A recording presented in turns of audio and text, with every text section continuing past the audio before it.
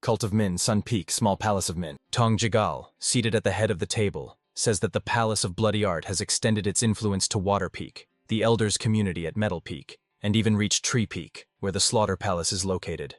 That is why it was quite difficult to find out what is happening in these territories.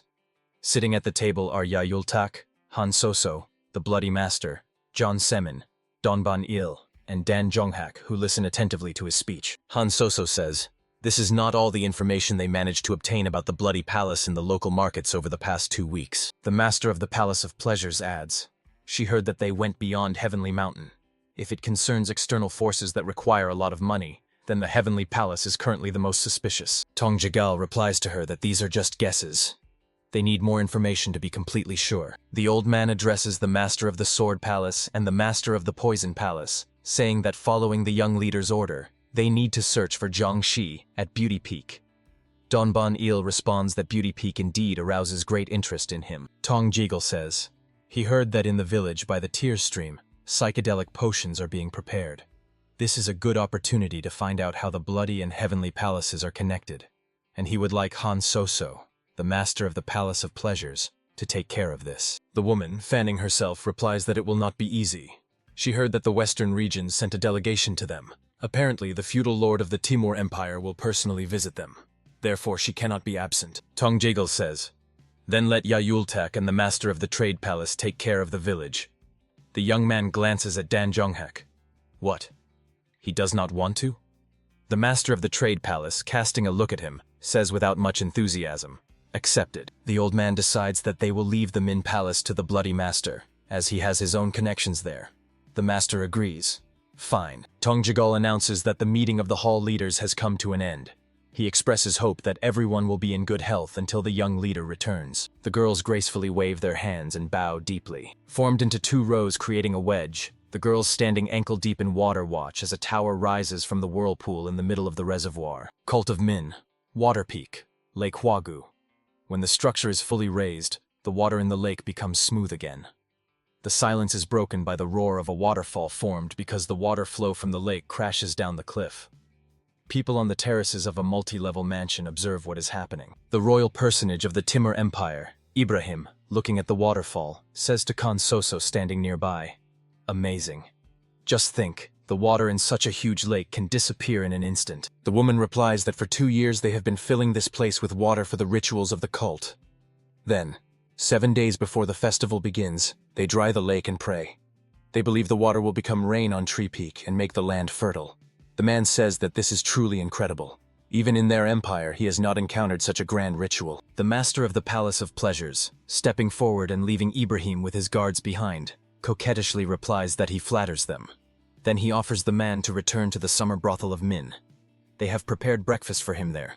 Ibrahim agrees. Well then, he agrees to go. The table is set with all kinds of dishes, including fried chicken, slices of meat and vegetables, and dumplings. In the center stand statuettes of a dragon and a bird resembling a peacock. Ibrahim raises his hands and says, "The sect of woodcutters should learn from the cult of Min. If someone has seen God, blessings are inevitable." He laughs. The guards form a silent wall behind him. Khan Soso, standing opposite him, replies, "She is sure God will be touched by how different faiths have come together and interact with each other." The woman leaves the room.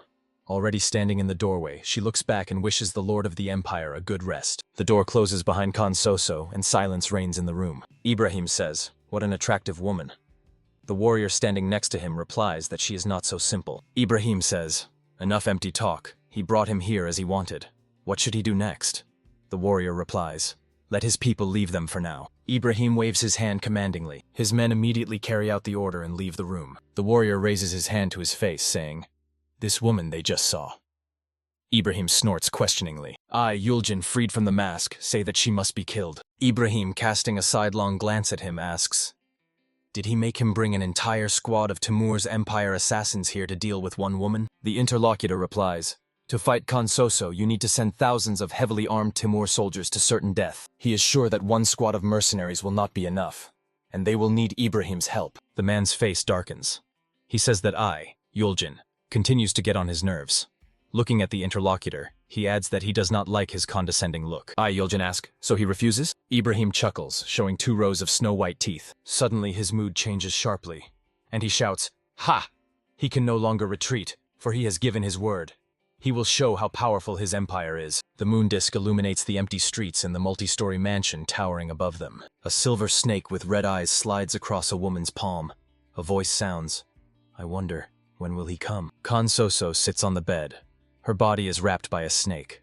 The woman wonders, will there be news by morning? And when did he grow so mature that she, unknowingly, longs to meet him? She recalls the last meeting with the young leader, his strong hand forcefully gripping her throat. Then he said he was going to change this place. He promised to create a place where everyone could live together without violating the higher and lower commandments. With a smile on her lips, Kan Soso remembers. He said they needed changes. She thought it was just the words of an immature boy, but to imagine that one day it could become reality. The small palace of Min and the young leader have enough power. Therefore, if he becomes the leader of the cult, they will no longer have to bring innocent children to the Palace of Pleasures and turn them into toys for indulgence. Dreamily smiling, the woman says, if that is possible, she will gladly give her life. Kan Soso closes her eyes. A slight smile illuminates her face. From her lips escapes, in the cult of Min, nothing is ever simple. While she dreams, dark silhouettes of warriors appear outside her room door. The door swings open and a squad of armed men in masks appears on the threshold. Kan Soso, already standing and fanning herself with a fan, says, she cannot believe that a whole delegation has come to her at such a late hour without prior notice. She asks, did they not like the dinner? The warriors, gripping long knives in their hands, silently advance on her. The woman, smiling sweetly, says she would never have thought that the Timur Empire could behave so disrespectfully. They are ready for the consequences, right? She takes a step forward, and the floor beneath her feet is covered with ice. Kan Soso steps toward the warriors, radiating cold energy that causes everything around to be covered with an icy crust. The flow of her energy strikes the warriors, and they try to cover their faces with their hands. Ibrahim, laughing, says he knew she was full of talents, but the man stands, crossing his arms on his chest, making no attempt to shield himself from the flows of energy coming from her. Ibrahim adds, he did not think she would turn out to be such an icy woman. Kan Soso replies, if he does not explain himself, something worse awaits him. Although, it seems it is already too late now. Ibrahim asks her not to hold a grudge against him. After all, there is no place for emotions in politics. Anyone will go to any lengths for their goals, and it does not matter if they have to make enemies or become a friend. The woman, having come almost close to him, asks, does he intend to join forces with the Min cult and start a fight for the throne? Ibrahim answers, if everything were so simple, he would not behave like this. He has only one request. Let her leave the young leader alone and join the Palace of Bloody Art. The woman is surprised. Mentally, she wonders, how did he find out that she is allied with the small Min palace? Smiling sweetly, Kan Soso asks, does he wish to make a bet with her? Ibrahim asks again, a bet? The woman explains. She proposes to bet on how he will end. Kan Soso adds, his end will be more terrible than anyone else's. Ibrahim frowns. The woman, radiating icy energy, swears by her life that he will lose everything. Blocks of ice grow before her, covering her. Warriors rush to Ibrahim. A strong stream of energy strikes Ibrahim, knocking him off his feet and throwing him backward. 2 warriors catch him under the arms right at the door. The other warriors advance on the woman, holding out their hands, radiating streams of fiery energy. Kan Soso realizes that they are all the best combat masters. She decides that she cannot prolong this fight. She needs to defeat them faster. She moves aside the hand with the fan, surrounded by an icy aura, waving the fan and sending streams of cold energy at the opponents. The woman thinks that she needs to find out how much they know. Her power turns the opponents into ice blocks. Kan Soso, assessing the result of her efforts, thinks, not bad. Ibrahim's eyes, bound by ice, ignite with red energy fire. Numerous thin cracks appear on the ice. Ibrahim, radiating red energy, breaks free from the icy shackles, and shards of ice fly in all directions. The man's eyes are flooded with inner energy. He throws his hand forward, saying they have little time, and suggests stopping the useless jokes. Kan Soso does not hide her fear. Covering her chest with her hands, she exclaims, who is he? He is definitely not Ibrahim. She raises her hands up, unleashing streams of energy that bypass the ice blocks standing before her onto the man. Han Soso uses the Ice World technique. The man, doing nothing, stands surrounded by a purple aura, awaiting the strike. Streams of ice flow around him, unable to cause any harm. He raises his eyes to the woman. Red sparks blaze in them. From his lips escapes a pathetic attempt. The purple aura around him thickens, the floor covering cracks beneath his feet, and a vortex appears. Power flows tear the mask with a gray beard from his face. Han Soso mentally gasps. He brushed off the ice charged with 120% of her energy with just a wave of his hand. The woman's eyes widen in surprise. From her lips escapes, "You!" Before her stands a young man surrounded by a purple aura. Han Soso recognizes this man, the cult leader, the Min cult, Water Peak, Huagu Lake. The sky was covered with leaden clouds. A heavy rain began. The third elder Banya, standing by the open window, says that a little more time will pass, and a whole gathering of followers will assemble in this place to shed tears of repentance. An evil smile appears on his face as he says, "They will cut and trample each other just to climb the heavenly mountain." How pathetic, to do such things for such a miserable goal. Behind his back, a dark silhouette of a man sitting at a table in the depths of the room is visible. Banya asks him, does he disagree? Without waiting for an answer, he continues speaking. Now that they have dealt with the Palace of Fear and lifted the curtain, only the young leader and the master of the Bloody Palace remain to come on stage. He asks his interlocutor's opinion. Who does he think will win? The man whose face is not visible due to the gloom reigning in the room answers, "Hasn't this question already been resolved?" Banya laughs. It would be boring if everything was already decided. He says that his interlocutor should write a plan for the development of events. He also needs to prove his abilities, right? A banquet of hasty conflicts and shocking truth. He can expect that, can't he? The third elder turns to the man sitting at the table and admits that he loves tragedies. He agrees to such a scenario if there are no winners in the battle. An anticipatory smile appears on Banya's face. He thinks their battle will be the best spectacle. The interlocutor answers, "As soon as they get rid of the masters of the palaces, it will be difficult for the young leader to defeat the master of the Bloody Palace alone." The third elder says, "Of course. That was their plan. If they don't kill him themselves, then they will." A dark aura emanates from Banya as he asks, "He already said, right?" A shocking truth must be created. The man asks his interlocutor's opinion. What does he think? Has he managed to catch inspiration? The response is a promise to prepare. Banya's voice sounds in the room. He knew that he would understand his wishes. Then he will leave him. Let him think some more. He is stopped by a question.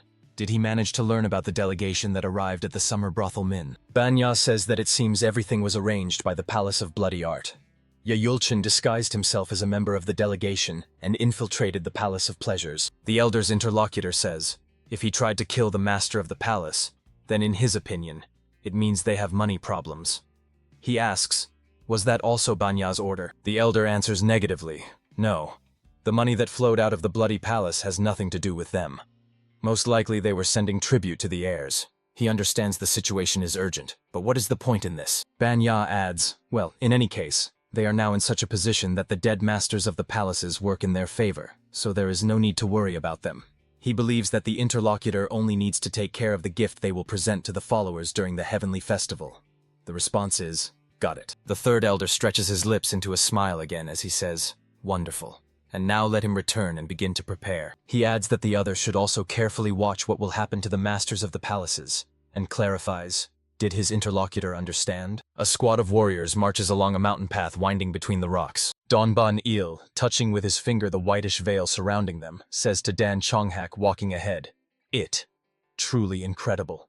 Is such a thing really possible? He admits that he has never heard of a mystical trap of such a level. Dan Chonghak draws a sword from its sheath and slices the air in front of him. A whitish haze disperses for a few moments, and a narrow passage between the rocks opens up to his sight. Then the fog thickens again and descends onto the path. Dan Chonghak thinks that the young leader managed to get out of here because he studied the art of the Demon Lord. He believes that just getting out of here is already a whole ordeal. Who else managed to release the Jiangshi? He wonders, does he really have no other choice but to go there and find out everything himself? Without looking back at the squad, Dan Chonghak says that they are all waiting for him here. Even if he does not return, no one should cross the border. Donban Ul, standing behind him, exclaims, hey, is he going alone? He might never get out of there. Dan Chonghak throws over his shoulder. They have no other way out, right? Donban Il sighs. How stubborn he is. Sword Demon clenches his teeth tighter and exhales sharply. His eye ignites with inner energy. Dan Chonghak raises the sword above his head. He sharply lowers the blade, using the sword mountain technique. First destruction. The fog disperses, and the path winding between the sheer cliffs becomes visible to all. Dan Chonghak hides the sword in the sheath attached to his side. He takes a step forward. A voice sounds, long time no see. Dan Chonghak and Donban Ul freeze. They look stunned. Everyone, both masters and warriors, turn back as if on command. At the top of the cliff towering above them, they see the silhouette of a man in a long cloak. From the master's lips comes, "Hong Raksha?" The old man in the burgundy cloak says, he did not know that the sword demon and the poison demon were on such good terms. What are they doing here? Donban Eul asks, did he come here because in his old age he wanted adventures? That's quite far for a simple walk. He thinks he doesn't like all this. What is he doing here? He should be in the Hall of Elders? Moreover, he looks around and sees quite a few people in similar burgundy cloaks on the rocks. Donban Eul reflects, isn't there a saying that all roads lead to one place? Wherever they go, it's all part of the heavenly mountain. All the elders have gathered here, except the third. Donban Eul says to Dan Chonghak standing next to him, it seems they have fallen into a trap. They all shouldn't be here. He agrees. It seems so. Poison Demon asks, what will they do? But Dan Chonghak remains silent in response. Donban Il asks Han Rakshe a question. Are they sure they are not lost? He heard that Ya Yul-chan caused them a lot of trouble. Shouldn't they go looking for him to repay him? Kon Raksha answers, it does not matter in what order the rotten branches will be cut off. The main thing is to remove them. Donban Il frowns. He thinks that Han Raksha, that cunning and slippery old man, came for their souls, although he has nothing against them. And right before the start of the heavenly festival, he believes that if others find out about this, the Council of Elders expects a major purge. He wonders, could he know about the small palace of Min? Donban Weil asks Han Rakshu, what will change if they just kill them? Do they really think others will just calmly watch this? Kon Raksha replies, the fact that he cares so much about them weighs heavily on his heart. But he should not worry, because others face the same outcome. From the lips of Donban Ilya it flies off, it cannot be. He thinks, it cannot be that the adherents of old ideas, the elders, agreed to something so insane. Does that mean they are in cahoots with Ya Yulchin? No. He could not acknowledge a bunch of old men who are constantly weaving intrigues. Donban Weil mentally wonders, who the hell has the power to move the Council of Elders? He is struck by a sudden idea. Looking at the people standing on the cliff in maroon cloaks, he says, Heavenly Palace. In Han Rakshi's eyes, unfriendly red lights ignite. He asks, what are they worth? And then the order sounds, destroy them. People in cloaks rush from their places and rush down from the cliffs. Dan Chonghak instantly assesses the situation and their chances of victory. Against them are 9 elders, 1 supreme demon, and 8 with the supreme sphere. Looking at the warriors approaching them, whose eyes blaze with deadly energy, he thinks, even if he takes on Han Raksha, it will not be easy for the fire unit and Donban Yul to deal with the other elders. He understands, if they enter the battle, they will definitely lose. Using mind speech technique, Dan Chonghak informs Donban Yul that he will open the way for them, and they should immediately head to the small palace Min. He asks him to convey the message.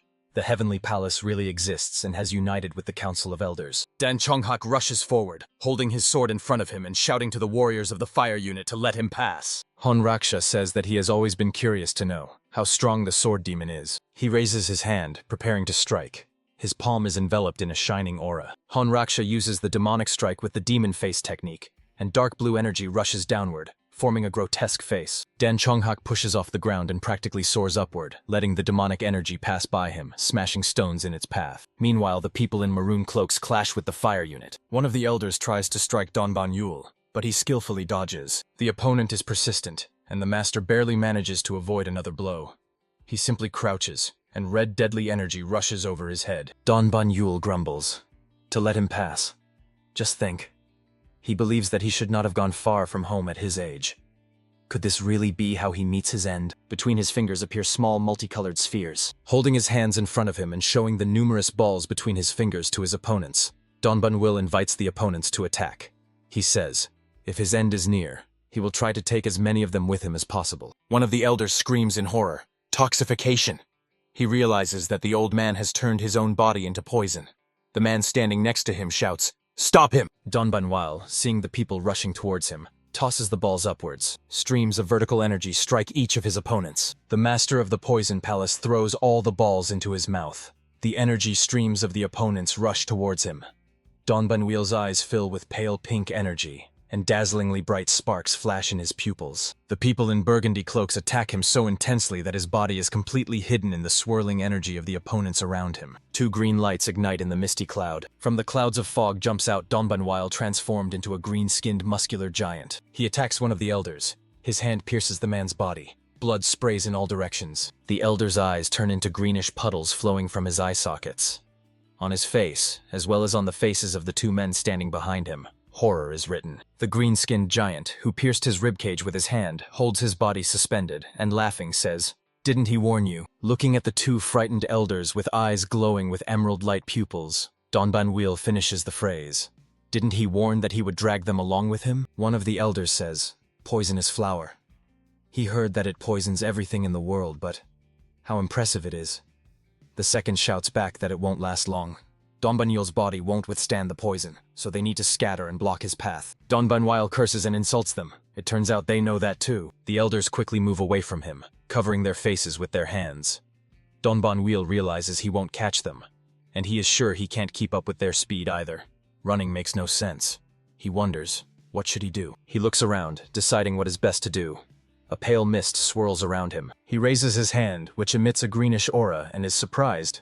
Oh? It dodges the poison as if alive? Meanwhile, Dan Chonghak attacks Honraksha, who successfully blocks his strikes. They circle in the air, making giant jumps. Finally, they freeze, standing on opposite sides of the chasm. Cracks glowing with fire are visible on the rock behind Honraksha. Dan Chonghak hears Donbanwil calling him, using telepathy. He glances at the green-skinned giant standing below, who advises him to watch his surroundings when fighting.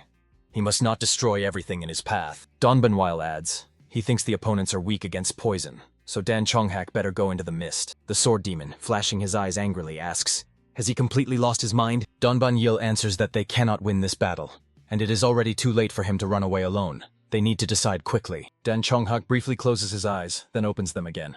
He has already made a decision. Standing on the top of a cliff, at the foot of which Donbanwil stands surrounded by enemies, he reflects. Behind him is fog, and ahead, enemies. He raises his sword before him, and it is enveloped in a shining aura. Dan Chonghak makes a sharp swing of the sword, as if cutting through the space around him. The sword leaves behind a thin, clear line of energy, cutting through the rocks around him. A moment, and the mountains where the thin line passed seem to explode. Dan Chonghak lowers the sword. Chaos reigns around, and only two men continue to stand on the cliffs facing each other. Honraksha wonders.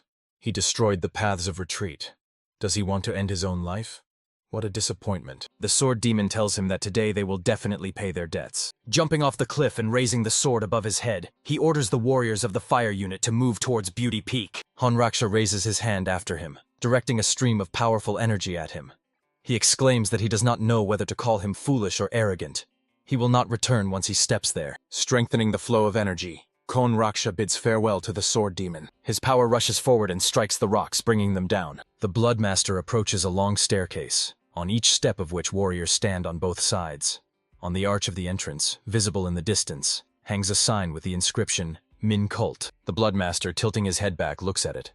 He did not think he would return here again. The man mentally adds, if only he had not made one foolish mistake. He thinks that in that case his wife would be alive, and Heron would not have had to grow up in the village by the stream of tears. He is met by a squad of warriors. The commander says, squad leader? The Bloodmaster, stretching his lips into a smile, replies that he and Bisake have not seen each other for a long time. The commander bites his lip, and tears appear in his eyes, about to roll down his cheeks. He falls to his knees before the Bloodmaster and asks, why did the squad leader take so long to come to them? The latter replies for him to get up, and adds that he is no longer the squad leader. In response comes, how is that possible? If only he had protected his wife then. These words cause pain to the Bloodmaster. He closes his eyes for a moment, pulling himself together. The Bloodmaster says to Bisake, who continues to kneel, that is already in the past. He asks, are the emissaries inside? He answers, yes. What happened? But the Bloodmaster replies that he will talk to them himself. Bisake rises and bows respectfully, folding his hands in the traditional gesture where the palm of one hand covers the other clenched in a fist. The warriors repeat his gesture. Bisake says, yes, of course. He adds, it seems the man managed to restore his inner energy. The Bloody Master replies, yes. That's right. Bisake tells the departing former squad leader that this is very good. The Bloody Master stands surprised. How is that? In front of him, barely covered by sheets, sit the right emissary Li Sun and the left emissary Jang Hogan, both staring at him with burning red, greedy eyes. Li Sun asks who he is, and Jang Hogan orders him to quickly bring them the potions. The Bloody Master asks the emissaries, what happened? But they are clearly not themselves, and demand only potions and women. A shiver runs through the man's body. He asks, what happened? Behind him appears Bisake with his squad. The Bloody Master turns to them. From his lips escapes, Bisake.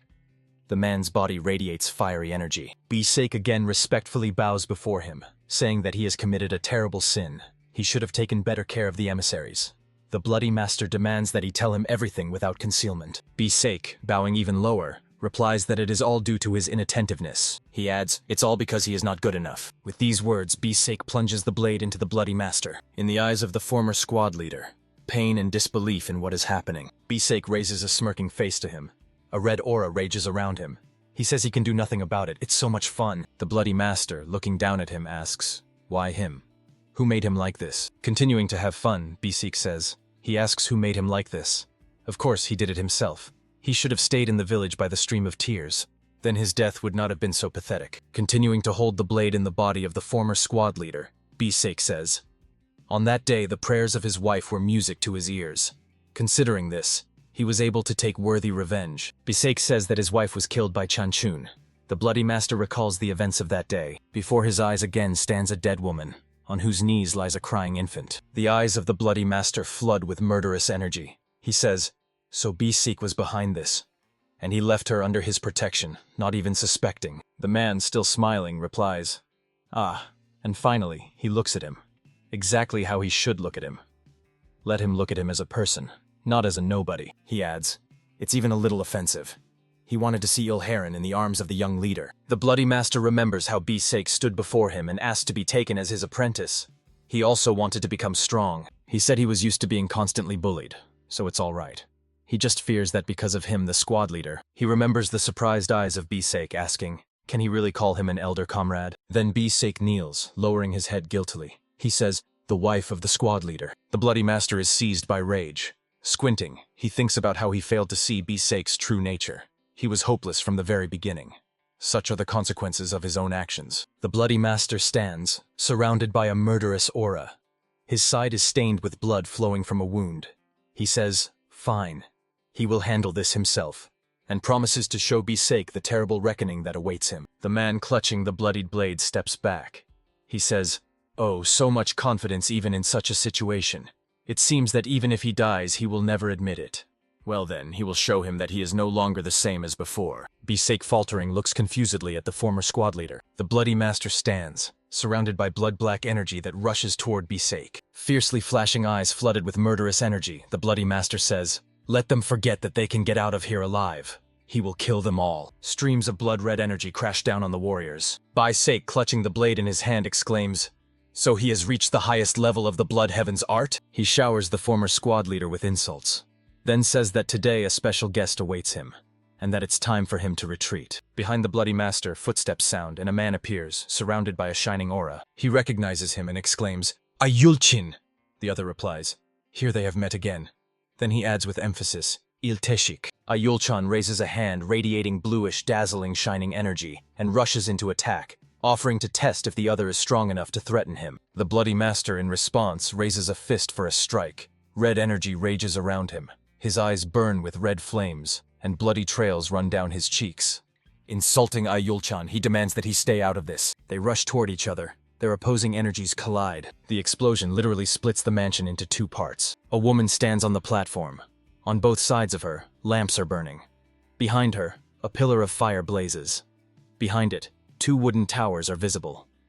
On both sides of the platform stand elegantly dressed girls. A crowd of people watches this spectacle with curiosity. The woman, whose eyes are closed, calls upon the god of the sacred flame. She descends onto the platform, and the hems of her garment, like flower petals, fluttering upward for a moment, fall around her. The woman asks to cleanse them of all sins with the sacred fire and not to abandon them just because they are mere observers. She asks to protect them. The woman slightly spreads her hands with palms up, holding them at chest level. Flames flare up above her palms. The woman raises her hands up and spreads them to the sides. The fire behind her flares up with renewed strength. She announces to all present that the god of the sacred flame has given permission for the heavenly festival. One of the spectators exclaims, "Wow, look there." He points with his finger at what caught his interest. All attention turns to the right emissary Li Sun and the left emissary Jang Hogan, who, dressed in attire befitting their status, march accompanied by a squad of warriors. Someone's voice sounds. "These are the emissaries of the Demon Lord Ming." A scream sounds again. "Oh, and the master of the Palace of Bloody Art is here too." All eyes shift to Yulchin. The master of the Palace of Bloody Art is approaching one of the wooden towers at this time. Yulchin casts sidelong glances at the towers with a clear thirst to kill the elders. He thinks, finally Yan Ren and Han Raksha have dropped out of the race. This thought calms him. His face is illuminated by a devilish smile, and his body is enveloped in a blood-red aura. From his lips flies. The scene is set. At this time, the woman on the platform, raising her hands above her head, commands the believers to repay for the heavenly blessing. All those present immediately release a multitude of sky lanterns into the dark sky. The tower behind her continues to blaze, and numerous lights soar into the sky. The Sky Festival has begun. Cult of Min. Rays of the rising sun illuminate the small palace of Min. Ma Chonso, walking through the courtyard, wonders, why is it so quiet in the small palace? Could it be that everyone has already left? A voice is heard announcing that he is late, and the heavenly festival has already begun. Ma Cheonso turns his head and sees Mo Yenhui standing by the tree. He says questioningly, "Hui?" The young leader, rushing off, curses and shouts that he is late. He asks Mo Yenhui to wait. He needs to take something with him. His friend, continuing to stand, leaning his back against the tree trunk, asks, "Does he really have to go?" Ma Cheonso, stopping, says in surprise, "What?" Mo Yenhui, calling him Gak, suggests leaving Heavenly Mountain together and returning to their native lands. From the lips of Ma Cheonso flies off, "Hui." He says it will take very little time. As soon as everything is over, they will return to where they came from. Mo Yenhui, approaching the guy, hands him a paper, saying that his senior comrade asked him to give it to him as soon as he returns. Ma Cheonso is surprised. Senior comrade. The guy carefully studies the message. The person who sent him reports that today, before the start of the Heavenly Festival, he lost contact with the palace masters. At such a moment, he suspects betrayal. He will wait for the guy by Lake Huagu on Moon Peak in the Crimson Hut, which is located at the top of the eastern hill, so he should hurry. Crumpling the message, Ma Cheonso asks, "What is this nonsense?" Mo Yenhui replies that the guy never showed up, so the masters must have changed their minds. He tells the angry Ma Cheonso that Ya Yultak is still the right hand of the Palace of Bloody Art, and the Bloody Master originally belonged to the Min Palace. Mo Yenhui wonders, has he forgotten that they are in the Min cult, the lair of evil? These scoundrels are entirely devoted to the demon cult. Clenching the message in his hand, Ma Cheonso replies, "No, something is wrong here." Mo Yenhui warningly raises his hand and exclaims, "Gak!" The guy says that for him it might just be a demonic cult. The guy remembers the courtier of the small palace men Yayultaka, who, stretching, exclaims, "Hey, hey, young leader." Tears flow from the eyes of Yayultak like a stream. He sighs. Their poor young leader. The guy, looking at him attentively, says, "What a dangerous thing."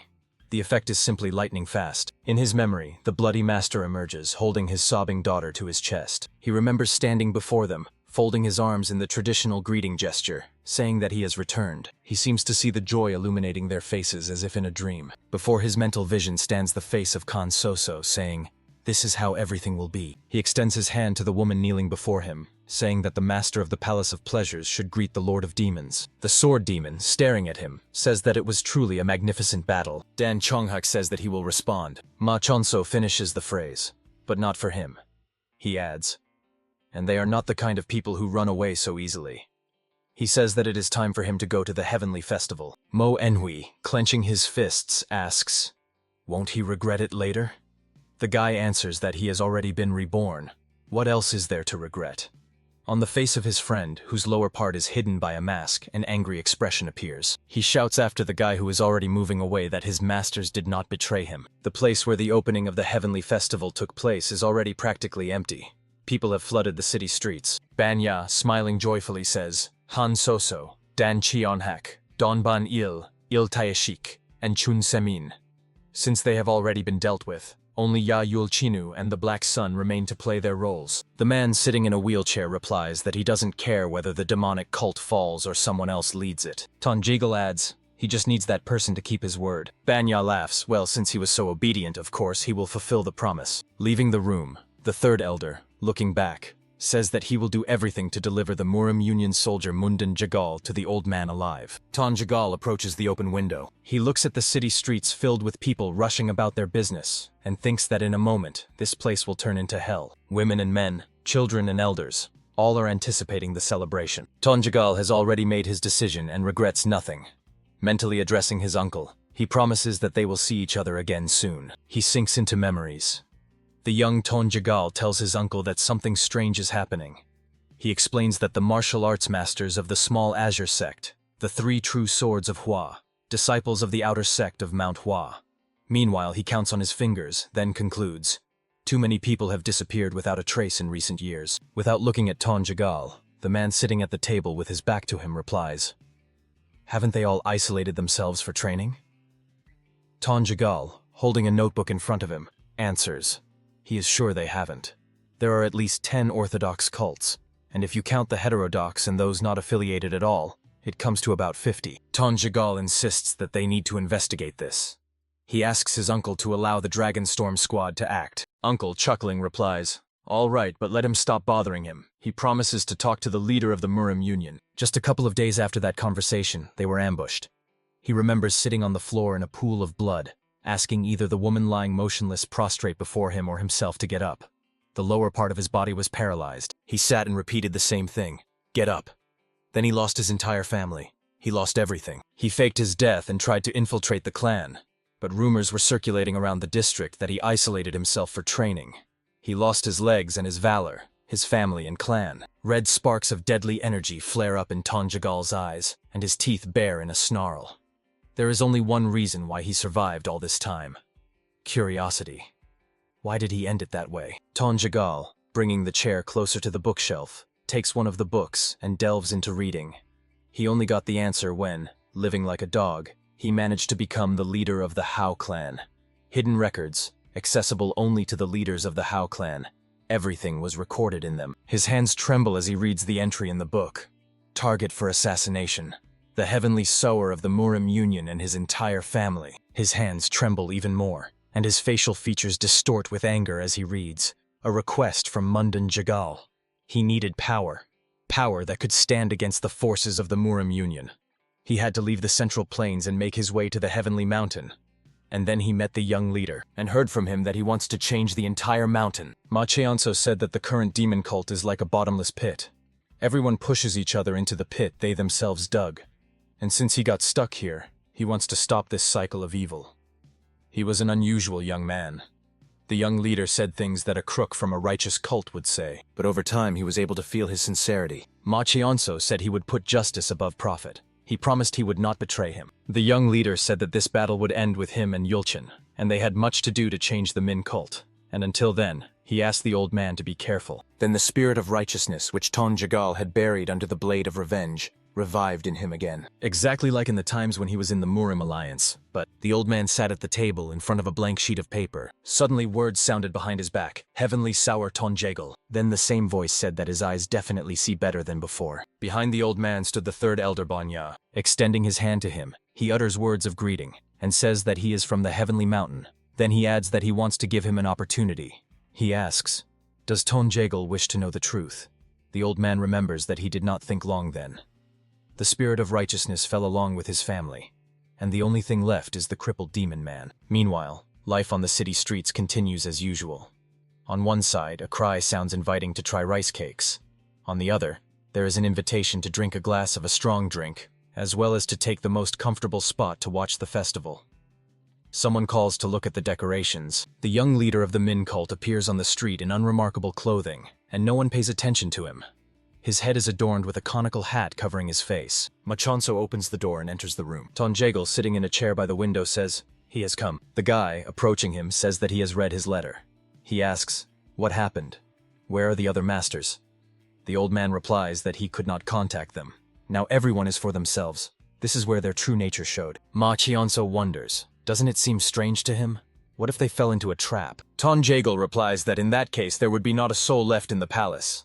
However, everything is fine with the palace inhabitants. The guy asks, does the heavenly sower really pretend not to understand? Standing before the old man and looking him in the eyes, the guy asks if he betrayed them. Tonjagal looks at him gloomily, not rushing to answer. The heavenly sower stretches his lips into a smile. The old man's eyes look evil as he says, what a plausible guess. But he has no reason to betray them, right? The heavenly sower tells the guy standing before him, the master of the palace of slaughter is dead, and the elders have left their places. And as soon as Ma Cheonso overcomes the master of the palace of bloody art, everything that he, Tonjagal, desires will come true. The old man adds, why would he leave the back of the tiger? At the same time, he thinks, What can the guy really change, even if he catches him? They have already gone too far, the process is irreversible. Ma Chionso replies that his words are like honey to his ears. He asks, what should he do?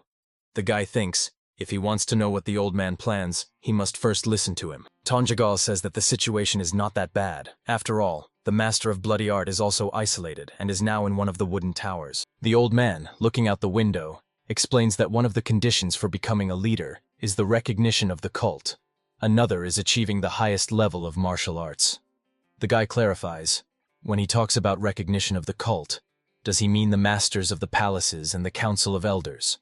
Tonjagal answers, that's right.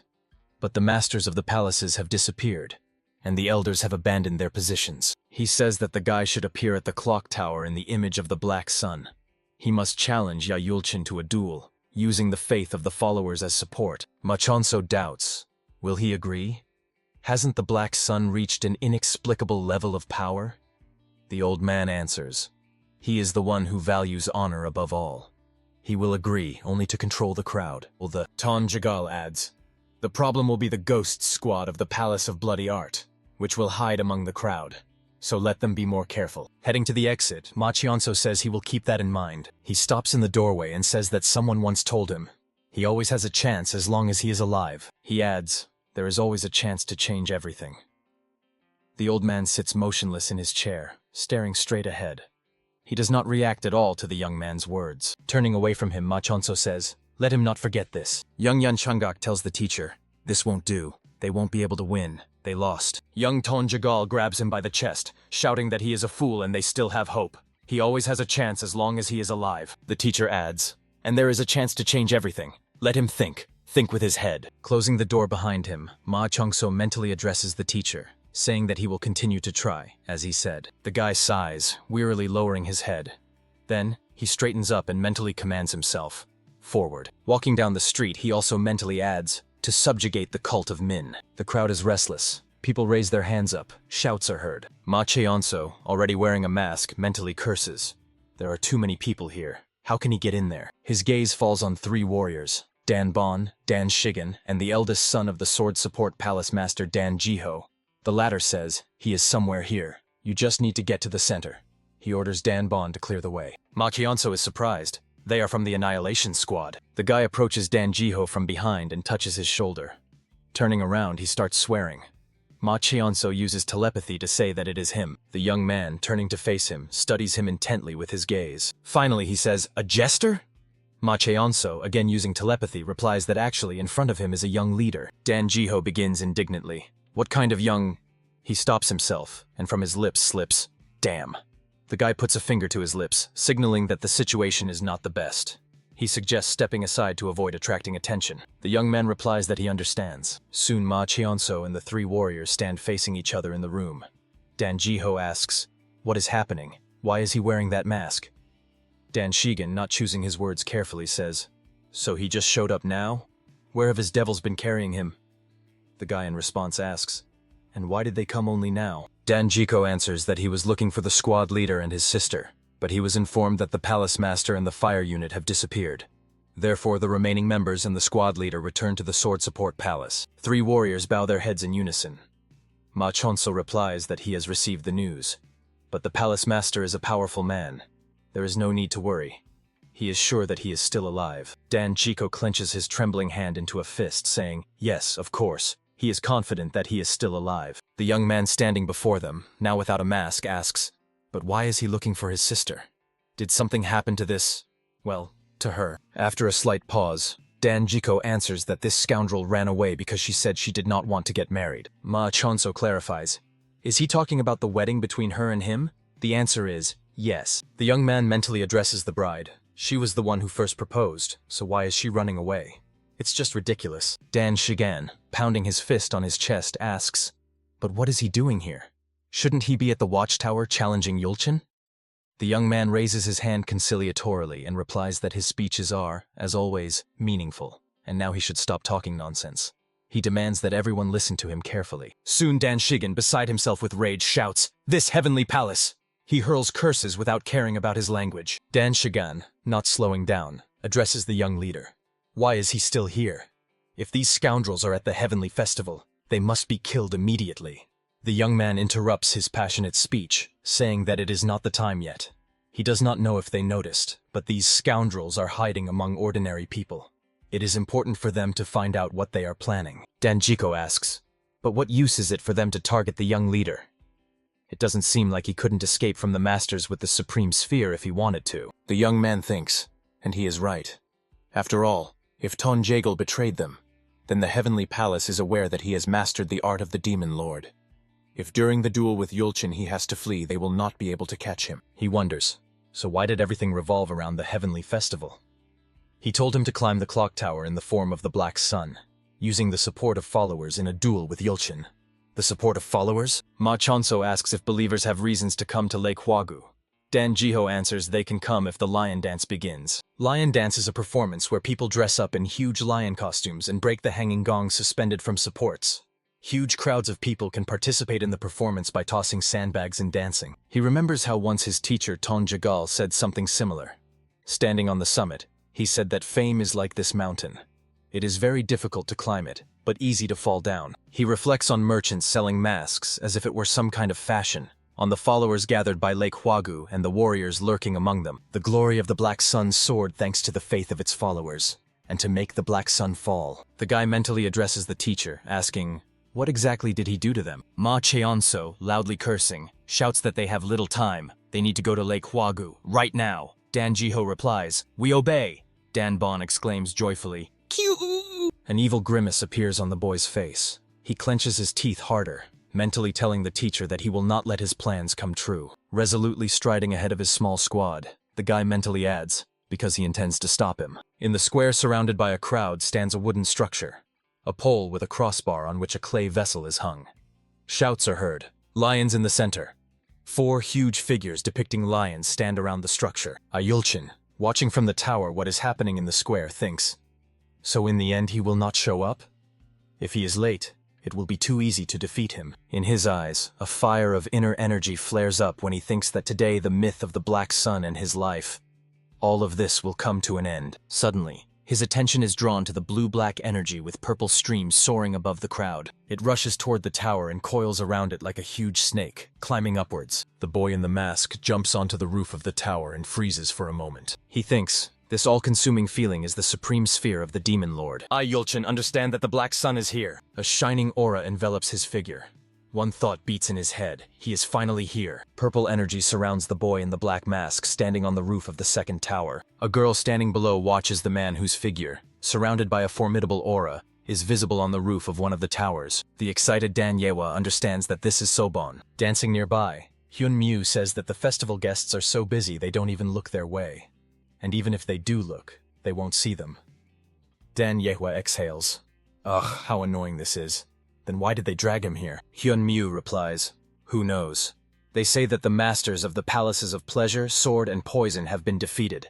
The situation is not good. Frowning fiercely, Dan Enka says, as if their situation were somehow better. Pointing a finger at the man standing on the tower roof, she, addressing the right hand of the Zaboy Palace number 2, asks angrily, why did he even drag her here? To watch how he dies? Does he want her to cry a sea of tears here for him? The man answers, he does not know. He is just following the master's orders. Dan Enqua says, he knows that those who are not well prepared definitely die in this place. So let him give her some poison that disperses energy. She must save him. The man asks, didn't she meet him only yesterday? It would be better to forget about this stranger altogether. The blushing girl replies, it doesn't matter when she first met him. He is her protector. She cannot allow him to die so easily. Number 2 says, who is protecting whom here? He adds that this man destroyed the Zaboy Palace. So why is she asking this question to him, the right hand of the palace master? Dan Enqua exclaims, oh, right. Let her forgive her. The girl turns away from him. Tears are about to uncontrollably flow down her cheeks. The man, looking at her, wonders, what kind of woman is she anyway? Isn't she ashamed at all? He admits that she has more courage than many men. He looks around, thinking that something is wrong here. He senses the energy of demons. Number 2 wonders, what is the master thinking about? Yulchin, using telepathy, asked the guy, is he the Black Sun? Red sparks of deadly energy flare up in his eyes. Rising and smiling broadly, he promises that he will not take his miserable life so quickly. as they must respect the palace of the sacred fire for such efforts and preparations. Looking at the opponent, he adds, but as soon as the lion dance ends, he will kill him. Mo Enhui silently looks at him through the slits in the mask. He remembers how Ma Chonso said that he would climb the clock tower in the form of the Black Sun. Mo Enhui exclaims in surprise, "What?" But he likes the idea. The guy, turning the mask in his hands, says, "Since it will be him, Jiangxi the Lord of Demons, the 5 sacred weapons will react. He can also use the mask of the sacred fire." Mo Enhui reminds that their opponent is teacher Ton Jagal. He is sure that he anticipated such a scenario. Ma Chonso, examining the mask in his hands, replies that he knows, but he will not use it because he understands that Mo Enhui obeys him. The guy says that the heavenly palace subdued the leaders who reached the highest sphere of demonic art. Perhaps they thought that if masters of the palaces joined them, they would not be able to carry out their plan. But they did not even think of touching either Mo Enhui or himself. Ma Chonso is sure that the heavenly palace knows nothing about Mo Enhui. He says that is why he will put on the mask and become the Black Sun. 2 lions, red and yellow, soar upwards. People in the crowd react wildly to this event. They raise their fists in the air and shout. The victorious lion proudly towers over the defeated opponents. Shouts are heard. The Black Lion defeated 3 at once. Wow. Even the potential winner, the Red Lion of the first Phantom Fist, was defeated. Ma Chonso, with the mask on his face, stands with raised hands, having to exert considerable effort. Dan Shigen, standing behind him in exactly the same pose, asks, "Can't we just beat all the vile scoundrels?" He promises to beat them so badly that they will beg for death. The guy replies that it's not as simple as it seems. They will be isolated if they attract attention before these scoundrels start acting. Ma Cheonso falls silent, listening to his sensations. He understands that the demonic energy has become stronger. A red aura thickens around the lions. Ma Cheonso and Dan Shigan, holding sticks in their hands, control one of these lions. The guy says, it seems to him that these freaks are starting. Let him prepare. The warrior replies, "All right." Ma Cheonso's attention is drawn to something, and an exclamation bursts from his lips. "Huh?" He sees Dan Yewa standing in the crowd. The girl is clearly agitated. She stands, raising her face to the sky and wringing her hands. Ma Chionso peeks out from the mouth of the lion, trying to understand what he should do. The girl continues to watch the man on the tower roof attentively. The guy realizes that even she is in danger in this position. He wonders, what should he do? Dan Enhwa, as if sensing his intense gaze, looks around. She thinks that since all this time she has used step techniques and left traces, the Sword Support Palace will find her. Until then, she needs to try to get poison that disperses energy, to inform them about what is happening using remote techniques. Haiyan Miu exclaims, "The Black Lion has defeated 3 other lions." Dan Enhua gets angry and asks her to be quiet. Is that important now? The girl in the cat mask does not calm down. Wow, he is coming towards them. The Black Lion really is advancing on them. Dan Enhua exclaims, "What's going on? Too close." The right hand of the second palace of the slaughter at that moment is observing something, turning his head back and not seeing what is happening. When the man turns his head to his companions, he sees the girl's legs disappearing into the mouth of the lion. Pushing people aside with his elbows and cursing, he tries to get closer to the kidnapper, but the crowd quickly closes ranks behind the hastily retreating lion. People chat cheerfully. How many legs does he even have? Ha! Their steps are uncoordinated. The right hand of the slaughter palace realizes he has messed up. Since there are people with demonic energy in the crowd, the situation is not the best. He laments losing the Ice Flower and her companion. The man understands. It's too late to give chase. If they wanted to kill her, they wouldn't have kidnapped her. He decides that now he needs to find the source of the demonic energy. Dan Enhwa is stunned. An astonished "you" slips from her lips. The warrior exclaims, "Yes, it's him! Dan Shigan from the extermination unit. He found her trail and came for her." The girl standing between him and Ma Chonso asks, "And who is this?" She demands the guy turn around, but he pretends not to hear her. Dan Enhwa pulls his clothes demandingly, telling him to turn around and asking, "Who is he?" Ma Chonso, trying to change his voice, replies, "Does it really matter?" The girl exclaims, "What's wrong with his voice? Is there a woman in front of her? But he looks like a man." Hyun Mu, sniffing, mutters, "That's the scent." The guy demands Dan Enhwa stop groping him. Ma Chonso says, if she wants to live, she should listen to him carefully.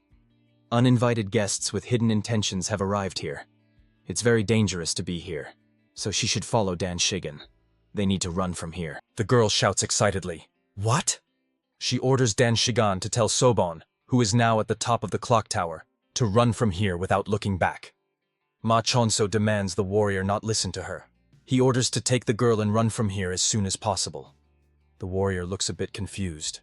Mentally, he wonders, what should he do? Dan Enhua continues to insist on her point. She wants him to pass her words to Sobon. Machonso tells him to take the girl and leave. Dan Shigen tightly closes his eyes and covers his ears with his fingers. Dan Enhua exclaims, "What?" He will answer if her Sobon dies. The warrior thinks, phew, as they say, don't interfere with lovers quarreling. Dan Shigen opens his eyes and listens to something happening outside the lion costume. He realizes something is wrong. The golden lion climbs the stairs to the suspended vessel, and other lions help him. Ma Qiangsun looks at what is happening with surprise. From his lips slips, "These people." He no longer has any questions. Now he clearly sees what is the source of the demonic energy. The guy wonders, are they aiming for the throat? Ma Qiangsu understands. There is definitely something inside there. He pushes the girls in the backs with both hands.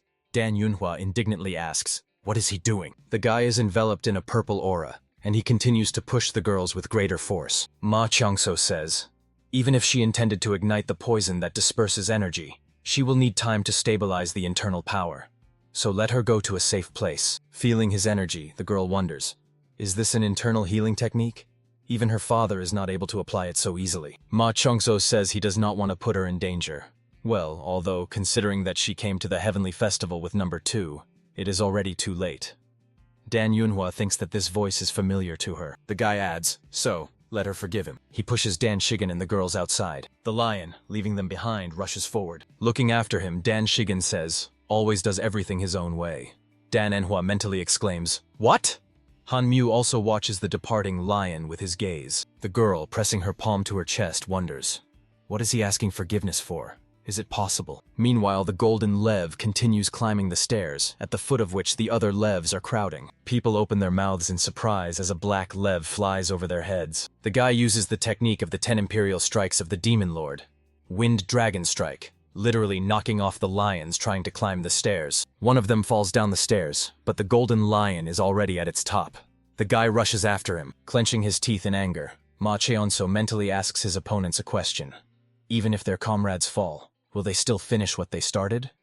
No, not on his watch. He quickly catches up to the golden lion and reaches out his hand to grab it. The guy grabs the opponent by the leg, which he is already trying to place on the next step of the ladder. He throws the golden lion down the stairs and rushes upward. Reaching out his hand, he wonders, what is inside? They are openly aiming at it. There is something huge in there. Meanwhile, the lions are setting up several ladders. They are longer and not leaning against the pole. They are supported from below, giving direct access to the lions climbing on it to the guy and to the throat. From under the golden lion costume, which the warriors use as cover, 2 hands appear, gripping swords. Behind them follows a red lion, from whose mouth the head of a warrior with eyes burning with red flame of inner energy is visible, and a hand with a sword sticking out from under the costume. Another lion climbs the 3rd staircase, inside which armed warriors are hiding. Ma Qianso bares his teeth angrily. Do they even have weapons? Then they should expect no mercy. The guy uses the secret technique of the 10 Imperial Strikes of the Demon Lord, Whirlwind Strike. His energy crashes down on the pursuers. The guy's kicks to the masks have no effect. He is surprised. Are they made of steel or what? He, lifting the head of the lion, looks with surprise at the pursuers trying to reach him. Shouts are heard. Reveal! Kill him! Purple energy flashes in Ma Qianso's eyes. It's time to use the lethality hour technique. He jumps down, knocking down the pursuers below on the way. The warriors hiding under the masquerade lion costumes fall from the stairs. Banya, standing by the open window, is stunned. From his lips escapes either a question or a statement. Is this the hour of lethality? The hands of the 3rd elder grip the windowsill with such force that the wood cannot withstand and breaks. Banya thinks. Infinite martial art that allows performing or stopping any combat technique based on the flow of one's own internal energy. He leans forward, peering into what is happening, and realizes that the black lion is using the hour of lethality. He is stunned. Is he doing this instead of the black sun? He is puzzled and shifts his gaze to the person on the clock tower. Banya is shocked. How so? After all, the young leader is currently on the roof. The elder strains his memory, trying to recall everything he knows about it. The hour of lethality cannot be used at full strength even with the muscle alteration technique, which changes the body's structure. It can only be controlled through the art of the Demon Lord. That is why it was granted to the young leader. Does this mean that the young leader is in the black lion suit? He and the black sun are 2 different people? Banya sharply turns his back to the window. A malicious smirk appears on his face, revealing 2 rows of white teeth. A rich purple aura emanates from him, and his eyes look insane.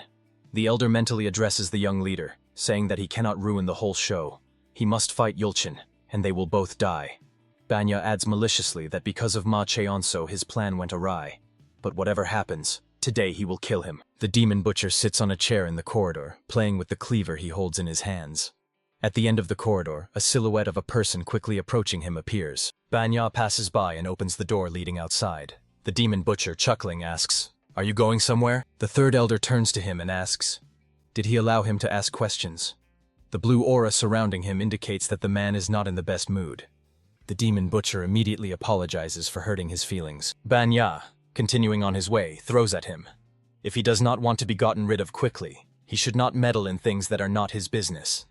This is the last chance he can give to someone who has already screwed up once. The demon butcher quietly mutters, "It seems everything went off plan since the third elder is so upset." Well, whoever wins, he just needs to follow the orders of the supplier of the drug, isn't that so? Meanwhile, drugged Cheon Saemon, kneeling, pushes away the laughing warriors, shouting, "Don't come near! He's his! All his!" One of the warriors exclaims, "So what?" At the same time, he calls the man a pig. A big burly man, getting up, says, "He can do that too. Let him not think he's the only one." Behind bars, Chi Hami, radiating love for the whole world, clings to the chest of Il Karen, whispering, "Hold me." The girl demands that she pull herself together. Il Karen shouts indignantly, "What is Chi Hami doing? Has she gone mad?"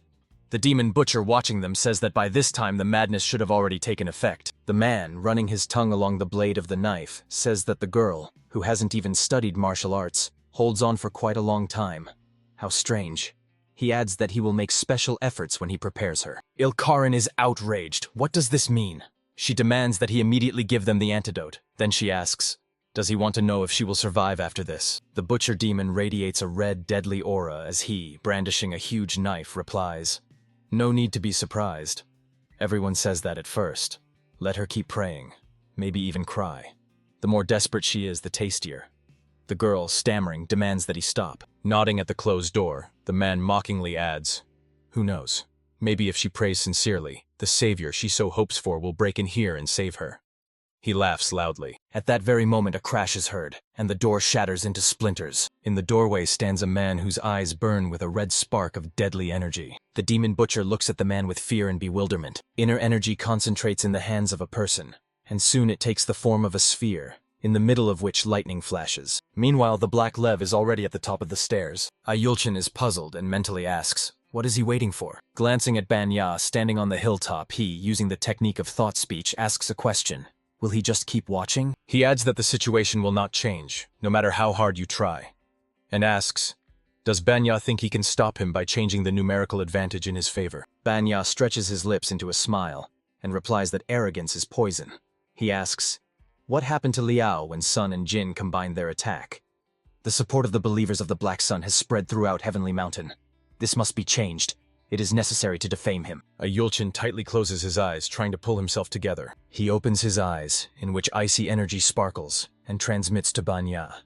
Let him not forget that as soon as this day comes, he will be next. Raising his hand above his head, Ayulchin promises to burn out all the parasites that have settled in the Min cult. Meanwhile, the lions in the square take off their costumes. People talk to each other in surprise. What?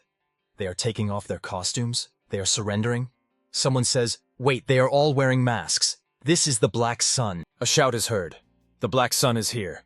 All the warriors who took off their costumes are dressed like the Black Sun. One of the masked warriors shouts to the people, calling them foolish followers, telling them to watch. Pointing to a person on the roof of the clock tower, he says that he is the messenger of the Black Sun. He has descended to them to punish all who have sinned. Let everyone listen. Death will help them cleanse themselves. Warriors in masks throw themselves into the crowd, dealing with people. Blood splatters, cries are heard. Help, pleas for mercy are audible. Blood flows in fountains at the foot of the clock tower. Mo Enhui, disguised as the Black Sun, using thought speech, addresses Yahello. Is this his handiwork? Why is he doing this? He asks, did he arrange everything for this? Decided to turn the Black Sun into a ruthless killer to deprive it of the support of believers and increase his own importance. Now he understands everything. So, this is what Yulchin and Tonjagal planned. I, Yulchin, shrouded in a bluish shining aura, smile grimly and triumphantly, replying that this is a small sacrifice for a great cause. This is not the end yet, so let him watch. I, Yulchin, shouts loudly, to commit such a vile act, hiding behind a mask? Finally, he showed his true face. Reaching out his hand forward, he adds, "Perhaps he had managed to deceive his followers until now, but it will no longer work with him. How dare he do such a thing in the middle of the heavenly festival, especially after what he did in the village by the stream of tears? What is this, if not the highest evil?" Yulchin, using energy, rushes towards Mo Enhui standing on the roof of the neighboring tower. Eyes in the slits of the mask flash with purple energy. Mo Enhui extends his hand forward and their palms touch. Yulchin shouts that the Min Palace must give the order to kill. An order to kill sounds, and the warriors below draw their swords and raise their shields before them. An absolute command of the Min cult was sounded, which allows its followers to kill anyone they want, whenever they want. A deadly aura surrounds the warriors. At this moment, everyone awaited their fate.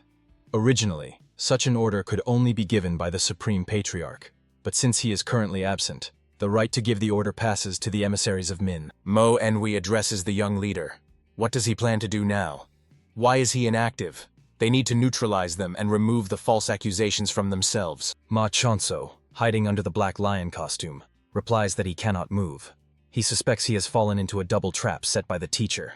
Meanwhile, a bloody slaughter continues below. Min Cult, Moon Peak, Huagu Lake, Hao Clan hideout. A servant enters the room and tells Ton Jagal that he has delivered the message requesting to aim at the throat of the Phantom Demon Squad. The old man, still looking out the window, replies, "Very well." He mentally tells the young leader. He is impressed that he greatly elevated Mo Enhui and planned such a scheme. But he thought the guy was capable of foreseeing everything. That is why he prepared everything so that he could not change anything, even if he found out. He asks, what will he do now? A question addressed to Ma Chonso reaches him. What is happening? He sees Dan Jiho desperately fighting off numerous opponents advancing on him. Dan Jiho informs him that he left his sister in a safer place. But he is shocked by what is happening here. He asks the young leader, "Are these people connected to him?" Ma Chonso replies, "No, he was deceived." And he also suspects that there is a high probability that there is poison inside the throat. Ton Jagal at this time thinks that the young leader does not know what is inside the throat, and therefore will not be able to open it. Dan Jiko asks, "Really? Maybe he should burn it? What is he waiting for?" The young leader suggests he look around. He says that the combat masters among the common people have them in their sights. If he takes just one step, they will unleash a hail of arrows on them and break the throat. The wind here is strong. If it spreads the poison around, many people will die. The Phantom Demon Squad has them in their sights. He will not be able to act. It's as if he is on a roof from which there is no way down. A question reaches the guy. So what will they do then? Ma Cheonso thinks, maybe use the demon art and burn the throat? He ponders. What if there is not poison inside, but explosives? Then the damage would be greater. The guy decides to be more careful, since the throat was created by none other than Ton Jagal, a genius in arithmetic and mechanics. Looking at what is happening below, the guy commands himself, "Think, Yang Chagak." One of the emissaries raises his hand up, then sharply lowers it down. The commander of the Iron Cavalry Squad of the Palace of Bloody Art rushes forward shouting, "The order to kill has been given!" The warriors follow him. The Heavenly Spirit Savior Squad of the Palace of Sacred Flame receives the order. Kill them all and rushes to carry it out. Ton Jagal thinks it would be better to get away, far from Heavenly Mountain. Too much has started happening. Mentally addressing Ma Cheonso, he says that it will be up to him to deal with this. After all, it is his duty as the young leader. He cannot run from it. The slaughter in the square continues. The guy thinks that even if he forgot about the throat and just fought, he would still be accused of killing the followers. The young leader decides that there is no way out. Words reach Ma Cheonso. In what a miserable state he has found himself. The guy is surprised. Yang Ren? But how? He should be dead. Laughter responds. Now that the order to kill has been given, the guy is also a corpse, and he has plenty of reasons to finish him off. Ma Cheonso peeks out from the lion's mouth, asking, "Where is he?" He thinks that it was definitely Yang Ren. He is alive, and now he absolutely cannot get out of here if that one is involved. Laughter sounds behind him, and behind his back appears Yang Ren, as if woven from deadly energy. He presses a knife to Ma Cheonso's throat and says that the Palace of Fear is everywhere and nowhere at the same time, and the Black Sun better remember that. He asks, or should he call him the young leader? Then he laughs. Purple sparks flare in the guy's eyes. Yang Ren, all in bandages and with an eye patch, smiling widely, slides in front of him. He says, "And if not that way, then how about Yang Changak?" Yang Changak, who involuntarily took Ma Cheonso's place, mentally curses. How much does Yang Ren know? Yang Ren laughs. Should have been more careful. Well, they can still spend some time figuring out who he is, Anyway, Yang Ren appears before Yang Changak, spinning a dagger on a long rope. He seems to be showing off in front of the guy. The young leader of the Palace of Fear admits, it feels like he has become part of someone's carefully planned scheme. That scoundrel, Yulchin, wouldn't have sent some demon butcher to kill him. Grabbing a knife in his hand, Yang Ren, chuckling, says, "So this time," a wide smile lights up his face. He continues the phrase, "The guy must become the one who will live." Blood-red energy surrounds Yang Ren. He says, "This will be much more interesting." He laughs loudly. The battle continues below in the square. From the guy at the top of the stairs come death rattles and the clanging of steel. A shout is heard. "Palace of the Executioner! This is the Palace of the Executioner!" Ma Cheonso cautiously peeks out from the mouth of the lion. He mentally curses Yang Ren, wondering, how far is he willing to go just to have fun? A crooked smirk appears on his lips.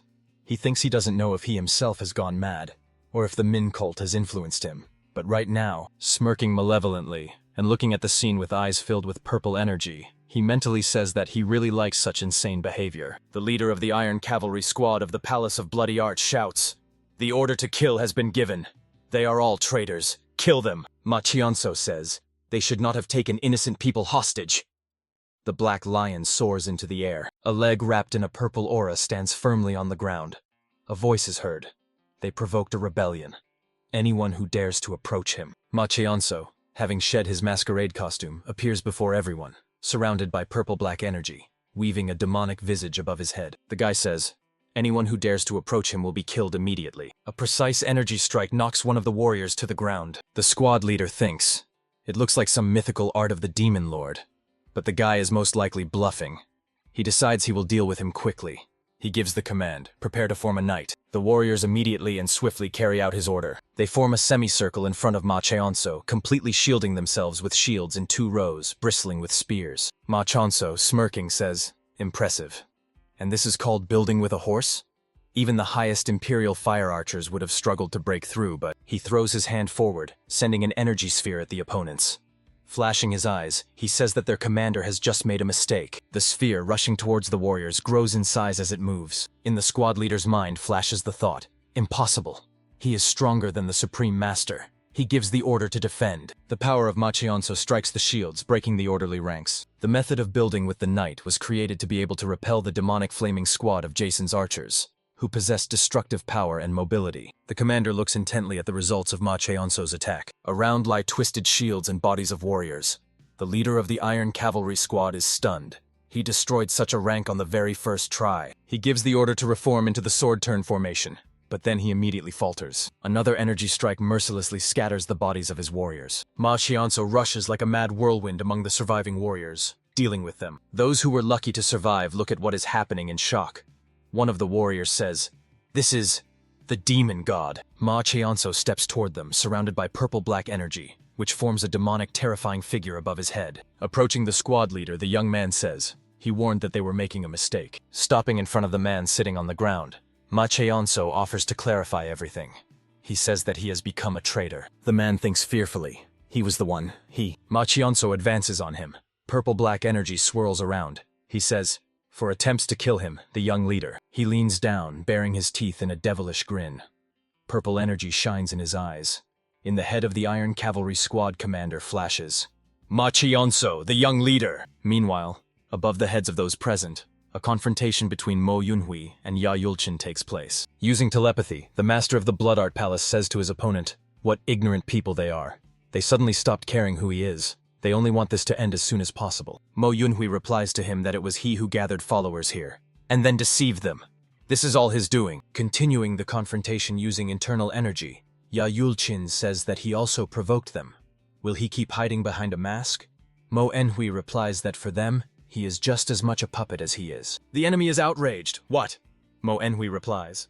Isn't Ya Yulchin on the same side as the Heavenly Palace? Frowning and clenching his teeth harder, the master of the Palace of Bloody Art says, therefore, putting all his strength into the energy strike, Yulchin shout that it is better to surrender and sacrifice oneself. His dazzling energy makes Mo Enhui squint, but he immediately opens his eyes upon hearing the opponent's words.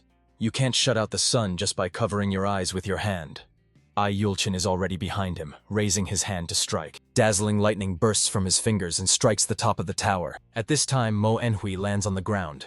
Kneeling on one knee, he supports himself with his hand on the surface, maintaining balance. Mo Enhui thinks he is very fast. Moreover, he cannot get close to Yahyulchin until he gets rid of this blinding light. He is enveloped in a light purple haze. He rushes upward, to where his opponent awaits him.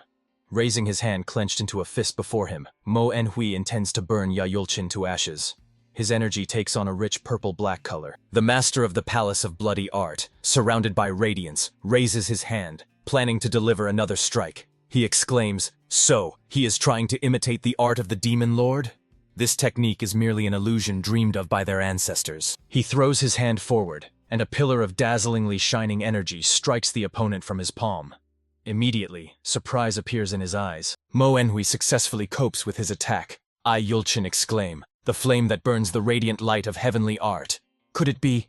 Is this really the art of the Demon Lord?" Shrouded in purple light, Mo Yonhui relentlessly approaches the master of the Palace of Bloody Art.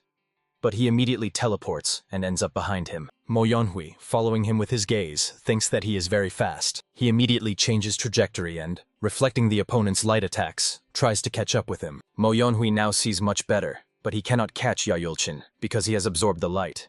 He decides that he needs to limit his movement radius. Mo Yonhui finds a suitable place and rushes to the tower. The master of the Palace of Bloody Art decides that the opponent is running away and shouts after him. The Black Sun is trying to escape. Does he really think he can get away from him? Continuously attacking Mo Yonhui with dazzling energy, Yahyulchin rushes after him. Mo Yonhui fails to block the strike. He thinks that the opponent is strong, not only fast, but also frightening and strong. The master of the Palace of Bloody Art, advancing on him, staring at him, says that he is not human. He is a living Jiangshi. But he cannot believe it. No, a Jiangshi could not withstand the blinding light of heavenly art. What is he? Mo Yonhui lands and freezes for a moment, kneeling on one knee and resting his hand on the ground. Then he raises his head and, looking the opponent in the eyes, replies that he is his dark reader. A sinister purple aura envelops his figure. Yahyulchin slowly approaches him. He is surrounded by a dazzlingly bright glow that has taken the form of a sun behind his back. The master of the Palace of Bloody Art says, "Amazing. How can he utter something like that despite his condition?" He adds, "However, to prevent such things from being done to him, he won't be fooled." Dazzling energy, resembling lightning, rushes towards Mo Yonhui, but he is not afraid of it.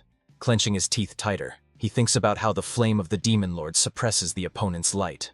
So, if he restricts his movement with the flame, he will be able to see his weakness. Purple-black energy rushes to meet the dazzling radiance. Rising to his feet and spreading his arms to the sides, Mo Yonhui increases the flow of energy. Yahyulchin, pushing off the ground with his foot, rushes towards the opponent, shouting, "Does he really think he can defeat him by trapping him?" But Mo Yonhui pays no attention to his words. He continues to control the flow of purple-black energy, thinking that he needs to win before he escapes. Concentrating all his strength, he directs it at the approaching Yahyulchin. The master of the Palace of Bloody Art approaches Mo Yonhui. His palm, surrounded by radiance, touches the opponent's chest. A powerful beam of light pierces Mo Yonhui and bursts out from his back. A thought flashes through his mind. Now, he understands that the opponent has nowhere to run because of the black flame. He was waiting for this moment when Yahyulchin would reach him. Mo Yonhui throws his fist forward and strikes, knocking the master of the Palace of Bloody Art far back. Yahyulchin stands in the clouds of dust raised after his body, thrown back by the blow, damaged a wooden structure. He says, "Good try." The features of his face are distorted by an evil grimace. He adds, "But it cost him his arms and legs. How foolish." Yahyulchin approaches Mo Yonhui lying on the ground and says, "So he is still alive, despite the hole instead of a heart?" Raising his leg, he suggests seeing what happens if he cracks open his skull. Mo Yonhui, smiling widely, pronounces the opponent's name, Yahyulchin. He offers the master of the Palace of Bloody Art to turn around and look into the eyes of his death. Yahyulchin looks back and sees Ma Cheonso surrounded by a purple-black aura. Behind the guy on the ground lie the warriors of the squad he defeated. The young leader gloomily gazes at the master of the Palace of Bloody Art. Yahyulchin bares his teeth maliciously, thinking that he single-handedly dealt with the Iron Cavalry squad. He mentally asks the guy a question. So he was the true opponent sent by the Heavenly Palace. So he deliberately pretended to be something else. Ma Cheonso steps towards him, saying that since he tried to kill him, he does not deserve respect. Approaching, the young leader adds that he has committed too many sins to list them all, so Ma Cheonso stops and suggests he just end all this already. They stand facing each other. Demonic energy envelops the entire surrounding space. Dan Yeva asks Dan Shigan, "Is this man really him?"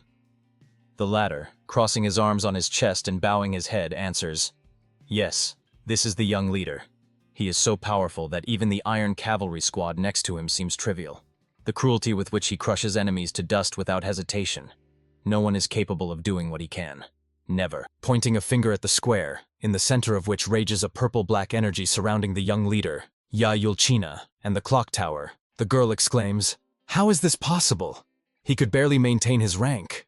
Dan Shigen explains, "If he is at the very top, then all those around him are third-rate bugs. He has the supreme demonic sphere." Dan Yeva asks, "At 20 years old?" The warrior replies, "Well, yes, he is only 20. The world is full of injustice. There are those who are simply destined to have everything. They just need to surrender and accept it. What else can they do?" Dan Shigen adds, "Besides, he is the one who upholds the legacy of the heavenly demon." The girl repeats in surprise, "Heavenly demon." She thinks that then she should have understood. Dan Yeva recalls how the guy caught her when she almost fell. She wonders, how could he catch her so easily when she was about to advance to the highest level? The girl thinks about how her older brother and the extermination unit opposed her marriage. She remembers how Dan Jiko angrily asked, "How can you make such important decisions on your own?" He will not allow it. And the warrior supported him, telling her that they also do not accept her choice. If she really intends to do it, she will have to deal with them first. Why were they so insistent that she go to the small Min Palace? Now she understands. It is all because the young leader Ma Chongso was the heavenly demon. The girl says, that's why she was treated like nothing. She recalls how the guy said that some maid would ask him what to do. Apparently, everyone in her family is slow-witted. Or is she just stupid? That's why he treated her like a servant? She remembers another meeting when Ma Chongso said he could even tell her more. But just one look at her terrible behavior shows that she will constantly get into trouble wherever she goes. He does not mind if it happens in the small Min Palace, but let her not cause such scenes elsewhere. No one will tolerate her tantrums. She thinks, because someone like her is worthless? Dan Yeva reflects, so what? Why is it so important? She doesn't care about someone like him. It doesn't matter if he is the demon lord or not. He managed to hurt her a little, but only because he deceived her. The only one she will love is... The girl shouts at the top of her lungs, "Sobon!" Dan Shigen and Hyang Mu look at her in surprise. The girl cautiously asks, "How did the lady find out?" "Yes, he is Sobon." Hyang Mu adds that she was also surprised. It turns out that the respected person was the young leader. She thinks she should have left a better impression. Dan Yeva's eyes widen in surprise. The girl wanted to rush to where the confrontation between the guy and Yahello is happening. But she is held back. Does she want to die? Sobon is currently fighting the master of the bloody palace, and his friend lies on the ground. The confused girl babbles, What, how? A crimson aura flares around her. She exclaims, "No, Hyunmu is lying. She's just joking, right?"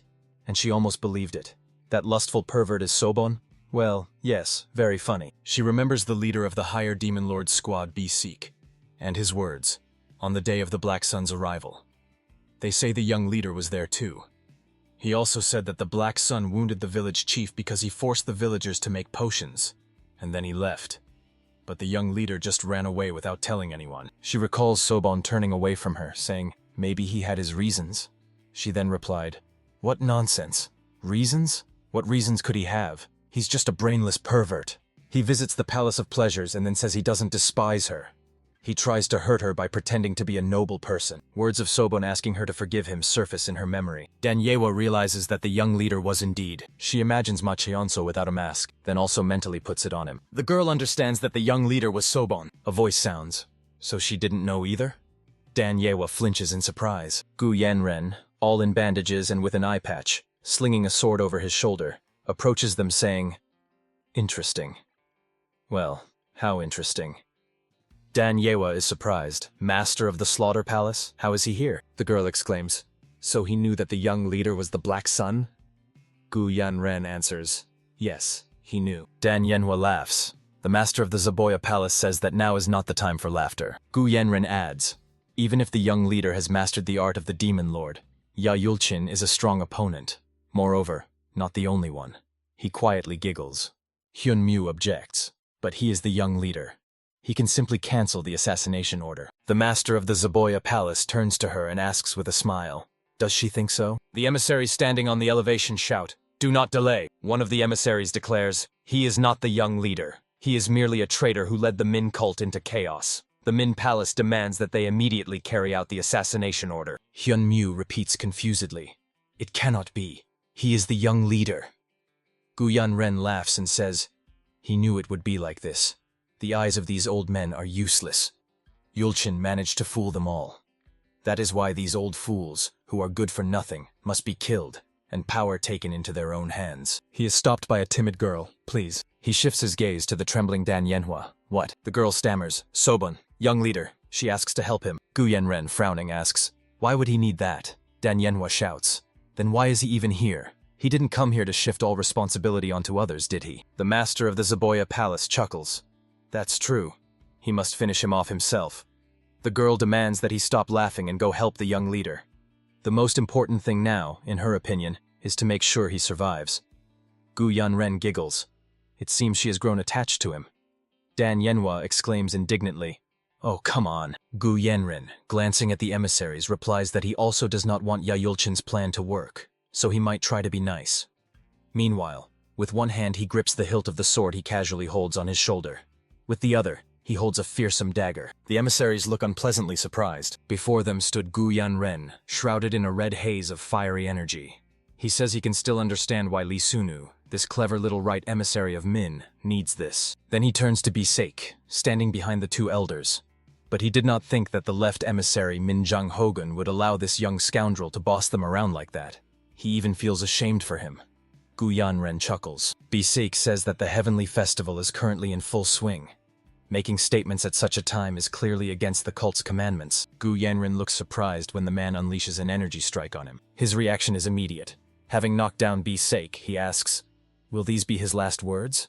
Then adds, well, since it seems they are both a bit busy, he suggests settling everything now. A devilish smile lights up the face of the Palace of Decay Master. Pressing Bi-Seik's head to the platform with his foot, and increasing the intensity of the blood-red aura surrounding him, Gu Yanren says, an order to kill the young leader. Let it be cancelled. A voice reaches him, ordering the Palace of Decay Master to surrender. Turning his head to the side, Gu Yanren sees before him the master of the Palace of Sacred Fire, the Min cult priestess Yu Soha. She is accompanied by several girls. Gu Yanren mockingly says, oh, just look who is here. Smiling cheerfully, the Palace of Decay Master replies, he thought Yu Soha would be more persistent than the previous priestess. He is disappointed. The girls squat down, pressing their palms to the platform. They are enveloped in a light veil of purple energy. Gu Yanren says he did not think she would send the Heavenly Spirit Rescue Squad. He warns, if she continues to advance, even knowing he is the young leader, then she is on Yayulchin's side. The woman asks him to release the leader of the Demon Lord's squad and retreat. The Heavenly Festival is a sacred ceremony of the God of the Sacred Flame. If he continues to distract them, they will have to issue an order to kill him as well. Gu Yanren, chuckling, asks, who? Is she talking about these forgetful ones? His dagger, with a rope tied to the handle, flies into the air and rushes forward. He decapitates the left and right emissaries. Yu Soha is clearly shocked. Her eyes widen in surprise, and her mouth opens slightly. Gu Yanren swings the rope like a lasso, saying he doesn't think they are capable of giving orders to kill. Catching the knife handle with his hand, he grins mischievously and says, well, the priestess cannot give a kill order, but she can cancel it. What else is the Palace of Heavenly Flame for? He giggles again. The woman says she will cancel the kill order, but she asks him to release this man. Gu Yanren replies, who? That unreasonable child? The master of the Palace of Slaughter agrees. Fine. Since it is the Heavenly Festival now, he will show mercy. He strikes Bi-Seik's shoulders, causing him to cry out in pain. Leaning over him, Gu Yanren, blazing with a blood-red aura and clutching a knife, addresses the leader of the Demon Lord's squad, telling him not to get cocky in front of him. He warns that next time it won't be the shoulder but his neck. The master of the Palace of Slaughter asks the priestess, why is she hesitating? Let her cancel it. The woman asks him a question. Why is he acting this way? He killed the Min emissaries. Does he know what the consequences will be? Gu Yanren, giggling, asks, she must be joking, right? Glancing at the remains of the emissaries, he exclaims, she calls these nobodies Min emissaries? They are a pathetic parody. But even if they were real, they have become weak-willed traitors. Above Gu Yanren's head flicker the energies of Ma Chongso and Yayulchin. He continues to say that even if he made a mistake here, let it be an order from her beloved god of the sacred flame. Turning his head toward the side where the battle is happening, he adds, maybe he can stop Yayulchin, but he definitely won't catch him. Watching Ma Chongso attack the enemy, the master of the Palace of Slaughter says, He eagerly longs to see what the young leader is capable of. The guy clenches his teeth tighter and rushes towards Yahyulchin, covering his face with his hand. He looks at the dazzlingly shining silhouette of the opponent. Ma Cheonso thinks that Yahyulchin is light. Endless dots create a line, and the line becomes a surface that penetrates the body. It is impossible to block this, and there are only two ways to deal with him. Either become faster than the speed of light, either endure the light. The guy lunges forward, using the technique charge of the sacred flame of the demon lord. Machonso is sure that even the art of the shining heavenly light cannot withstand the flame. I, Yulchin, am surprised. The art of the heavenly demon. Could it really be true, the art of a superior master? The young leader exclaims. Yes, he himself is not far behind. The art of the shining. Heavenly light is extremely impressive. He managed to create a truly beautiful thing. Does he use light? Machongso admits that he cannot catch it. Continuing to fight, Ayulchin asks, why did he hide his talents all this time? With his heavenly demon art, he could have claimed the leader position. The guy replies, does he really think that if he just asked, they would have given it to him? There are already too many rats trying to take unoccupied positions. Isn't he right? Ayulchin exclaims, ownerless? Originally, the cult of Min did not belong to the Ma family. It all belongs to his father and his greedy ancestors. He adds, now Ma Chongso's internal energy must be running out, and he will finish him off. Ayulchin spreads his arms to the sides and exclaims, reflective polarization formation! Warriors raise shields before themselves, reflecting his dazzling energy. They direct the reflected rays upward, to where Ma Chongso hovers in the air. The rays pierce the space around the boy. He mentally curses, realizing that the light makes Yayulchin stronger. Ma Chongso thinks things are bad. He reduces the absorption of internal energy thanks to the formation and waits for his energy to run out. He needs to understand where the opponent is, otherwise he will lose. He glances to the side and what he sees displeases him. The boy sees a huge circle with inscribed runes, from which demonic energy emanates. Around it, people are arranged in 2 rows. He thinks things are not good there either. Ma Chiangso wonders, what is this? Hot and gloomy. He attributes it to the art of the demon lord. The boy feels that the demon art responds to him. They must be preparing some formation, but it somehow resembles the art of the heavenly demon. His thoughts are interrupted by Ya Yulchin rushing at him in beams of light, shouting that from the formation of the supreme darkness of the heavenly spirit's defense squad, not even the demon lord can escape. He is finished. Purple-black energy thickens around the young leader. His opponent, however, radiates a dazzling bright glow. Ma Chongso uses the art of the demon lord to absorb the energy of the formation. The opponent's energy rapidly approaches the boy. He asks Yayulchin, did he say formation of the supreme darkness of the heavenly demon? A smile illuminates the boy's face as he thanks Yayulchin. Ma Cheonso reflects that Yayulchin is the light, and the Iron Cavalry Squad and the Phantom Demon Squad assist him from the ground using mirror shields. He understands that in this way they enhance the speed of the shining demon light art, making it invisible to the human eye. But no matter how bright the light is, Ya Yulchin, who at that moment rushed towards the enemy, realizes that something is wrong. He gives the warriors the command, everyone retreat. They are surprised by this order. The warriors and Ya Yulchin hovering above them rush away from Ma Cheonso, who is standing on the ground at that time, and above him looms a grinning figure of a demon woven from purple-black energy. The boy, with lightning bolts running across his skin, feels his inner energy beginning to boil. He thinks that thanks to this, he will be able to do what he could not even imagine. The third principle of the demon lord art, which he encountered in the corridor of the high demons. The young leader's body rises above the ground. He spreads his arms to the sides. His mouth opens in a scream, and the energy emanating from him intensifies. The smile of the creature woven from purple-black energy above his head widens. Ma Cheonso unleashes all his power on the fleeing warriors. A part of the warriors, led by Ya Yulchin, having significantly outpaced the squad, stops. They watch as if mesmerized how the black flame, devouring everything around, emanating from the young leader, catches up with the running people. Ma Cheonso uses the technique Demon Lord of the Supreme Darkness, Eternal Prison of Flame. The energy emanating from him seems to consume everything around. Day turns into night. Yulchin, observing him from afar, says, the formation of such scale with the art of the Demon Lord. Where does this incredible power come from? He cannot take his eyes off the figure hovering in the air, surrounded by purple flames and radiating darkness. Yulchin whispers in amazement. He just absorbed the formation of the supreme darkness of the Demon Lord. Ma Cheonso, crossing his arms in front of him, in which he holds long daggers, mentally addresses the opponent, saying there is nowhere left for him to run. The young leader strikes him with the Legion Strike of the Demon Lord, exclaiming, take this! He uses the Hour of Lethality and a series of 10 imperial strikes of the Demon Lord. Then follows the Supreme Hidden Rupture. His strikes follow one after another with such speed that it seems they all fall on Yulchin simultaneously. And now several Machionso attack the opponent. The guy uses the technique Fury of the Fire Dragon, and the dragon woven from purple energy, fiercely bearing huge fangs, rushes toward the master of the Palace of Bloody Art. Yulchin shouts that his clones are just an illusion. He raises his hand, and a dazzling light rushes toward the figures circling before him. Yulchin shouts that he will get rid of them all. He uses the heavenly art of shining light, strike of heavenly light. Machionso dodges numerous refracted beams of his energy, but the master of the Palace of Bloody Art only increases the pressure. The dragon, whose body is sliced by beams of his energy, lets out a wild roar and rushes at him. Blood gushes from Yulchin's mouth open in a scream. The huge body of the dragon, writhing, strangles his warriors in its coils. The formation created by the young leader covers the area like a grid made of numerous spiked elements. The young leader of the Slaughter Palace and the priestess watch the events standing on a wooden platform. Gu Yanren laughs. This is simply incredible. He is incredible. The woman standing behind him whispers in amazement. Sphere of the Supreme Demon. Her eyes widen. The master of the Slaughter Palace says, no. Gu Yanren explains. At the moment the young leader absorbed the formation of the Supreme Darkness Demon, he became a perverted demon. He has the sphere of the perverted demon. Gu Yanren, giggling, tells Yu Sohei that everything ended before she cancelled the kill order. It seems she has almost no hope left.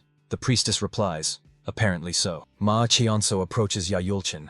Residual traces of purple-black energy are visible on the bodies of the warriors lying around. Yulchin barely opens one eye, his body trembling slightly. Only burnt pants remain on his clothes. Coughing, he asks, what is the young leader doing? Machionso, squatting beside him, applies his power precisely to his body. The guy replies that he is stopping the bleeding, and now he should shut up and not move if he doesn't want to die. The master of the Bloody Art Palace asks, why leave him alive? Machionso says he is the father of Yultak. Yulchin replies, what a pathetic reason. The guy says, it's not a pathetic reason. He was the first to become his family. The young leader says he doesn't know what else Yulchin was preparing for this day, but he shouldn't have sacrificed his followers. He assumes the throat was made to kill them. He asks, right? The master of the Bloody Art Palace answers that there were bombs in it brought from the western regions. Machionso says, has he completely lost it? Only a few followers know martial arts. Fine.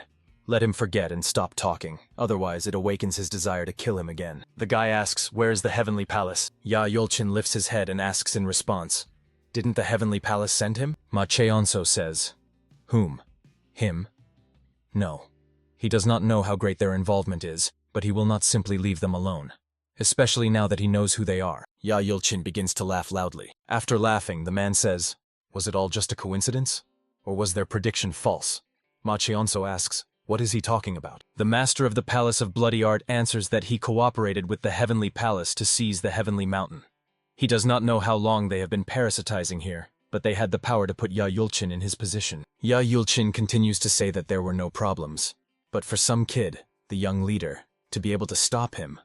At these words, Machionso frowns. The master of the Palace of Bloody Art, smiling, playfully winks at him and, chuckling, says he understands. Yulchin sits down and says, they wanted him to kill the young leader and take all the blame on himself.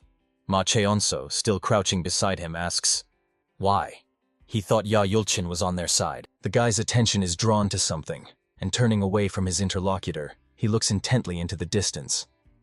The master of the Palace of Bloody Art says that he did not just cooperate with them. They both look at a crowd of people in cloaks with hoods, standing like a solid wall in the distance, surrounded by a deadly aura.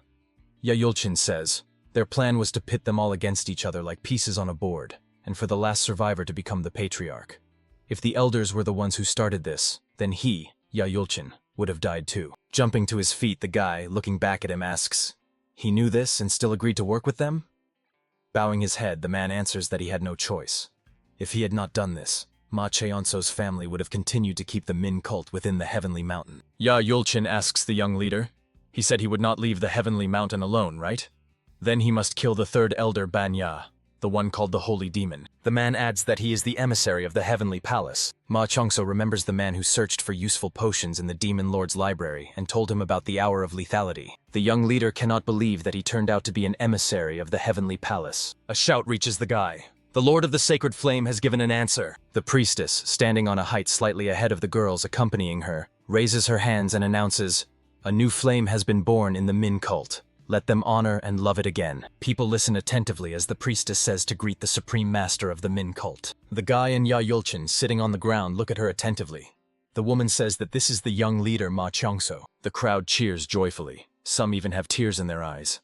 A dense ring of people surrounds the square again. Hido helps Yahyulchin to get up. The master of the Blood Art Palace tells him that they are returning to the palace. Supported by Hido, Yahyulchin moves away from the guy. He says, "A good-for-nothing son," but he will leave him with Ma Chongso. The young leader asks him not to worry. The position of the master of the small Min Palace belongs to Yahyultak. Without looking back, Yahyulchin says that he became a wonderful person after leaving home. The guy replies, "If he changes his mind, he can come." He, without trying to look back, says, "If only he." After a short pause, Yahyulchin says, "If he realized that he would become the heir of the Demon Lord, he could have followed him." Still without looking back, he adds, "But now it is too late. The loser has only one path."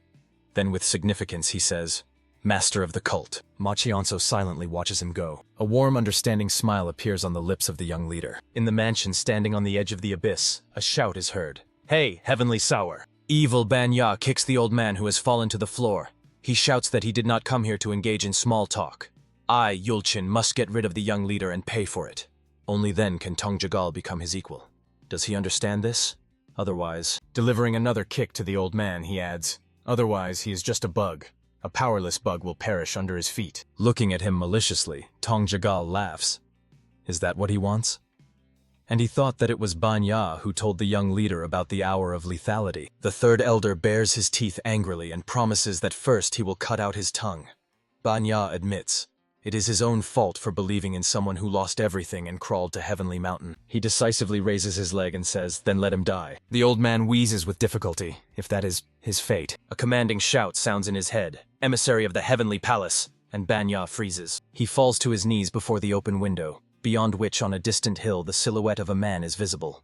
He says that the humble servant of God Banya bows before the face of the messenger. Behind the envoy, a powerful vortex of radiant energy is visible. Using telepathy, he reports that the celestial sower has completed his task. He should be rewarded, not punished. Let him be returned back. I submissively bow my head. From his lips flies off, as the messenger wishes. The third elder rises to his feet. Laughing, he reaches out his hand to the old man, saying that there is a lot of dust on his clothes. He offers to go with him, and they will buy him new clothes. The old man cannot meet him looking like that. Red lights ignite in Tonjagal's eyes, but he calmly thanks Banya, adding, "Of course, he will meet her embrace." The wheels of his chair spin at an astonishing speed as she takes off. The squad rushes swiftly through the forest. Baisake swears, insulting the master of the Palace of Zaboy. How dare he treat him like that? He thinks about his shoulders being destroyed. He does not know if he will be able to recover even after treatment. The vice captain moving beside him thinks that now the young leader will spend 2 weeks in the Palace of the Sacred Flame. There he will learn to be a leader. Today is the last chance to show him their respect before the ascension ceremony. He asks, is it okay that they run away like that without saying a word to the young leader? Bisake is angry. Is that the only thing he cares about now? He says that the emissaries of the Min cult are dead, and it is only a matter of time before everyone finds out who drove them to madness. Bisake says they are heading to the Min Palace. They need to cover their tracks. He raises his hand up, giving the order to the warriors following him to stop. Drops of sweat run down Bisake's face. The vice captain standing behind him looks shocked. A mighty silhouette of a man blocks their way. Bisake, peering into the darkness, asks, "Who is that, and why is he standing in their path?" Let him come into the light. The man whose eyes glow with the red fire of deadly energy takes a step forward. Bisake is unpleasantly surprised. His hand clenches into a fist. From the shadow of the trees into the sunlight steps the Bloodmaster. From Bisake's lips slips, "Iltashik?" But how? Bisake raises his hand with his index and middle fingers extended.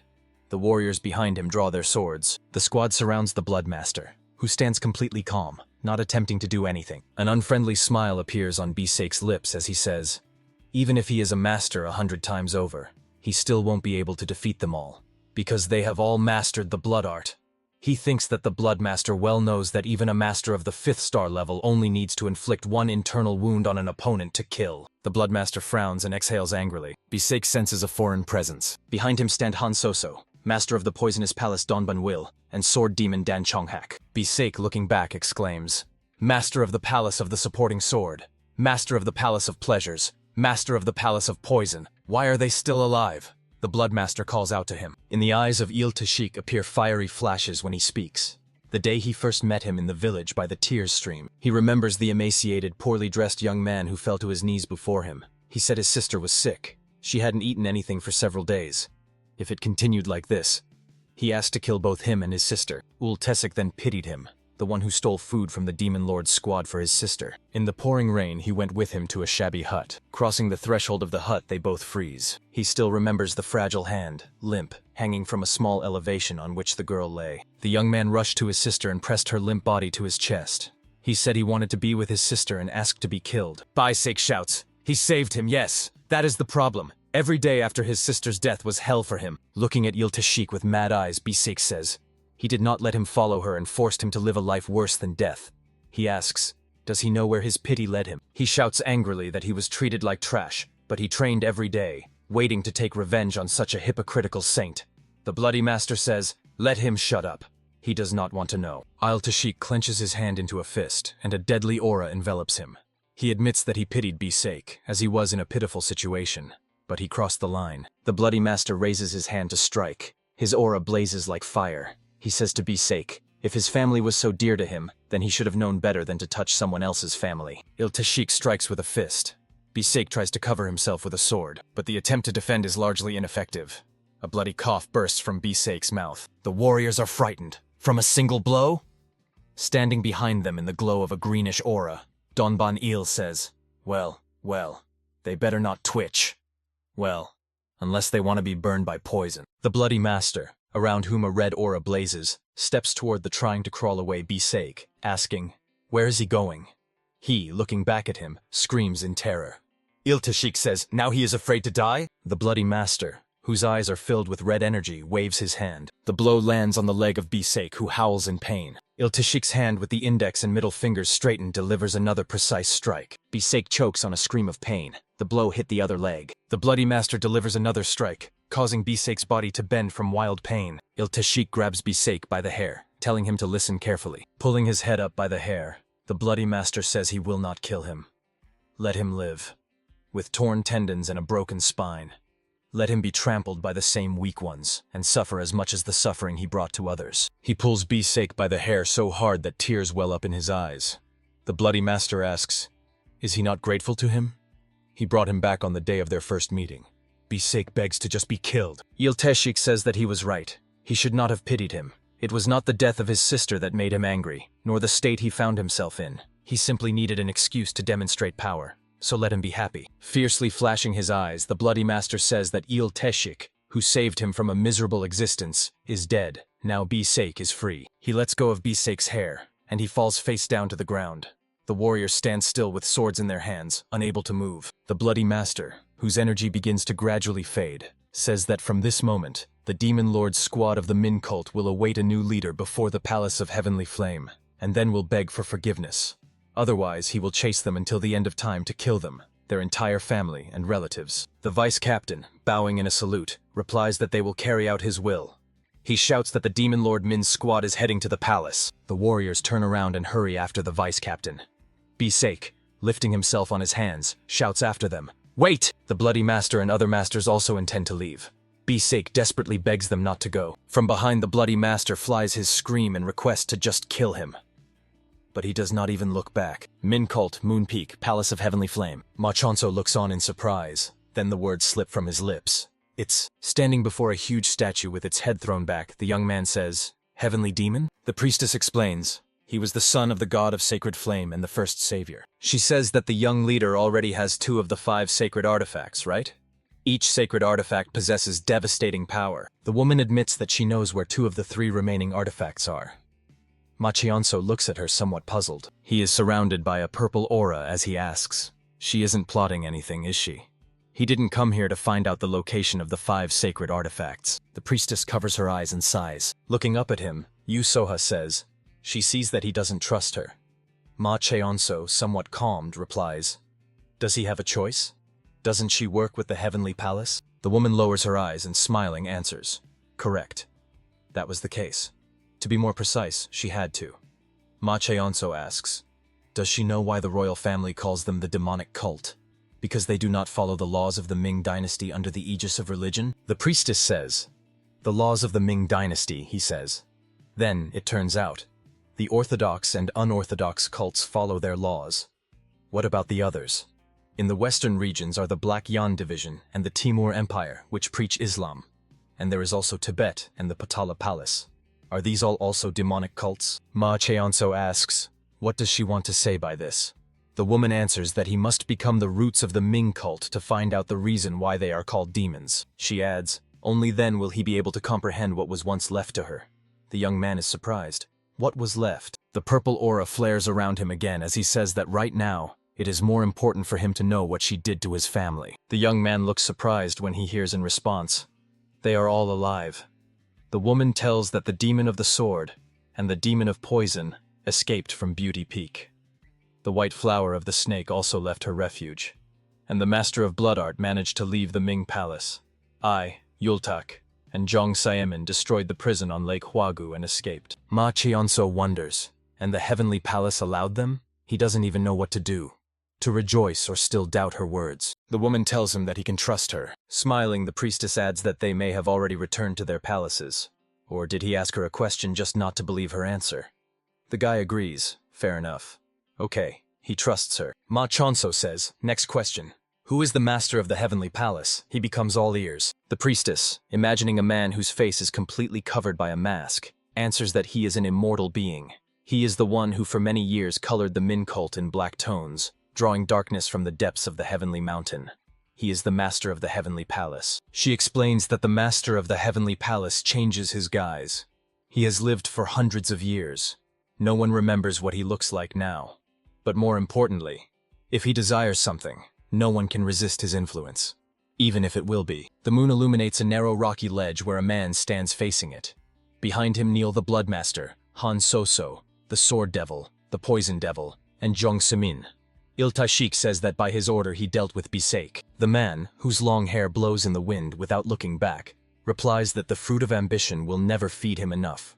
Someone will definitely eat him and destroy everything.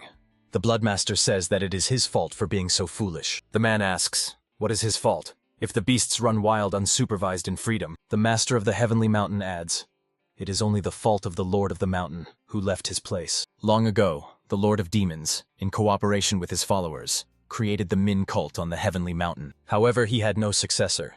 After the Lord's death, 9 families Ma, Yu, Dan, Dongfan, Zhu, Ye, Yang, and Han, who helped him create the cult, began a battle for the leader's position. None of the representatives from the 9 families mastered the Lord's art. So every time they chose a leader, the heavenly mountain was stained crimson. 9 families continued to exterminate each other, but for their own survival they decided to hold the heavenly festival, where the leader was determined. Thus began the story of Min. The head of the Zhu family, Ma Jihong, who represented one of the 9 families, was chosen as the 14th leader at the heavenly festival. These two were close like the moon and the sun. They worked together and tried to create a state despite the tyranny of Yan. Ma Jihong did not have the strength to openly oppose the Yan dynasty.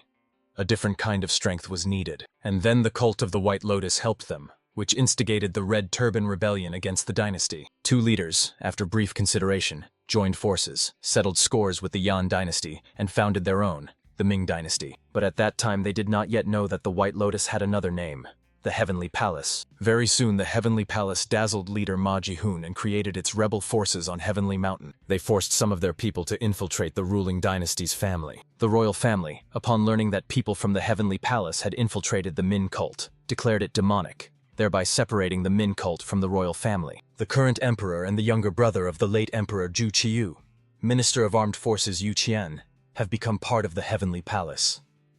The priestess falls silent. Then she says there is also the eunuch Wang Zhen. Ma Cheonso thinks, if Wang Zhen was part of the Heavenly Palace, then most likely the whole situation is planned. Jason had the Heavenly Dragon Plate. In the vast hall, the young leader sat at a low table, and the woman settled on the floor opposite him. The priestess speaks, but what she is absolutely sure of is that they do not want the Min cult to grow and continue to shed blood by sacrificing others. Yusoha adds, but this heavenly festival did not go according to plan. She believes they will come up with something else. Ma Chongso's face becomes stern. Banya walks down the long corridor. Tonjagal crawls after him. The old man pants, but stubbornly continues moving forward. He crawls to the feet of the third elder. Banya falls to his knees and, stating his name, requests an audience with the master. The old man crawls closer to him. They both look at the person standing with his back to them and await his response. The person says he has returned and turns his face to them, hidden under a faceless mask. Looking at the old man, he adds, "The child of the Jagal family, who was lost long ago." The heavenly sower, looking down, greets him and introduces himself, stating his name. The master says that it is too impermissible for a person to read heavenly energy, and one must pay for it. The reason for all his misfortunes in life lies precisely in this. The old man replies, "Understood." Red sparks flare in Tonjagal's eyes as he thinks that the master knows everything about his past. It was all so long ago. Only a small circle of people possess knowledge of what happens inside the faithful. Looking at the person in the mask, he decides. This means that either he has the ability to look into such depths. The old man's eyes fill with lilac energy, against which his pupils turn into two tiny yellow sparks. He continues to ponder. Or that one is behind everything that happened to Mundan Jegal. Meanwhile, the master continues to speak, looking down at the old man. If he accepts him into his circle, then he should free himself from such limitations. The old man thanks him and asks, shouldn't he punish him? His plan to kill the young leader failed, and the heavenly festival. The master extends his hand to him, surrounded by a shining aura, saying, if he wanted to punish him, would he have called him here? His energy surrounds the old man with a cloud, and, obeying the wave of the hand, lifts him off the floor. The master says that the goal of the heavenly palace is to make others pay for sins. And it does not matter who will pay, as long as they are worthy of this payment. He slightly lowers Tonjagal, and his feet touch the floor. The old man asks, pay for sins? Worthy of such payment? What will the payment be? In response, it sounds, suicide. 4 figurines lie on the board. The master says that the followers needed to understand each other and wash away sins with blood. Only then will they be granted forgiveness. Continuing to hold his palm over the old man, the master says, in all universes there are laws that do not change for centuries. When peaceful existence drags on, a grand catastrophe occurs. And after the catastrophe, another peace comes. Saving countless lives by making a sacrifice. This is all a great delusion. Behind the master, a bloody red aura flares up. Tonjagal says, so all that blood spilled in the Min cult and the killing of followers at the heavenly festival, all of this was... He raises his gaze to the man in the mask and asks, why is he telling him all this? The master answers, the faithful, the unfaithful, the demon cult, and all the rest. And there is also the royal family. The balance they maintained was broken, and therefore the era of chaos will soon come. Tonjagal asks, is he asking him to prevent the war? In response, it sounds quite the opposite. Let him lead the followers to a bloodbath and paint the heavenly mountain crimson. Let him create an unending battlefield, killing and killing again. That is exactly why they accept him into their circle. In Tonjagal's mind flashes, these people, heavenly palace, demonic cult and heretics. The master of the heavenly palace desires the coming of the end. As soon as all fall, the war will cease. The retreating man carries the youth on his shoulders towards the exit. Yayulchin's face is tense, his teeth clenched tightly. Blindingly radiant energy concentrates in his hands. Repelling attacks from people in long crimson cloaks with hoods, he shouts to Hido to leave. His shout reaches Hido. Let him go, and take Master Yayulchin away. Let him find refuge by the Red Dragon River. Yahello repels attacks from numerically superior opponents. The master dodges energy attacks from one of the men attacking him. He addresses Hido, saying that as soon as he falls into the embrace of the mortal earth and meets his brother, he will tell him that he did well. Yahello clenches his teeth tighter. He calls for Yuljin. The dazzling energy increasingly drains his body. He says that in 10 years he will reach the supreme demon sphere, and maybe in about 30 years, he might even reach the sphere of the perverted demon. Until then, he must not even dare to return. Yahello seems to explode with blinding light, striking his attacking opponents. Already deprived of the radiant aura, the master of the Palace of Bloody Art asks him not to torment himself over the fact that he betrayed him and helped the masters of the palaces with the young leader. One of the attackers strikes him in the back, saying that the Min cult should not belong to the 9 families. It's time to return it to the believers. Surrounding opponents strike him simultaneously. Yahello, covered in bandages after the battle at the heavenly festival, bends in pain. When the people in cloaks part, the bloodied body of the master of the Palace of Bloody Arts remains lying on the floor. A wheeze escapes his lips. He was doomed to die at the hands of the young leader. His hand falls limply to the floor right into a pool of blood. Ayulchin whispers, addressing Ayulchin, so that he may live. Hito carries the dejected Yayulchin on his shoulders. The young leader thinks, if the heavenly palace is preparing a new sacrifice to make up for the failure of the heavenly festival, it will happen while he is here. He must return. He managed to prepare before coming here, but it is not enough. He needs to return and prepare together with the masters of the palaces. He gets up and, heading to the door, says he cannot waste time here. It's time for him. The priestess replies that it is already too late. The guy becomes wary. What does she mean? The woman replies, they don't know what those will do and where. Ma Cheonso asks, does she think he should sit here and listen to the stories of the Ming cult?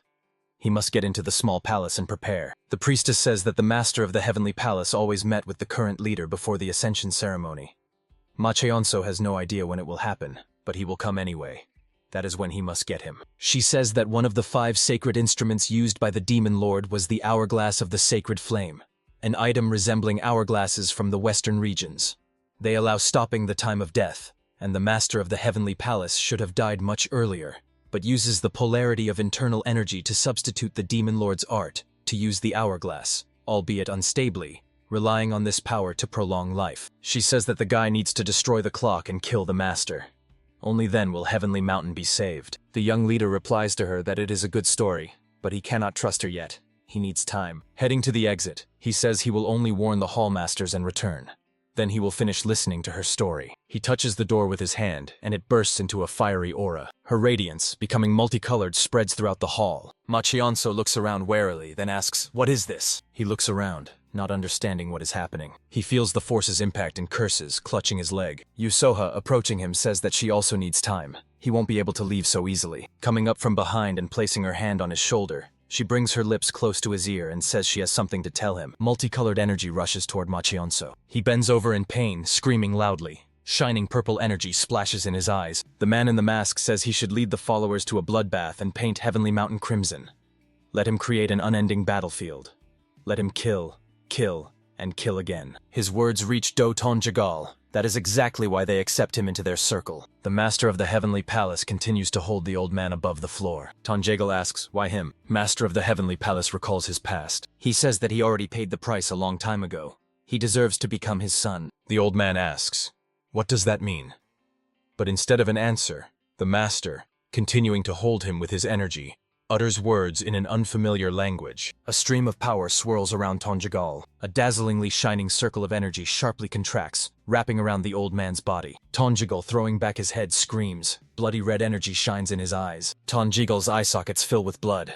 Bloody streaks run down his cheeks. The master releases him, and the old man falls to the floor. Banya, who all this time continues to kneel and remain silent, asks, what should he do with the young leader?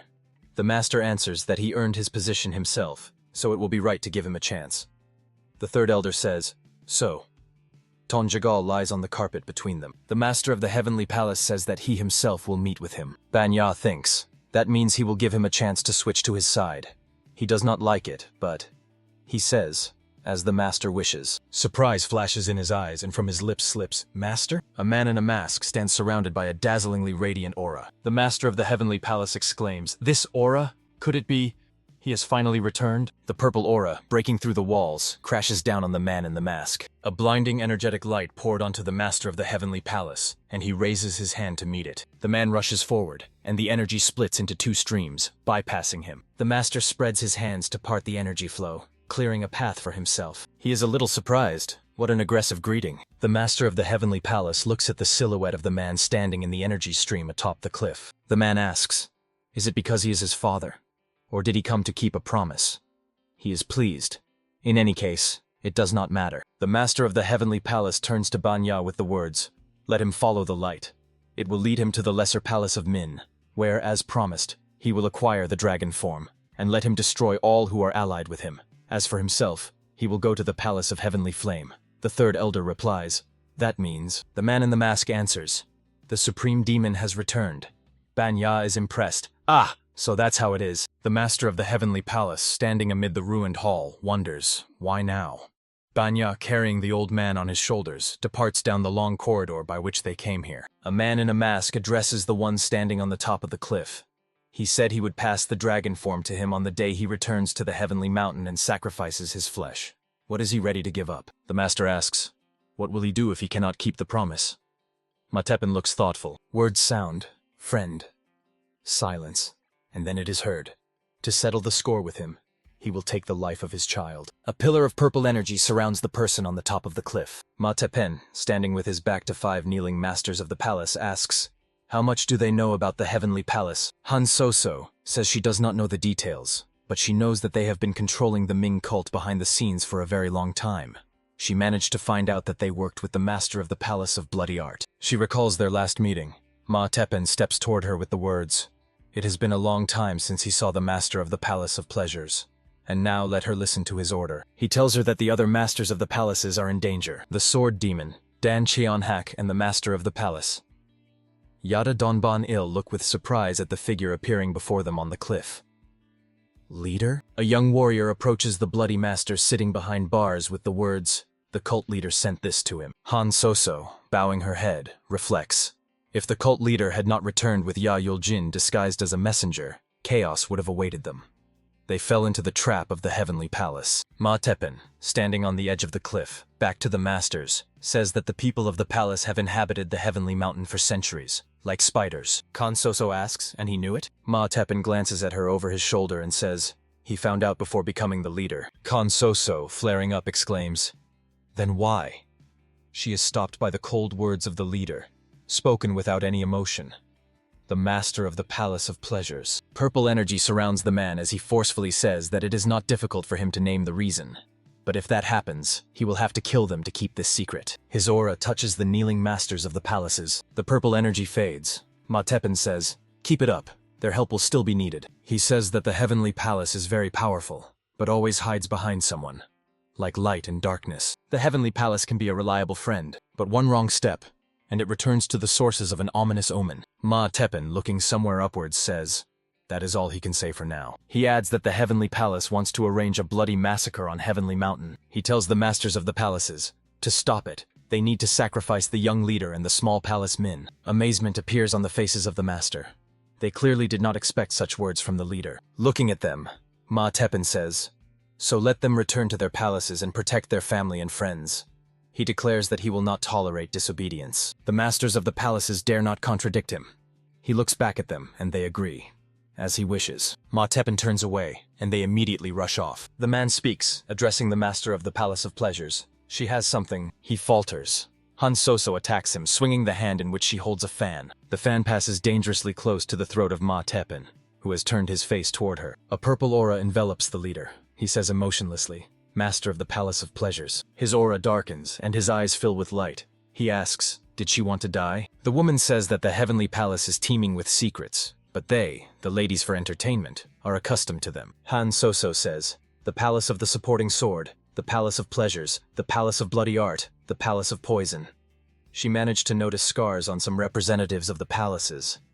She tried not to think about them, but there were too many such people. So, the leader's hand, which stopped her fan, is enveloped in a fiery aura. The woman says that she must know where these scars come from. The leader's sleeve dissipates, and a scar in the form of a stripe, as if left by a wide bracelet, is visible on his wrist. Frowning, Kan Soso asks, and why should they sacrifice the young leader? Matepen says, he thought he warned that he would have to kill her if he told. The woman replies, if not for the young leader, the Palace of Pleasure would have remained in a nightmare. Clenching his teeth and glowering at the leader from under his brows, Kan Soso declares that therefore she would rather die than harm him. The response is, if she wants to die so badly, then so be it. Matepen turns away from Kan Soso, who continues to stand with a hand holding a fan extended before him. He says that the master of the Heavenly Palace has connected with the dark arts of the western regions. By this time, many followers may already have become his eyes and ears. At one moment they can be loyal followers, but if he wishes, they will become warriors of the Heavenly Palace. Looking at the scar on his hand, the woman says, so he also... Matepen, raising his hand and clenching it into a fist, replies, no. This mark signifies a pact and bears the seal of prohibition. He recounts that the master of the Heavenly Palace came to him before the Ascension ceremony and ordered him to spill someone's blood. Of course he refused. They fought for 4 days and 4 nights. After inheriting the heavenly art of the Black Northern Sea from his grandfather, He was unmatched in battle. When he climbed to the top of the Ming cult, all he felt was emptiness. He needed someone as strong as he was, and the master of the Heavenly Palace could become that person. Eventually, they stopped fighting and started drinking together. Ma Teppan admits that on his part it was too arrogant and wrong to act that way. Only after a very long time, when he stopped suspecting him and began to rely on him as a good friend, did he realize that a whole life for someone was just a brief moment for him. Kansoso asks, what is he? Ma Teppan says that wishing to preserve his life, he changed bodies for hundreds of years. He is older than the mountains themselves. When his strength began to wane due to time and constant body changes, he came to him to learn the heavenly art of the Black Northern Sea, which can absorb internal energy to achieve reverse circulation. Having devoted a lot of time to research, he finally managed to find a suitable body for himself, the dragon form. After Ma Teppan learned the whole truth, he hid the dragon form to stop him, but in return offered a deal. On the day of his return, he will return the dragon form and paint the heavenly mountain crimson. Showing Han Soso his hand, he says that the scar symbolizes that promise and prohibition. The master of the Palace of Pleasures shouts angrily. So that's why he is ready to sacrifice the small palace of Min and the young leader. How can he act like that? After all, he is the leader of the cult. Ma Teppan replies, if he gives him the dragon form, then the master of the heavenly palace will become an immortal monster. He only wanted to save the lives of the followers. That is why he asked not to ask questions. He sharply turns and throws his hand forward, sending a stream of purple energy at the woman. Ma Teppan says that she knows too much. His energy crashes onto the woman, who is shielding herself with a fan. Like a lasso, a thin energy stream wraps around her legs. The leader intensifies the energy pressure. His hand grabs Han Soso by the throat. Ma Teppan, squeezing her neck, lifts her off the ground. Tears roll from her eyes. She realizes that her energy is being absorbed. From her lips escapes, "Ah, no, young leader." From her weakened hand, a fan falls to the ground. Ma Teppan continues to squeeze her throat. The man's face is completely expressionless. He looks straight into the face of his victim. Dan Chonghak grips a sword in his hands, standing in the gym. Drops of sweat run down his bare torso. A thought beats in his head. To stop the Heavenly Palace. Master of the Jade Palace, sitting on the couch, is also absorbed in thought. They must sacrifice. Chong Semin lies on the bed, arms spread, thinking about the small palace Min and the young leader. A squad of warriors lined up before the small palace Min. They are all dressed in blue long cloaks with hoods. On their faces are metal masks depicting the devil's visage, with small horns and sharp fangs. Their eyes blaze with red lights, and a bluish aura emanates from their figures. The gates open and a voice is heard. Well, hello there. Looking unfavorably at the visitors, the courtier of the small palace Min, Yayultak, asks, have they already eaten? The squad leader says, attention everyone. The master of the heavenly palace has given the order for the complete destruction of the small palace Min. He gives the command, kill him! And the warriors, drawing their swords, rush forward. Yayultak curses, how impatient they are. He shows them a plate with the image of a dragon, saying, halt! The warriors freeze with swords raised above their heads. In the dungeon of the small Min palace, voices are heard. Yayultak grumbles. Ugh, he worked like a dog for so long for this young leader. But his work remained unnoticed. The squad leader replies. He already understood what he wanted to say. Let him just point out where they are hiding. Why is there no one here? Yayultak says he is leading them to the secret palace, where they are all hiding right now. He laments that they are so impatient. Yulchin, leading the squad through the lamplit dungeon, asks them not to worry and just trust him. The heavenly palace is helping him too. The leader says that Yulchan must have already been destroyed by the elders.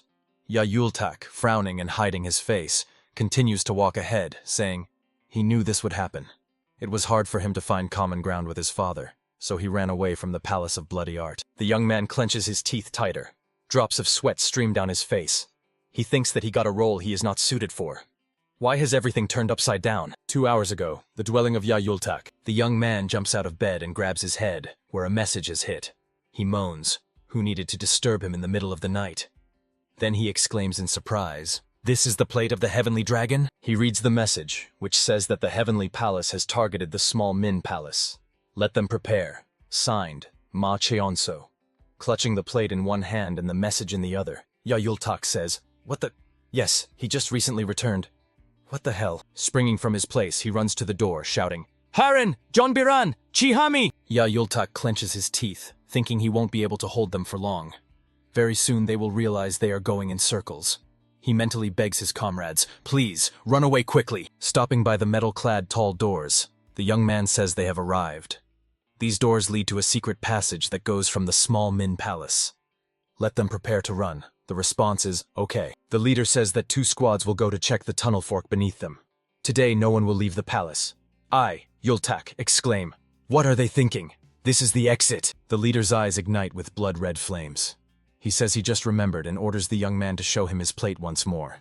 If he is an emissary of the Heavenly Palace, his name will be engraved on it. He says he is sure the name Esen Taishi is engraved on it. Master Yasen handed it to the young leader when he lost the battle to him. I Yultak lower my hand onto the protrusion on the wall. He presses on it with all his might. The ground gives way beneath the warrior's feet, and they fall into the hatch. I Yultak gloats. What geniuses. Esen Taishi, unbelievable. The young man mentally curses. He could have died if he hadn't known about the trap that this old man devised, but immediately a puzzled and frightened expression appears on his face. The sound of footsteps is heard, and he is attacked by warriors in demon masks surrounded by a blue aura. Ayultak is clearly scared. Curses slip from his lips. Chonbiran decisively leads a small squad escorting Haran and Chihami. The latter protests. Why are they running away? She suggests stopping to talk. Chonbiran replies, just let her run. The Heavenly Palace is chasing them. Does Kami keep grumbling? What kind of Heavenly Palace is that? Ilkaran answers her. A secret organization that captured them. John Biran calls to them and orders the 2 of them to leave. Does Kami wonder, why is this? A squad of armed men rushes towards them. Chonbiran, glancing back at the girls, says he won't be able to hold them off for long. He asks the girls to hurry. Warriors in demon masks rapidly approach. The leader shouts, kill them all! 2 squads clash. The clang of swords and shouts are heard. Yilharan pushes the resisting Chihami from behind, who shouts indignantly, what is happening? Why are they doing this to us? The girl replies that she doesn't know either and asks her to just run faster. Yilharan crashes into the back of the suddenly stopped Chihami, who asks, where to? Armed warriors in masks block their way. They seem to be everywhere. Dark figures are even seen in the trees. The girls freeze in fear. Chihami grits her teeth, saying fighting doesn't suit her at all. But she will fight because she doesn't want to die like her father. The girl draws her blades. Her figure is enveloped in a light mist of a shining aura. She orders Yilharan not to come out from behind her back. The squad leader, walking ahead of his warriors, thrusts his sword forward, stepping on Yultak. He laughs. What a fool. Did he really think they would fall for his cheap tricks? He says that the palace master's command was the complete destruction of the small Min Palace. The Heavenly Palace has taken control of all the nearby surroundings. And that means a pursuit has been sent after the fugitives. Sweat pours down the young man's face like rain. He mentally repeats the same curse. Yultak turns around and runs away. The leader gives the order to catch him, and the warriors rush after him. The young man's hand presses on the stone. He wonders, and why did he volunteer to take the blow himself? Arrows fly out from the walls directly at the warriors pursuing him. Cries are heard. Yultak thinks, these 12 halls and everything related to them have surrendered to him altogether. He remembers how the boy sifts through the leaves of the flowers standing in the vase, saying, what thin, soft, and curved leaves. This is probably an eastern orchid. What a pleasant aroma. Ma Cheonso stands, pressing his hand to his chest, and says that justice is above benefit. He promises that he will not betray him. The young leader says, this battle will end on him and Ya Yulchin. They have much to do to change the Min cult, so he asks to be taken care of until then. Ya Yultak, rushing down the corridor, thinks that something is probably wrong with him. Everything is probably because he was so close to this madman. Eyes beneath the mask blaze with bright, energetic fire.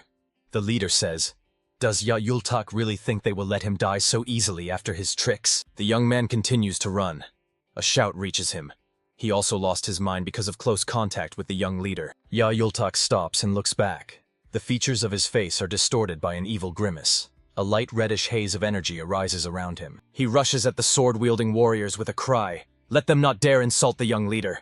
Let them get out of the small Min Palace.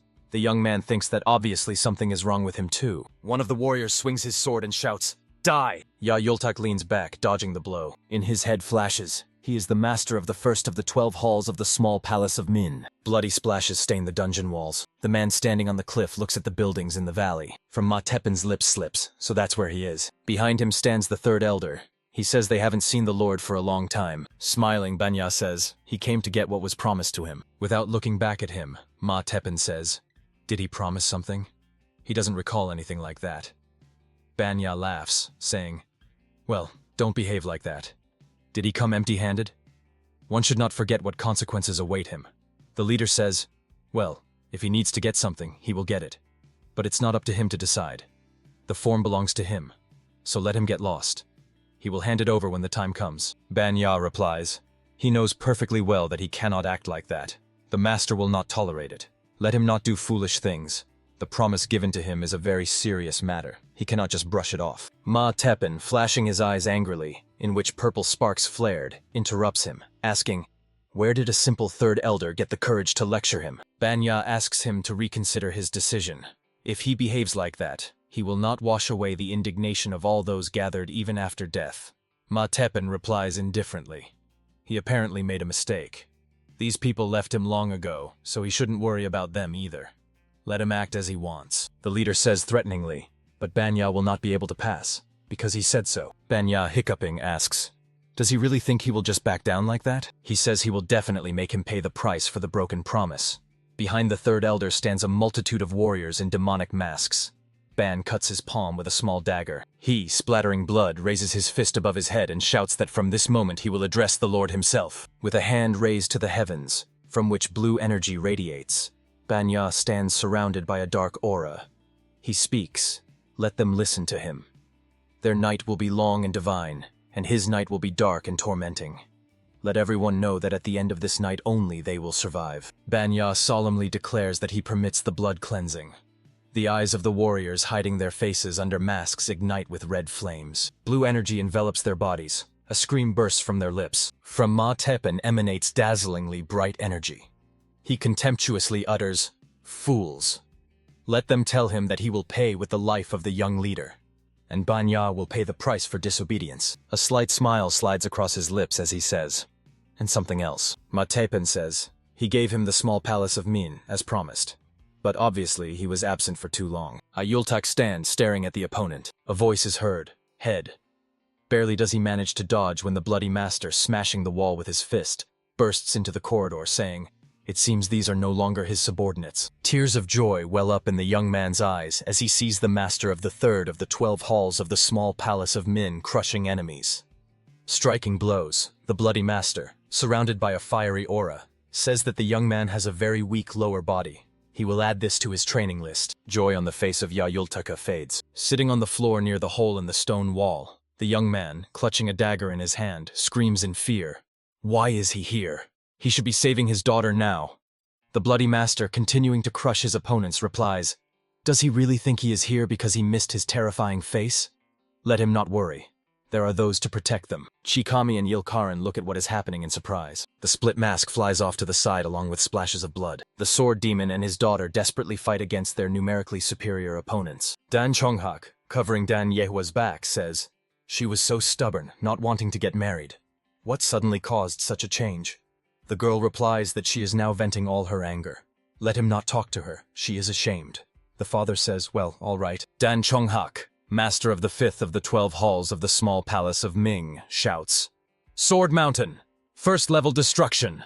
Father and daughter rush forward, holding swords before them. Chon Semin, the supreme demon of the money chase, master of the 8th of the 12 halls of the small palace of Min, stands before the squad of Chon Biran, shielding them with his body, looking ahead and asking, how are they? Is the forbidden squad all right?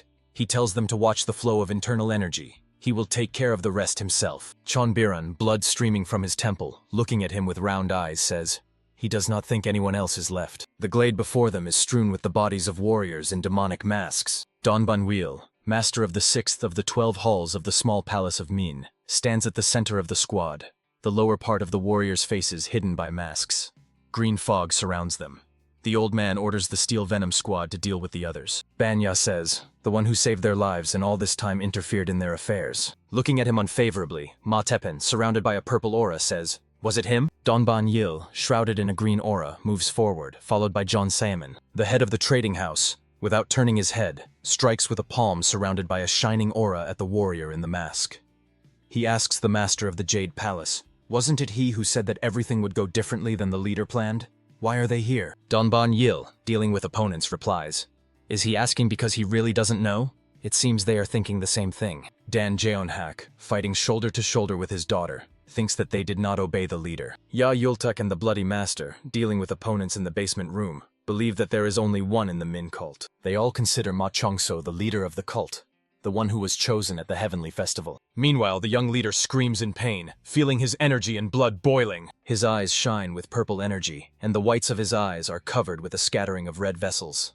In his head flashes this incredible energy. He feels as if his veins are burning. Could this all have been a trap by the master of the Heavenly Flame Palace? He decides that he needs to remove this energy from his body. The priestess standing behind him continues to hold her hands on his back. She tells him not to resist. Ma Chongso, barely pushing words out of his dry throat, asks, why should he trust her? The woman replies that they are in a place where even the master of the Heavenly Palace cannot enter, as it is surrounded by eternal fire. Yusoha explains. What she gave him is called the essence of the eternal fire, which remained from the Lord of Demons. It is one of the 5 sacred tools, the spirit of the heavenly flame. Ma Chongso exclaims. They are in a place that itself is the spirit of the heavenly flame. That is why he feels such incredible energy. The priestess says he needs to stop resisting and accept the spirit of the heavenly flame. She asks him to deal with the forces of the heavenly palace and save these lands. Clenching his teeth tighter, the young leader replies, all right, regardless of the reasons for her actions. Multicolored energy fills the entire huge hall. It seems that nothing else exists around except it. Ma Cheonso says he is ready to absorb what she gave him. Determination is written on Ma Cheonso's face. It is clear that this absorption is not easy for him. His body is shaken by a slight tremor. He feels as if liquid fire is flowing through his veins. Ma Chonso thinks that the spirit of the heavenly flame has reached the upper point of the dantian. Fire seems to explode inside him, bursting out as bright light from his eyes, and he screams. The multicolored energy filling the hall is absorbed by his body and disappears. Staggering, Ma Chonso exhales wearily. It slips from his lips. This. He thinks his mind has cleared, as if he plunged into a tub of cold water. Now he is not afraid of being blinded by the thirst for blood, even if he uses the Demon Lord's power to the maximum. Yusoka falls to her knees and bows low. She asks for forgiveness for having been rude to him.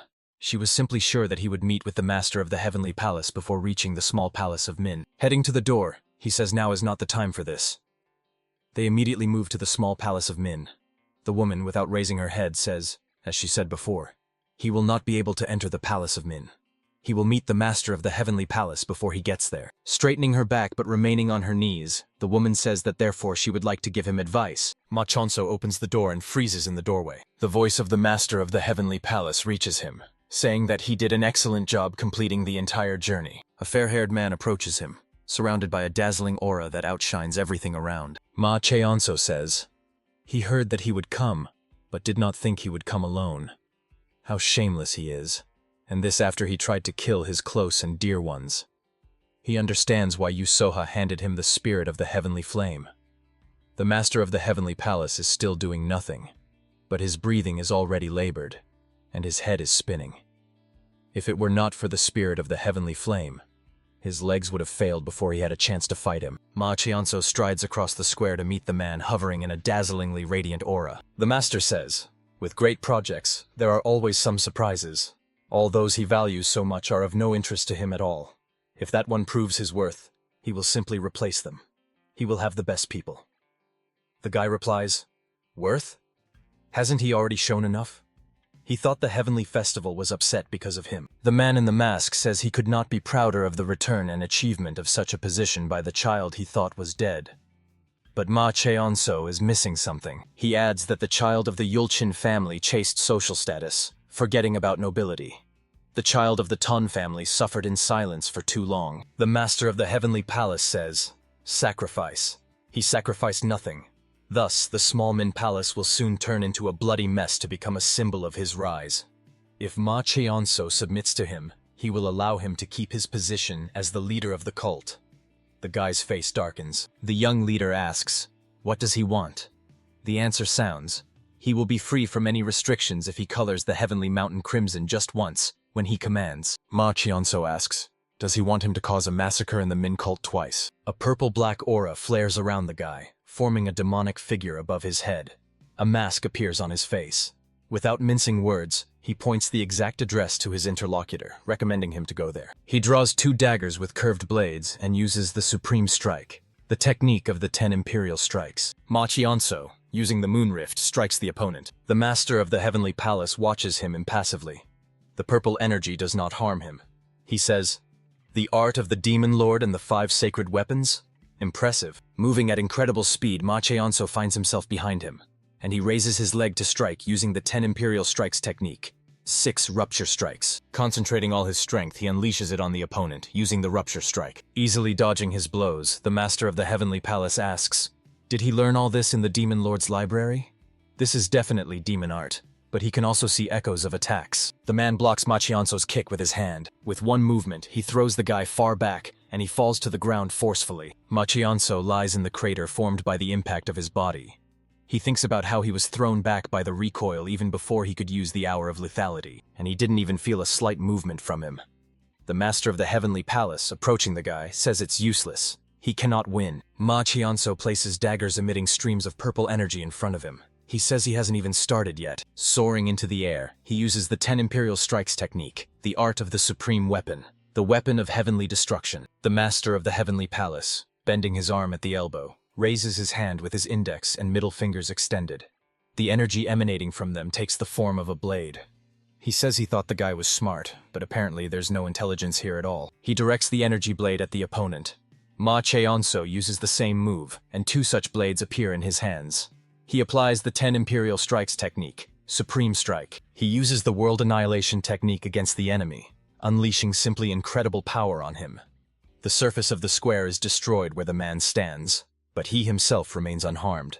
The Master of the Heavenly Palace says, when he just returned, he thought the guy could surprise, but still something was missing. Ma Cheonso clenches his teeth tighter. Drops of sweat stream down his face. He uses the Hour of Lethality, charge of the heavenly flame of the Demon Lord. The man in the mask rushes past the guy, delivering a tangible blow, although it seems he didn't even move his hand. He speaks, but now Ma Cheonso is here, and he has aimed his weapon at him. A blow to the back forces the young leader to drop his weapon.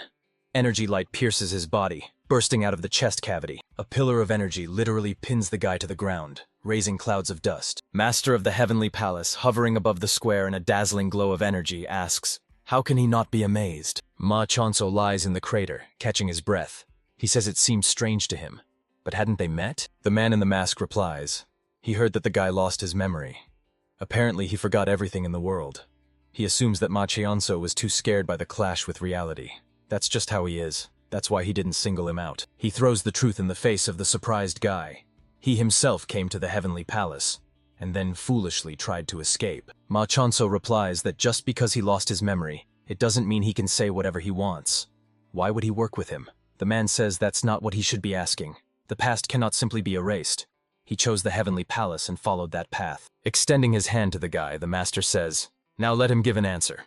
Is he ready to join forces with the Heavenly Palace? Ma Cheonso asks, if he agrees, will that person save the lives of his family and friends? The man answers, if the guy wishes, he will allow the small Min Palace to avoid a sad fate. Ma Cheonso says, he thinks that he misunderstood him. He states that he is the leader of the Min cult. The Min cult is his family. Rising to his feet and approaching the master, the guy, enveloped in purple-black energy, says that he will not give him a single soul. He recalls a conversation with the priestess. Ma Cheonso asks, probability of victory? The woman sitting on the floor answers, about 10%. The guy repeats, 10%? And she is not the type to risk her life for the impossible. So how to win? The priestess answers, what is considered the basis of most martial arts? The art of the Demon Lord. Their supreme formation of the Dark Demon Lord temporarily enhanced the guy's abilities. She adds, so, he will create the formation right here. Ma Cheonso, emerging from the vortex, takes a fighting stance, clutching daggers in his hands. A demon woven from energy above his head stretches its lipless mouth into a wide smile. Ma Cheonso says, if he hasn't chosen a spot in the cemetery yet, then so be it. He will show kindness and bury him right here. Lightning bursts from the eyes of the young leader as he says that the price will be his life, and he would like to receive payment immediately. Darkness thickens over the square. Ma Cheonso uses the technique Supreme Heavenly Dark Lord, Inevitable Prison of Flame. Black energy with purple flashes covers everything around. The Master of the Heavenly Palace watches as Ma Cheonso climbs out of the pile of stones into which the square's pavement has turned under his collapsed body. Purple-black energy around the boy grows. Flashes of inner energy burst from Ma Cheonso's eyes, completely flooding his eyes, shining through the mask's slits. The boy declares that the price will be the life of the Master of the Heavenly Palace, and he would like to receive payment right now. He uses the technique of the Supreme Heavenly Lord of Darkness, the Inevitable Prison of Flame. Dark energy quickly fills all the surrounding space. The master of the heavenly palace descends onto the square opposite Ma Chongso. The young leader hears someone calling him, Chagak. He turns back. Mo Yonhui rushes to him, saying that he delivered the heavenly dragon plate and the message to the kitty. Then the man asks, "Is that him?" Ma Chongso answers, "Yes. The others are fighting the small palace Min." The boy thinks that Mo Yonhui executed the plan they devised before coming to the Palace of Heavenly Flame.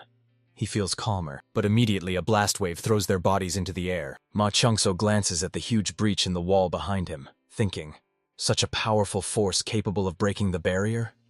He realizes the opponent is on a completely different level. He thinks that, moreover, this is not even the full power of the Master of the Heavenly Palace. He sighs. How much this annoys him. Ma Chongso uses a series of 10 strikes of the Demon Lord, and then the Supreme Strike. He uses the Moon Rift, and 2 streams of power entwining each other rush toward the opponent. A man in a mask waves his hands, spreading the streams to the sides, and they flow around him from both sides. The Master of the Heavenly Palace thinks. It seems he is still the successor of the Demon Lord, despite his incompleteness. Meanwhile, Ma Chongso attacks him from behind. Raising his leg to strike, he says that the Master's gaze annoys him. How much longer will he look down on him? The guy performs the Wind Dragon kick. At the point of impact, clouds of dust rise, and cracks spread across the square's surface. Ma Chongso decides that it's time to use the strongest technique he knows. He uses the Hour of Lethality, the strike of the Demon Lord's Legion. Then comes the turn of the lightning fury of the dragon. Purple-black energy forms and takes the shape of a dragon, with its gaping maw rushing toward the Master. The dragon's head opens its mouth wider, intending to engulf the man. The Master of the Heavenly Palace delivers a precise strike to the energy monster. An explosion sounds. Ma Chongso is surprised. Impossible! A stream of radiant energy rushes toward the struck guy. He asks, how? How can he use the Demon Lord's 10 strikes technique? Ma Chongso peers at his opponent, thinking, something is not right here. Behind him appears Mo Yonhui, and calls out to him, Gak! Energy strikes Mo Yonhui, and from the man's lips bursts. Ah! Ma Chongso desperately shouts, Hui! And reaches out to his friend. The Master of the Heavenly Palace decisively heads towards him, saying that nothing will change even with the presence of his Jian Shi. A scream is heard, and the Master raises his gaze upwards. Banya, surrounded by darkness, stands with his hand raised above his head. Streams of dark energy emanate from him. He says their night will be long and divine, and his, dark and tormenting.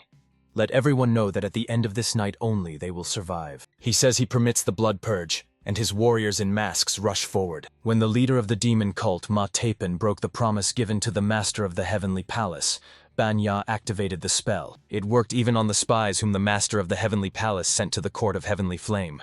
Murderous energy flared in their eyes, and they attacked the people around them. Yusoha orders the people not to leave their positions. She will deal with the spies herself. The Master of the Heavenly Palace understands that Banya resorted to extreme measures. He asks, does this mean that Ma Tapen does not intend to give him the dragon form? Then he will have to answer for it. The man shifts his gaze to Ma Chongso, saying, what a pity. Raising his hand, he adds that he has just lost the right to become the leader of the cult. He rushes at the guy with his hand raised for a strike and shouts, die! The Master delivers a blow, but Ma Chongso blocks it with his hands, in which he holds daggers. Coughing bursts from his mouth along with splashes of blood. The guy thinks, is dodging attacks all he can do, despite the strengthening of internal energy, or the construction of the Supreme Demon of Darkness? He realizes that somehow the energy of the construction has weakened. He needs to finish this battle as soon as possible. Ma Chongso's attention is drawn to the hourglass on the Master's belt.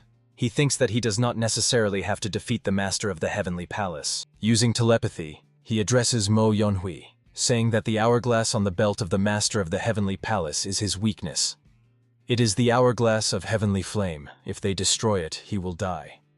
Mo Yonhui replies, it seems he will fall before they manage that, but there is no other way. Compared to Yang Ren and Ya Yulchin, he is on a completely different level. He promises to help the guy as before. Delivering a counterattack, Ma Chongso asks the Master, who is he to decide who becomes the leader of the cult? The man says he should ask that question to his father. He is the one who sacrificed them. Surrounded by purple-black energy, Mo Yonhui, attacking him from behind, exclaims, he underestimated him because he is just a Jianshi demon lord? The man in the mask, looking back at him, casually waves his hand and, calling him a pathetic creature, orders him not to interfere. The Master swings his fist-clenched hand and strikes him. He is stopped by a voice behind him. Apparently, he is really so confident that he allows himself to be distracted. Ma Chongso, using the series 10 strikes of the Demon Lord, Enlightenment of the Supreme Sword and Rending Splash, strikes from behind. The Master wonders, How to understand this? He heard that Mo Yonhui only recently became a Jianshi of the Demon Lord. Reflecting the attacks of Ma Chongso and Mo Yonhui, he thinks, it feels as if they have been fighting together for more than a decade. The young leader again uses the series 10 strikes of the Demon Lord, Supreme Strike. Then, Lunar Rift. Mo Yonhui strikes from the other side. The master, defending himself, reminds, he already said that nothing will change. Looking with eyes filled with bright energy radiance, he adds, no matter how hard Ma Chongso tries. The master of the Heavenly Palace surrounds himself with a protective energy flow, simultaneously attacking Mo Yonhui. His energy, like a giant blade, crashes down on the Jianshi of the Demon Lord. Ma Chongso thinks, I knew it. It's not that he mastered the technique of 10 strikes. The guy understands. This is a martial art that ricochets the opponent's power back 10 times stronger. He exchanges glances with Mo Yonhui. Ma Chongso asks the master, the legendary martial art Great Shift of the Universe? He replies, he recognized it? Impressive. Then he is sure the guy already knows how the fight will end. The master suggests he stop resisting and accept his fate. Mo Enhui, using thought speech, asks, so what does he intend to do? If this is truly the Great Shift of the Universe, then this art is flawless. There is no point in continuing the fight. Ma Chionso replies, no, there is a point. Let him continue to attack. The young leader adds, he has a plan. He again uses a series of 10 strikes of the Demon Lord. Enlightenment of the Supreme Sword. Then, Rending Splash. Ma Chionso and Mo Enhui attack the master of the Heavenly Palace from both sides. Mo Enhui, swinging a hand surrounded by a purple aura, shouts that he will burn him to ashes. The man in the mask throws one hand to meet the young leader's attack, and with the other blocks the strike of his Jianshi. Waving his hand, the master delivers a chopping blow, enhanced by his energy, and Mo Enhui's body is thrown into the air. The master of the Heavenly Palace says, how foolish. Did he think he would win by persisting?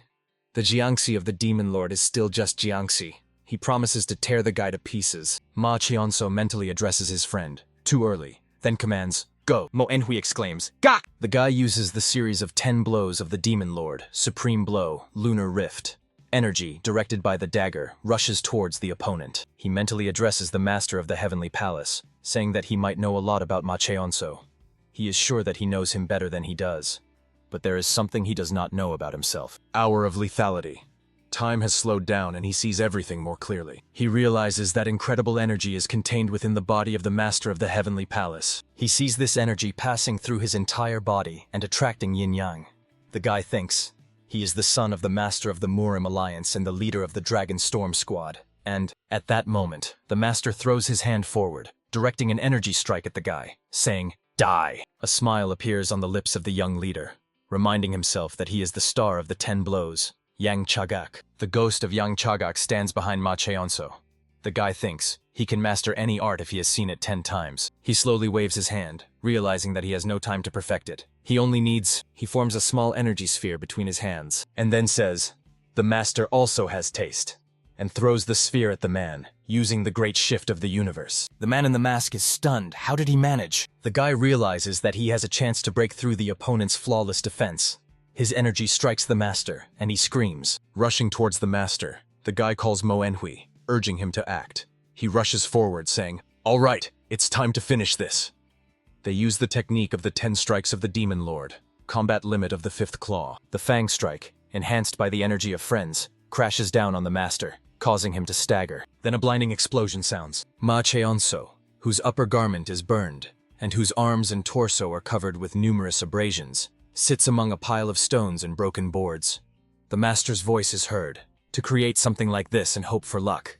How foolish. The man in the mask says that he approves of every martial art of the Min cult. He asks to be told where Ma Chionso learned the technique of the 10 imperial strikes. A trickle of blood flows from the corner of the guy's mouth. He says that he realized it very late, but he remembers how he understood that he did not necessarily have to kill the master of the Heavenly Palace. Ma Chionso remembered that the main thing is his weakness. The heavenly hourglass. The guy with a devilish grin shows him the hourglass, which he holds rather carelessly in his outstretched hand. He adds, if he's so interested, he can find out the answer himself. He insults the man. A dazzling energy flares around the master, who screams, no, stop! A pillar of dazzling energy rushes over the guy, who raises his hand with the hourglass above his head. The guy sharply lowers his hand, smashing the watch against the stones, saying that he will stop only in hell. The hourglass shatters into many shards. Ma Teppan, enveloped in rich purple energy, stands among the bodies of dead warriors. A warrior in a devilish mask holding a sword in front of him says, let him accept the heavenly. His head literally explodes, splattering blood all around. Ma Teppan looks at his hand, from which a scar disappears, tearing off as shining particles from his skin, which immediately dissolve into the air. The leader says, "Finally, he is free from the bonds." He raises his eyes burning with red fire and says, "If he needs Heavenly Mountain so much, then let him take it." Banya, lying on the ground, raising his head, asks, "Is he going to run away like a coward? What a wonderful cult leader." Ma Teppan's foot forcefully presses down on his hand. A scream of pain bursts from the mouth of the third elder. Continuing to press his foot on his wrist, Ma Teppan, enveloped in a blazing purple aura, says, "Apparently, he hasn't been battered enough. He didn't kill him only because he is not the one who should do it. And now let him go and deliver it to him." Ma Teppan says, "Since he has paid the debt, now it is his turn. He promised that on the day of his return he will wipe Heavenly Mountain off the face of the earth." Banya, lying on the ground, looking after the departing leader, shouts, "Haha, he will remember this, remember, and will constantly repeat to himself." Ma Teppan, without looking back, says, "That's right." The leader stops and looks at the settlement lying at his feet. He thinks that he had to make such a decision in order to free himself. He continues to ponder. If they had followed his order and started fighting the Heavenly Palace, he would have remained bound by the promise. Therefore, he had to neutralize the master of the Palace of Pleasure. But even then, a squad of warriors runs through the valley, with Khan Soso on the back of one of them. Ayultaka is carrying Bloody Master on himself. The youth's eye is swollen, and scratches are visible on his face. But he smiles and says, "Saw that? He did pretty well, didn't he?" Ilteshik replies, "Be quiet. He still has a lot to learn to catch up to his level of boasting."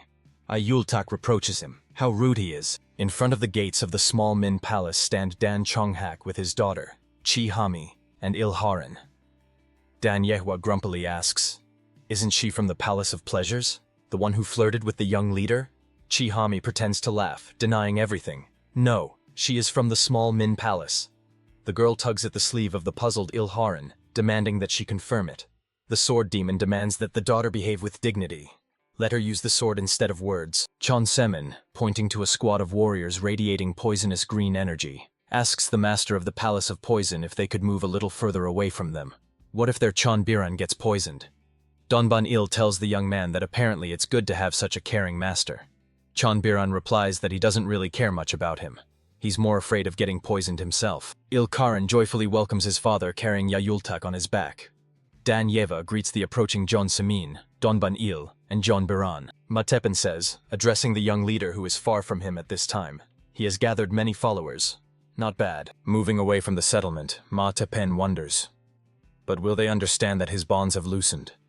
And Ma Chichonso, like a young leader. Ayultak says, "They are here. But where is the young leader?" Meanwhile, Ma Chongso enjoys smashing the hourglass. Everything is finally over. They have won. The master will finally disappear. He must disappear. The young leader is sure of this. Right now, he needs to save the members of his palace. So why hasn't he disappeared yet? The guy jumps up and rushes forward with a scream. His body turns into energy. An explosion sounds, and clouds of dust rise into the air. The master of the heavenly palace continues to stand motionless, arms crossed over his chest, surrounded by a light aura of shining energy. He throws his hand in the direction from which the dust clouds are crawling toward him. The master asks Yusoho, "Is it her doing? What did she do?" The woman standing behind him answers, "What could a miserable person like her do? It must be the work of the god of heavenly flame." The master says, "She exchanged the child's life for an hourglass. How foolish." Yusoho replies, "But she slowed down time, right? Now he won't be able to seize the dragon form, and without the hourglass it will be hard for him to maintain his shell. He will have to hide for many years." The master, turning to her, says, "How audacious. Did Ma Teppan come up with this?" The woman says, "Who knows? But he shouldn't worry. When the leader of the cult becomes the one you want to see as leader, everything goes as planned. She will take care of it." The master says that she has once again managed to avoid death. Yusoho, bowing her head, answers, "Until it is her time to act." The man says, "Let her keep in mind that no matter what she tries to do, the outcome will not change." The woman answers, "Of course." The master of the heavenly palace disappears. In the place where he just stood, only a trace of dark smoke remains. Taking a step forward, Yusoho says that he managed to get the hourglass at the very last moment. Amazing. Looking at the settling clouds of dust, the priestess says that she lied 3 times to the young leader. First, she never worked with the heavenly palace. She used them. The woman says that she serves only the leader of the cult. The formation of the supreme heavenly demon of darkness was not applied by chance during the heavenly festival, and she knew that everything would end exactly like that. She adds, secondly, the Ancient One is not immortal at all. He is merely an evil spirit that creates suitable shells from sand in the hourglass. But even so, he is on his last breath, and without the dragon form he will die. Thirdly, the 5 sacred instruments are not something that anyone who has mastered Yang Qi can control. Only those who have inherited the true energy of the Demon Lord.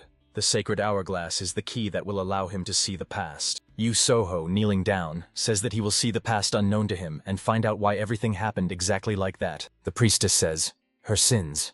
If he can return, then she will gladly answer for them. On the city streets, passers-by hurry about their business. In the tavern, a discussion is underway.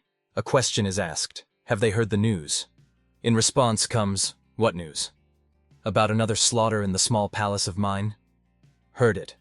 The murder of the young leader with a bunch of rebels. Shouldn't have been so greedy. Oh, those little people. The interlocutor says, no, not those. A question sounds. Then which ones? The man who started the conversation says that the first elder, Han Raksha, dealt with those who stood behind the murder, sorted out Yayulchin, and became the new leader. That is why the Heavenly Sower became the new chief strategist, and announced that the Min cult awaits changes. The man sitting with him at the same table is surprised. What? The interlocutor, raising a glass to his lips, says that Yayulchin will rot in the demon cave all his life, and the other masters, every single one, left Heavenly Mountain. So now they really are no longer in the Min 7 Palaces cult. The man sitting next to him looks puzzled. He says, that's for sure. But aren't the new leaders going to restore everything? After all, they are part of the 9 main sects. The person telling the news answers angrily. He thinks no one will. And they say that anyone, even a commoner, will be allowed to take important positions if he deserves it. He adds that the elders have taken the lead and are now remaking everything. This is a chance for them. He is thinking of supporting them. 2 of his friends exchange glances. Voices reach the man pouring a drink from a bottle into a glass at the neighboring table. One of the men asks, really? And the one who told the news answers, does he really think he will lie to him when he buys him food? By the way, let him not forget that he pays. The interlocutor is clearly surprised. What? Hyun Mu, no longer hiding her face under the mask, places the bottle on the table, and laying her head beside it, sighs. Everything is ruined. Everything is irreversibly ruined. A voice reaches her. It seems she has drunk a lot. The girl waves her hand, saying she doesn't know. Let him not bother her and just leave. She doesn't care. The person who disturbed her giggles and says that he does care. Hyun Mu, raising her head, replies, she said. Seeing who stands before her, the girl falls silent. She lets out a scream, and drops of sweat run down her face. The girl looks shocked. The master of the Palace of Zaboya, whose eyes shining through the mask slits sparkle with red energy, says with a wide smile, if she tried to hide, she should have tried harder. Doesn't she think so? Hyun Mu trembles with fear. Oh, slips from her lips. Guyun Ren, leaning toward her, brings his index finger to his lips, saying, quiet. The master of the Palace of Zaboya says, he heard that Yayulchin killed the young leader, and also that others helped him and fled from Heavenly Mountain together with the successor. Sitting at the table opposite the girl and smiling ominously, Guyun Ren says, but why did this news not satisfy him at all? Let him tell him. A red aura surrounds the young master's body. Hyun Mu replies, it seems he was mistaken. They never met, and she knows nothing. Guyun Ren laughs unpleasantly. Is that so? That's very bad. If she really doesn't know, she won't get away with it. The girl replies, well then she will probably go. She apologizes and, standing up, heads to the door. The master of the Palace of Zaboya, whose energy blazes with a blood-red light, orders everyone to get out of here. Immediately everyone rushes to the door. Warriors of the Palace of Zaboya watch the people. Guyun Ren says, everyone except her. The warriors close the door in front of Hyun Mu. The girl sits on a stool with the most miserable look. Tears shine in her eyes. She asks, why is he doing this to her? The master of the Zaboy Palace, having calmed down, throws his legs on the table and says he gives her 5 seconds to bring him the kitty. 5. The girl replies that she doesn't know who he is talking about. It's true. Guyun Ren says, 4. Hyun Mu exclaims, even if he does that, she really doesn't know. The response is, 3. The girl protests. How can she bring someone she doesn't know? Guyun Ren continues to count. 2. Hyunmyu bursts into tears, begging for mercy. The master of the Zaboy Palace says, 1.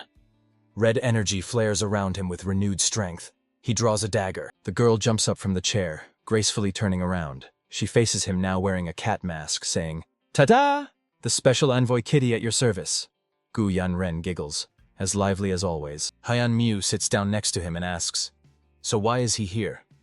Gu Yanren replies that he needs to find a person. The elders, in his opinion, have become completely insolent. The girl says that the palace of Zaboya itself is also looking for people. In response, the master hands her a sheet of paper. Laying it on the table, he slides it to her. Taking the paper, Hyunmyu asks, "What is this?" He answers, "Just let her read it." Hyunmyu unfolds the message and reads it. In it, Ma Chonso proposes to Gu Yanren to make a deal. If anything happens to him, let him protect Dan Yehua instead. He will be able to find her with the help of a cat who has an incredible intuition. If he does this for him, Ma Chonso promises that he will be able to repay him properly. The girl says that an important person gave him the note. Gu Yanren, playing with daggers, replies, disparaging Ma Chonso, that he sent him a letter and ran away. He asks, "Isn't that strange?" Then adds that this matter smells rotten, just like his master. Everyone insists that Ma Chonso is dead. Hyunmyu asks, "But isn't his master alive?" He killed him after all. The girl falls silent. The red aura flares again around the master of the palace of Zaboy. Smiling sinisterly, he says, he thinks that he is alive. Hyunmyu raises her hand to attract his attention. She informs him that Lady Yewa has left Heavenly Mountain. They will have to go quite far to catch up with her. Gu Yanren is happy. That's good. He was already getting bored. Leaving the tavern after the girl, he says that in any case she owes him. Let her lead him to her. Hyunmyu, clearly not enthusiastic, plaintively says that she wants to go to her mother. Meow. On that day, the palace of Zaboja disappeared from Heavenly Mountain without a trace. The hourglass falls onto the stone pavement of the square and shatters. A naked man, crossing his arms on his chest, pulling his knees to his chin and lowering his head low onto his chest, hovers in a glow of energy. He thinks he dreamed a dream, a very long dream. Endless stories that he told him while he was imprisoned in the chains of the black flame. Someone's face flashes in visions. His thoughts continue their lazy flow. He believes that all of them were either a product of his imagination or a prediction of the future.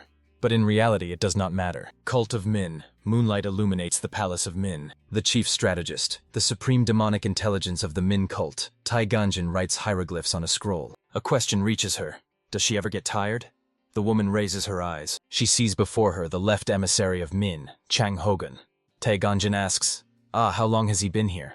The man answers, she was so focused on work that she did not even notice him. Does she really have that much work? Stretching, the woman says, every day more people disappear on the peak of the earth.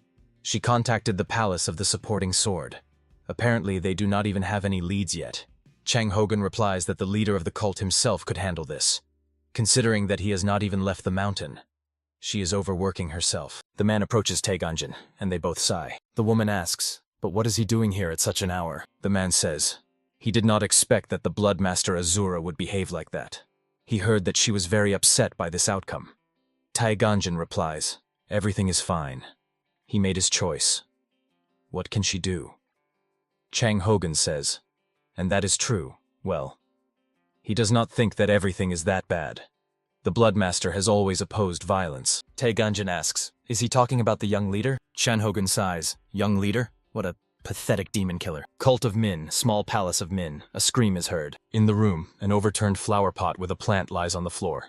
A voice sounds, assuring that its owner is very sorry. The young leader, a teenage boy whose eyes shine with red energy, and a smile flickers on his lips, clutching a bloodied dagger in his hand, asks, is he upset? Before him, a trembling old man and a girl kneel. The elderly man says it was a mistake. He did not think the pot would break. He never would have thought. The young master replies, he knows that he took good care of the flowers. The young leader, sitting down, brings the dagger to the old man's face, saying, but does he know that if an orchid is broken even once, it will never bloom again? He pierces the elderly man's throat with the dagger. Blood spurts. The young master repeats, never. He pulls the knife out of the old man's body. In his eyes, blazing with red flames, madness dances. A wide smile stretches his lips, revealing 2 rows of white teeth. He says, that's why he should have been more careful. The young leader examines the wound, saying, I wonder if the knife went deep enough. The elderly man, pressing his head to the floor, groans. A trickle of blood flows from the corner of his lips. The boy says, "Why is he grabbing his hand? He should have stopped the bleeding." Yes, right here. The young master's attention is drawn to something, and sparks flash in his eyes. He looks at the trembling maid, who is afraid even to move, though the blood flowing on the floor stains the wide sleeve of her garment. A voice is heard addressing the young leader. A man named Henno asks for permission to enter. The young leader says, "Of course." The maid rises and bows her head. The old man's body still convulses in agony. The steward of the small palace, Min Henno, enters the room. He reports that the new palace guard greets the young leader. Behind him stands a young man, frowning at what is happening. The new guard enters the room and leans over the old man. His palm rests on the face of an elderly man, covering his nose and mouth. The old man utters incoherent sounds for a few moments, then his eyes close. His body stops trembling and relaxes. The guard turns to the young gentleman and says that he handles the knife well. He shifts his gaze to the weapon in the boy's hands and adds, "But if he uses such a huge blade, he might hurt himself." Standing on one knee, the guard extends to him a knife in its sheath on his palms. He asks him to use this from now on. Machonso takes the offering and asks, "What is his name?" The guard, respectfully bowing his head, answers, "Sansan." Pulling the knife out of the sheath and examining it carefully, the young master thoughtfully says, "Sansan. Sansan." Turning away, he addresses Henno, a tall man of mighty build, telling him to provide the guard with lodging. The young leader sits down on the bench, and the steward, hoisting the old man's body onto his shoulder and heading towards the door, says, "It will be done." The young man watches him with his gaze. The rays of the setting sun are reflected in his eyes. New members were joining the small palace of Min, managed by a young leader, who was nicknamed the Little Demon of the Min cult. At night, a scream comes from the small palace of Min. Sansan flings open the door, exclaiming, "Young leader?" He decides that someone attacked him. He sees the young leader sitting in bed with his back to the entrance. The guard asks, "Is he okay?" The young leader, without turning around, answers, "Let him leave." Worried, Sansan says, "Young leader." The young man sits on the bed, hugging himself with his arms. In one hand he clutches the knife given to him by the guard. Suddenly the young leader sharply turns around, and blazing with a purple aura shouts, "Away!" At the same time, the knife flies toward the guard. Sansan barely manages to dodge to the side, and the knife flies past. He raises his head and looks at the knife stuck in the wall. Sansan realizes that this is the dagger he gave to the young leader. Books, vases, and other small objects fly at Sansan. A scream sounds. "Away!" The guard raises his hand, protecting his face. He thinks, "This brat. He has heard a lot about him." Sansan thinks that the young leader is really crazy. During the day, the tired and exhausted guard sits in the yard on a chair. He thinks, why does time crawl so slowly? He remembers how the young leader, seeing the food brought to him, immediately overturned the tray. Then he splashed the healing herbal decoction in the servant girl's face, and even tried to stab her. He barely held him back. Sansan thinks, and he is not the only one so strange. He remembers the servant girl gathering dishes from the floor onto the tray. The woman, displeased with his attention, says, "If he is not going to help, then let him go outside and gather herbs instead of staring at her." The guard asks, "Can he help her with anything?" She says, "What can he help her with such terrible hands? Is he completely stupid?" Sansan wonders, why is everyone so angry? This man Henno is the same. He remembers the giant who, crossing his arms on his chest, said that he would get used to everything. The guard thinks, get used to it. He just wants to finish his work as soon as possible and go back. A hunched old man approaches him. The servant of the small palace Min. Old man back.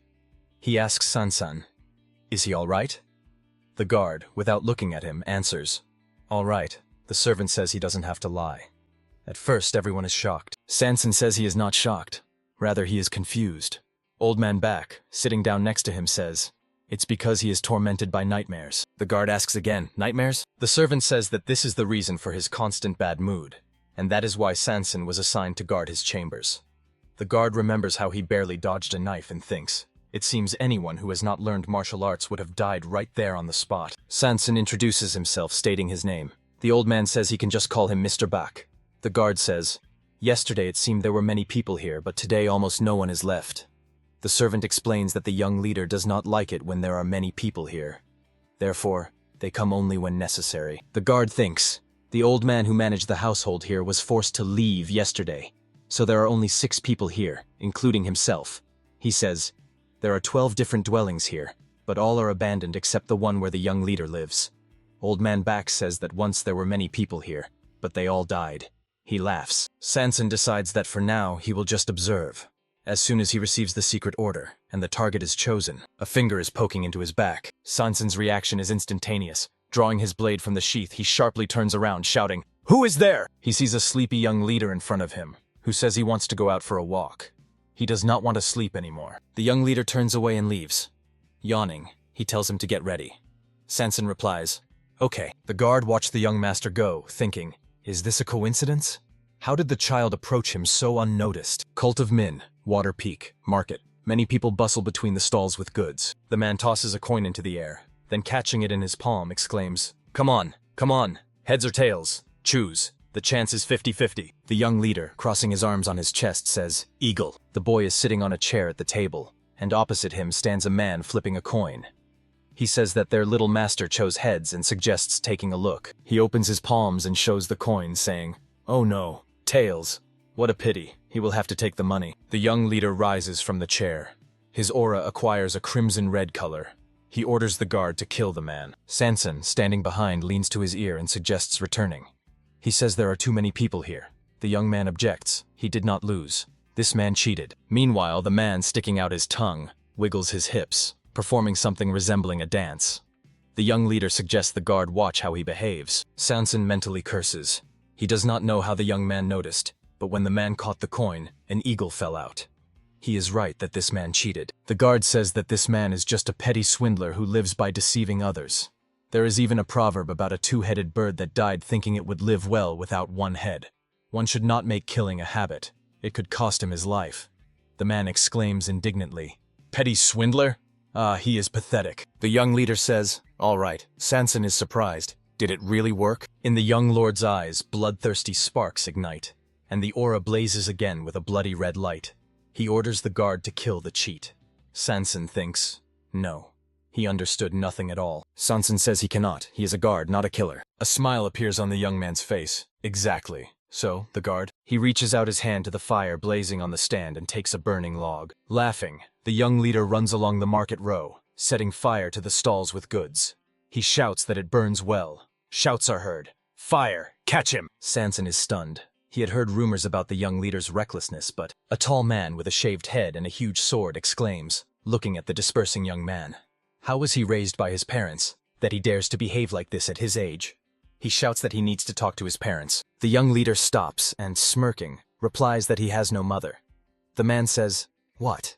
The boy is a daredevil. Is that why he grew up like this? In response, it sounds, yes, idiot. The man angrily shouts that he will kill him now, to which the young leader replies, nonsense. Swinging the blade, the warrior curses him and says, he destroyed his business and must pay for it. Lowering the blade, the man thinks that the boy looks like a spoiled child from a noble family. He just wants to scare him. The young leader smiles and looks back, searching with his eyes for Sanson. He is clearly having fun, and his smile becomes even wider. Red sparks light up in the boy's eyes. After all, the guard must protect him. The guard looks at him stunned, realizing that the young leader is not just some reckless troublemaker.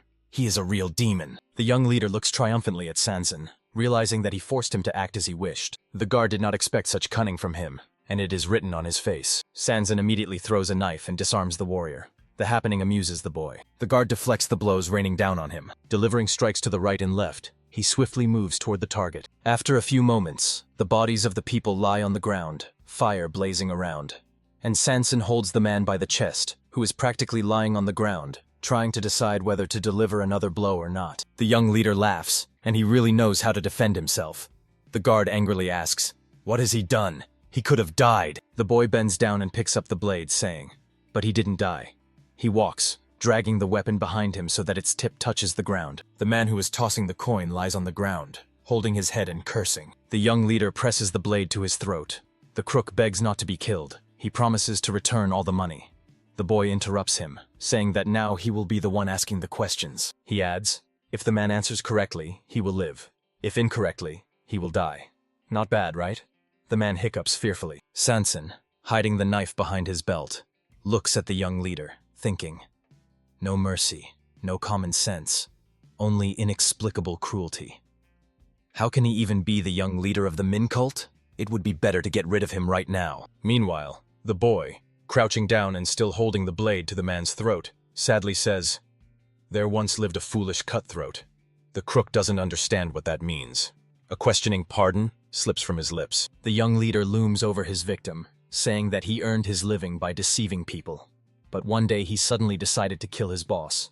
The man fearfully asks, why did he need to do that? The boy explains, greed blinded everything. In general, the boss was also quite nasty, but he had another subordinate. He laughs, then says, and now the question. He presses the blade harder against the man's neck, forcing him to tilt his head back. Red sparks flash in the eyes of the young leader. The boy asks, who is he?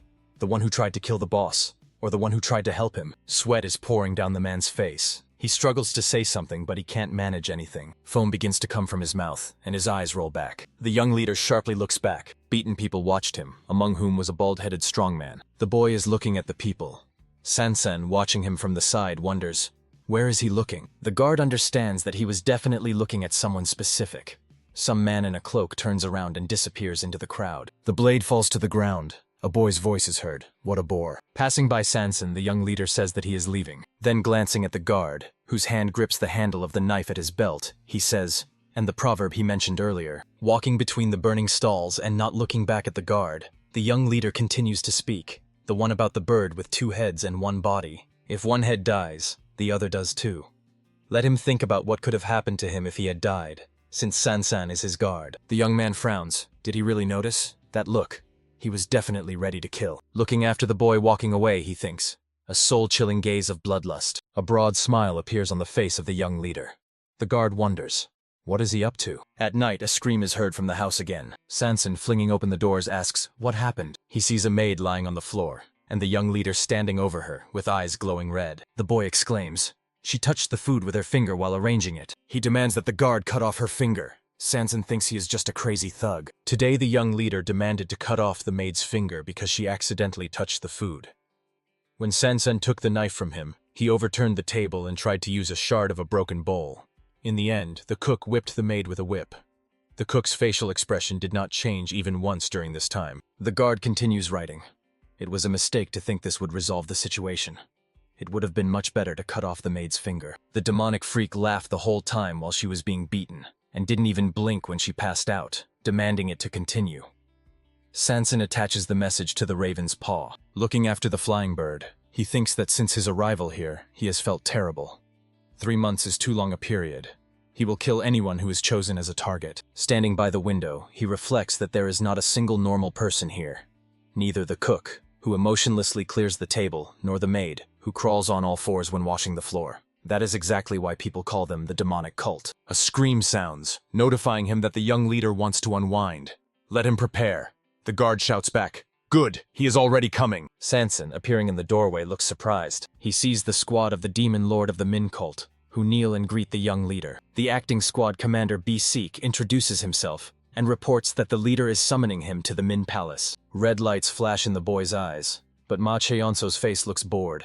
Sansan thinks that the rumor about the young leader's tyranny in the market should reach the cult leader very quickly. Min Cult, Min Palace. The leader of the Min Cult, Ma Teppan, sits in a chair on a dais, resting his head on his hand. He looks displeased as he asks a question. Does he even have anything left in his head? The young leader does not feel guilty. He boldly answers, whatever it is clearly not what he wanted. Ma Teppan calls him rude. The boy replies that he knows this, but he did not call him here for that. Let him just say what he needs. Several other people are present in the huge hall, but they remain silent. The Lord, closing his eyes, says, he heard that he set fire to the market just because of some pathetic money. He adds that he stopped any talks on this topic among the followers, but if something like this happens again. In response, giggling is heard. Ma Teppan opens his eyes. He is clearly surprised. The young leader, throwing his head back, laughs loudly. His mad eyes shine with red energy. Left emissary Min Chan Hogan shouts angrily, how does the young leader behave in the presence of the leader of the cult? The young leader, glancing at him, replies, he doesn't think that one should meddle in this. The fist of the demon lord forcefully slams down on the armrest. Waves of angry energy, like ripples on water, spread across the hall. The aura of the cult leader turns red. The same red sparks ignite in his eyes. He angrily asks, what is he doing? The boy answers that he just wanted to put him in his place. Is that bad? The lord asks again, in his place. The young leader confirms, yes. Only they two talk. Who is he to interfere? He asks. Why can't the father be honest too? The boy's eyes blaze with red light. The space around him darkens. He spits out the words angrily. The father hates him because of the mother's death. He already knows that everyone here wishes him dead anyway. Left emissary Minchan Hogan exclaims, "Young leader!" Chief strategist Tae Ganjin stops him, raising her hand before him. She asks the young leader to stop. How can one behave like this with the cult leader? Let him admit he was wrong and apologize. She reminds him of manners. The boy is clearly amused by what is happening. Is he wrong? Let him tell him what he was wrong about. The woman says, as the young leader, instead of remaining loyal to his duties, he harmed the followers and insulted. In response comes, "Enough, or he will vomit now." The woman's eyes widen. Looking at her with huge eyes filled with red energy and smirking maliciously, the young leader says, "Yes, they are the main evil here. They have shut themselves in the Min Palace like rats and are plotting their intrigues." He admits he acted wrongly, since he didn't cut off their filthy tongues earlier. Purple energy tightens around his neck like a noose. The cult leader, approaching the air, controls the energy strangler. He orders the air to be silent and asks, does he think his privileges allow him to behave this way? The boy, continuing to stretch his lips into a malicious grin, asks, is he worried about a small thorn when his own heart is rotting? How long does he intend to avoid reality? Alone in the mountains, closing his eyes and ears? The young leader laughs. Master of Heavenly Mountain? Who cares about that title? A decaying role. He doesn't need it. The Lord is beside himself with anger. He raises his hand, wrapped in purple energy, to strike. Insulting words about the air burst from his lips. Tae Ganjin screams in fear. Cult leader! The Lord hears her quiet. Please. He tries to restrain his anger. Ma Teppan, using energy, pushes the boy away and orders, get out of his sight immediately. Bisek, standing behind, catches the young leader, preventing him from falling. The boy, sitting on the floor before the Demon Lord squad leader kneeling on one knee, sharply pulls his hand out of his palm. Squinting at the Lord and smiling cheerfully, he says, well, then he will go. He mockingly says, Master of Heavenly Mountain. Ma Teppan heads to the chair. Red energy still blazes in his eyes. He weakly sinks into the chair and brings his hand to his head, saying that he showed himself in a terrible light. It is his fault that he could not raise his son properly. The left emissary Minchan Hogan, bowing respectfully, says he is not to blame for this. The young leader was born with a thirst for blood. You cannot just sit and wait. One day will come when the young leader takes control of Heavenly Mountain. But he is completely unsuitable for this role. The emissary asks the leader to consider depriving his son of all rights. Ma Teppan shifts his gaze to the right emissary and asks for his opinion. The man replies that he agrees with the left emissary. The 7 palaces of the Min cult and the Council of Elders also express doubts about the young leader. This is not surprising, considering that he shows no initiative. They cannot hide him forever. Even now, they are only giving people more reasons to doubt him. Ma Teppan sighs. The right emissary thinks the same. The chief strategist says that depriving him of all rights would be... After a short pause, she continues speaking. This is too harsh a measure. The left emissary exclaims indignantly. Chief strategist? The woman explains. He is still young. And it is true that the cult of Min is held by strength, so it is even good that he shows such cruelty. Tae Ganjin says they can teach him manners. Over time, he will get better. The Lord replies, get better? He has already killed more than 20 people. Only harms the cult. It will be better just... The chief strategist exchanges a knowing glance with the cult leader and says, then. A red aura flares around the overlord as he says, then kill him. The cult leader, not waiting for an answer, asks, what? A smile appears on the woman's lips. She says that he still won't be able to. She knows that in his soul, that one is dearer to him than anyone else. Therefore, instead of constantly being angry with him and scolding him, he should find another way. The leader, frowning, listens as the chief strategist advises him to keep the boy close and take care of him. She believes that perhaps he will change if he grows up near his father. Ma Teppan asks, do they think he will come here just because he said so? Yes, most likely he will just get angry. Maybe it would be better if he simply gives him everything he can and just disappears. The left emissary exclaims, leader of the cult. Tae Ganjin says, then how about this idea? The woman says, the boy is constantly in the company of people from the small Min Palace, but he is still a child. What if they introduce him to kids his age? She heard that the elder sons of the Master of the Bloody Palace and the Trade Palace are very gifted children. Why not invite them here and ask them to look after the young leader? Let him have some fun. Ma Teppan thinks. He says, heirs of the 7 palaces. The chief strategist says that peaceful rule is good, but since the leader does not intend to punish his son, the masters of the palaces begin to resent it. The Elders' Alliance is also dissatisfied with the fact that he taught his son his martial arts. The woman adds, she is sure that the Master of the Bloody Palace is very angry too. Maybe he will calm down a bit when he sees how close their children have become. The Lord replies, Sounds good. But will Ma Chonso agree? He has always hated all these meetings. Taganjin, smiling, replies, maybe. Rising from the chair and heading to the door, the Lord replies, then she will take care of it, and let her send a message to Hen No. He adds, what if Ma Chonso harms any of the heirs of the 7 palaces? Everyone in the small Min Palace faces death, not just his direct subordinates. The chief strategist replies, fine, but where is he going? The answer is, to the pavilion. Following Ma Teppan, a voice says, since he is here, why not spend time on other matters? The leader replies that he is leaving. The right emissary exclaims, what was the chief strategist even thinking? Bringing the young leader here. He must be stripped of all rights. The left emissary supports him. He is right. What if the leader of the cult really gives his position to the young leader? They cannot allow the young leader to become the leader of the cult. She wants to destroy the Min cult. Taganjin looks tired. Turning her head to them, the woman replies, do they really think that stripping him of his rights is justified? They do not know the leader of the cult at all. The chief strategist says, as soon as he leaves the young leader, the Min cult will face the same fate. Do they want this? If not, they should stop attacking her. The left emissary shouts, how can he leave this matter? She herself said that only the strongest will prosper, right? Well said. Is there any meaning in her words if one knows that the young leader of the Min cult suffers from meridian disorder? Because of the meridian disorder, the young leader is unable to learn martial arts. This is his curse. No one could help him. The secret of his body could not be unraveled. Therefore, Ma Teppan hid the young leader and tried to distance himself from him. The left emissary says that there is no other way to cure the meridian disorder, except to teach the young leader the art of the Lord of the Northern Sea. But she knows what they must prevent, right? The dark art of the Lord of the Northern Sea is the heavenly art of the Ma family, which absorbs the energy of others to purify and use it as its own energy. Many young leaders absorbed the energy of the previous generation to become the leader of the cult. Ma Teppan was no exception. The chief strategist says, it would be good if this works, but what if the young leader cannot accept the energy? The left emissary replies, then the cult leader will also die. They could lose the master of the heavenly mountain. Because of his condition, the young leader has a rather small chance to absorb the energy of the Lord of the Northern Sea. But he is sure there is a way out. Taganjin says it is already late, and they should go home. The emissaries try to object, but she sharply cuts them off and orders them to leave. Cheng Hogan sharply turns and, heading to the exit, angrily says, let them not try to stop him.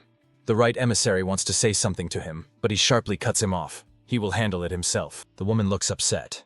A sigh escapes from her lips. A couple of days passed. Maybe because Ma Cheonso changed so quickly, or he just calmed down. But except for the now usual cries at night, it was quiet in the small Min Palace. Ma Cheonso does not like whims. He prefers cleanliness. He reads poetry and tends to flowers.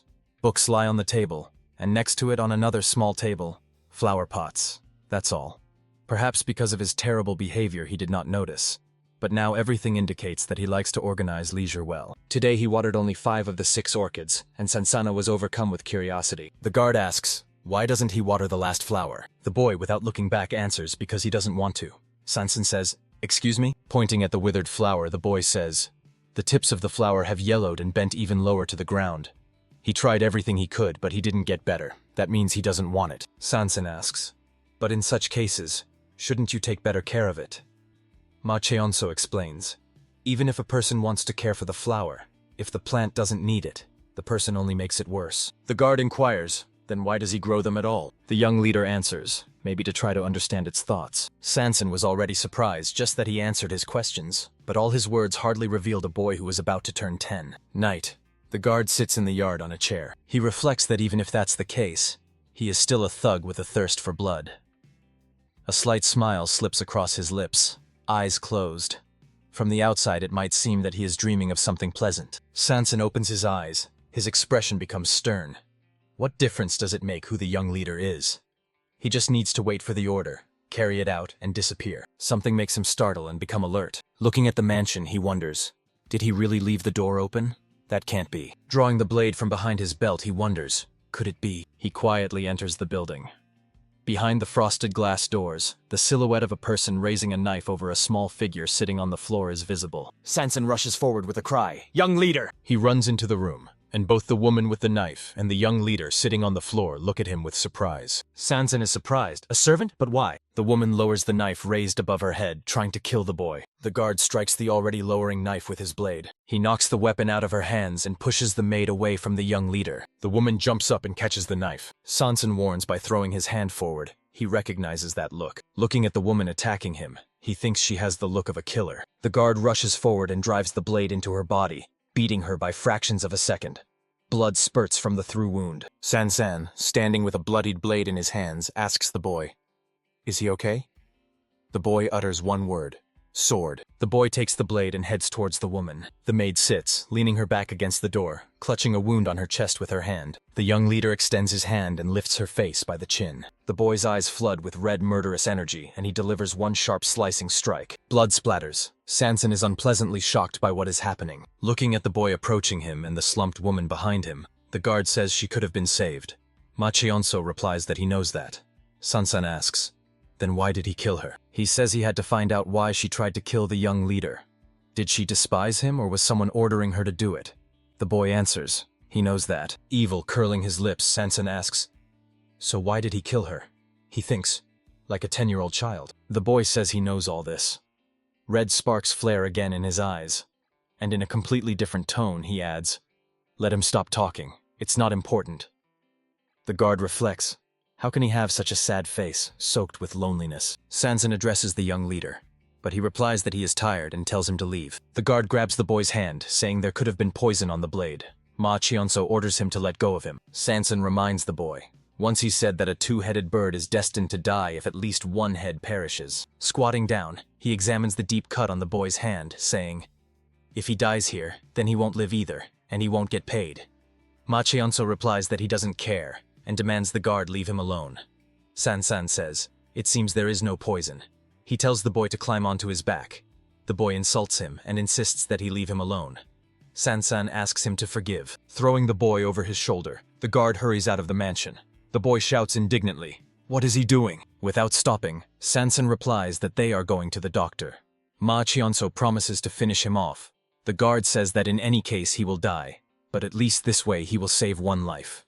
The young leader promises to kill him before he saves him. The boy tries to deliver a chopping blow with his palm to the guard's throat.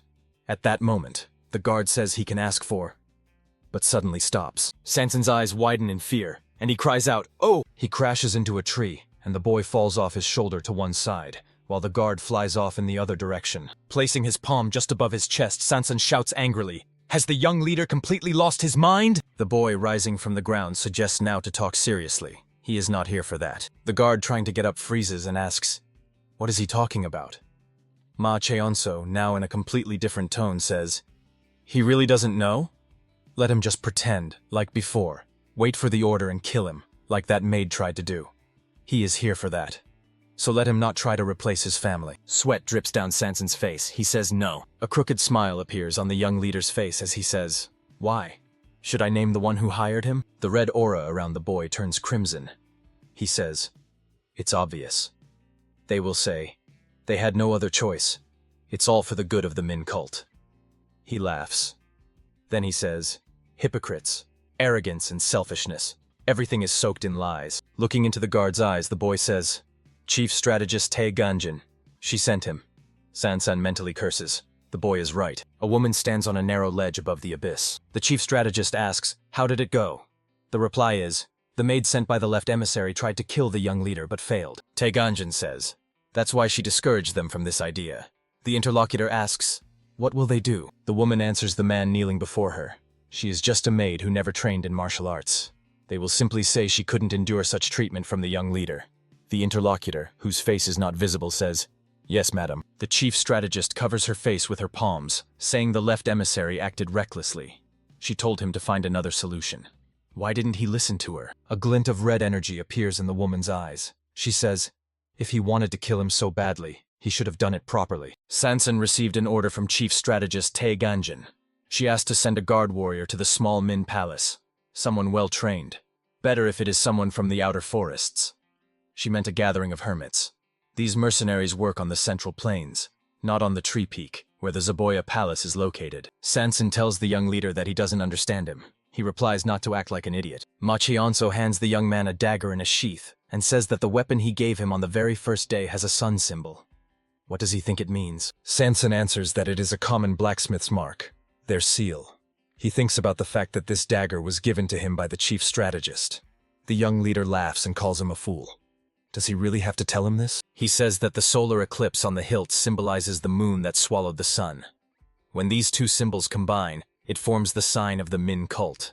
And the only places where they use it are the small Min Palace and the Min Palace. The boy adds, there is only one person who would send him such a warning. San thinks. Tae Ganjin said that he could pass the dagger to the young leader. As if reading his thoughts, Ma Cheonso says, he is sure that the chief strategist told him to give him the dagger. She knew he would accept it. Surprise flies from Sansan's lips. How is that possible? The young leader, proudly straightening his back, looks at him with eyes filled with red light. He answers, let him not try to understand. He is just a pawn in their battle. This battle started quite a long time ago. He just needs to do his job. Sansan remembers that the maid had no internal energy. All she knew was only a small part of the swordsmanship art. The guard, following the boy, says, if they wanted to kill him, they should have sent someone stronger. The young leader, walking down the road, answers, does he think that is possible here? Besides, everyone would think she acted out of hatred since she has no internal energy. And why him? Because he is the young leader Ma Cheonso, hated by all. The boy laughs. Sansan asks, then wasn't that another reason to keep her alive? Why would they need to kill her? Ma Cheonso answers, there is no point. It won't change anything. But now, they were close to success. The guard says, he doesn't understand why then they... The boy interrupts him. Maybe they decided that they isolated him. A mad smile appears on Ma Cheonso's face, and his aura turns crimson. He is sure they got too carried away, thinking they turned him into someone who can't even trust his close ones, but no way. They will not get what they want. Never. Looking at the guard, the boy says, he is so stupid. And his face, he is quite the hired killer. Sansan replies, how can he not be surprised by everything he heard? Ma Cheonso says they are going to the Yada Palace. Let him prepare the carriage. The guard thinks that this time he will have to refuse the assignment. He took on the wrong job. The young leader already knows about him, so maybe he should run away. His gaze falls on the boy's hand, from which streams of blood flow abundantly, staining the sleeve of his garment red. Sansan clenches his teeth harder, thinking, Ma Cheonso might not know that the Poison Palace is also hunting him. The guard continues to follow the boy, deciding to go with him to the Yada Palace. There are many steep slopes and unusual rocky formations on Metal Peak. These terrible mountains have claimed countless lives. People often say, on Metal Peak, it is not crows that scream, but people. But despite this, there are many who have conquered Metal Peak, and there are 3 explanations. The first is the Hall of Elders. For followers who were denied access to the palaces, the only chance to succeed was to gain respect from the elders. The second explanation is the dream of getting rich overnight. Metal Peak is a little studied place. There are many mines here, and therefore there is a shortage of those who hunt for minerals. The third and last explanation is the Yada Palace, whose main purpose is to heal followers. The Yada Palace is located on Metal Peak. Why did they choose this place? Since the Yada Palace is engaged not only in healing people but also in studying poisons, it was better for them to be located where visits would be limited. Today, unexpected guests arrive at the Poison Palace. Along a narrow mountain path bordering a cliff, Sansan and the young leader walk. Climbing the rocky path, the guard looks back and asks the boy if he is okay. The response is, everything is fine. Sansan thinks, he really is stubborn. The wounded one climbs Metal Peak when even strong soldiers have difficulties. He remembers how he offered Ma Cheonso to climb on his back because the cart could not go any further. But the boy rudely told him to get lost. Sansan thinks that the young leader refused to climb on his back until the very end, and decides that it would be better if he walked behind him so that he wouldn't fall. Yad Palace. The buildings are level with the highest peak. The door to the room opens, and a dark silhouette of a person appears on the threshold, whose face is not visible due to the sunlight shining on his back. Master of the Support Palace. Sword Demon Dan Chonghak declares that he has come to take what he asked for. The person he addresses puts a cup on the table and says, well, he is a pig. Master of Yad Palace Donbun. Il says, does he think acquiring a scent with a radius of 1,000 kilometers is that easy? Does he know how much effort and time it takes to prepare even one such potion? Dan Chonghak replies that he will pay well. He just needs it urgently. Donbun Il, pointing to a pouch with bottles, says that his whole body aches. Let him take it himself. Just don't break the bottles. As soon as he empties everything, let him return them back. The response is, thank you. Dan Chonghak examines the contents of the bag. Donbun Il says, apparently he was really pressed if he came for them himself. Dan Chonghak replies that the followers continue to disappear on the Earth Peak. Master of Yad Palace says, so he wants to use the potion on them. Then he should tell the cult leader everything. He will get the most later if he acts secretly. The response is that he already did that, but pouring a drink from the teapot into a cup, Donban-il suggests. Apparently, Tae-ganjin interfered. Dan Chonghak replies, "It seems so." Master of Yad Palace wonders, why does she still not trust the palace masters? First the elders, now even the 7 palaces. Donban-il says, well, whatever, and then wishes Dan Chonghak good luck. Master of Yad Palace asks, by the way, did he come alone? He prepared some ginseng for Yewa. Dan Chonghak replies that she is outside. Donban-il asks, huh? Why? Sword Demon says, who knows? Maybe because all her 5 senses are well developed. She complains that the smell here is too strong. Master of the Jade Palace says, because of the smell of medicine? He sniffs. Dan Chonghak, heading to the door, smiles. Bowing respectfully, the servant says that the master of the palace currently has a visitor. Ma Chonso, turning away, says, well, fine. He tells the guard that they are leaving. Sansan, looking after him, exclaims, why is he just leaving? And why isn't he asking any questions? He needs help. The boy replies for him not to exaggerate. He is fine. The guard grabs his hand and says, what is he saying? His touch causes displeasure in the boy, indicated by the aura flashing red. Sansan says, let him see for himself. He rolls up his sleeve, wanting to show the wound, but the boy's skin is clean. There isn't even a scratch. The guard is puzzled. His wound disappeared? Ma Chonso tells him to let go of him. The confused Sansan releases his hand. The boy, walking forward decisively, says to the guard following him, if he keeps being so slow, he better just leave immediately. How can Tae-ganjin sleep peacefully, sending something like him? He laughs, then adds, it's pitiful to watch. Sansan replies that the young leader should have said he was fine. Was he laughing at him? Ma Chonso turns his head to him and stretches his lips into a smile. He calls the guard an idiot. Sansan sighs, mentally scolding the boy, but at the same time glad that he is fine. He thinks that he is certainly still a real pain in the ass, but understands that the young leader is starting to like him. Coming to his senses, Sansan shakes his head, thinking that a hired killer shouldn't have such feelings. The guard reminds himself that he is not his protector, and that he needs to pull himself together. Sansan asks, then why are they here? It took a couple of days to get here. The boy replies that it is none of his business. The guard says, he is sure that there is a real commotion in the small palace of Min now, since they left without warning anyone. It would be better to send a message. Ma Chonso replies, no need. Sansan agrees. Fine. He is sure that he will handle everything. The boy replies, then let him not ask. Words reach them. Hey, she is not a beauty at all. Does she know about this? What, beauty? No way. Let her come to her senses. Ma Chonso stops. Nearby, girls are laughing, saying, these children only look at her because she is a freak. Is she crying? She is crying. A loud laugh is heard. Young Dan Yehua stands, holding a wooden sword to her chest. She is about to cry. Behind her stand 2 boys, and 2 girls continue to tease her. One of them says, she is from the village by the stream of tears? How dirty her clothes are. Slob. And she still wants them to play with her? How dare she even think about that? Dan Yewa asks, don't they want to play with her?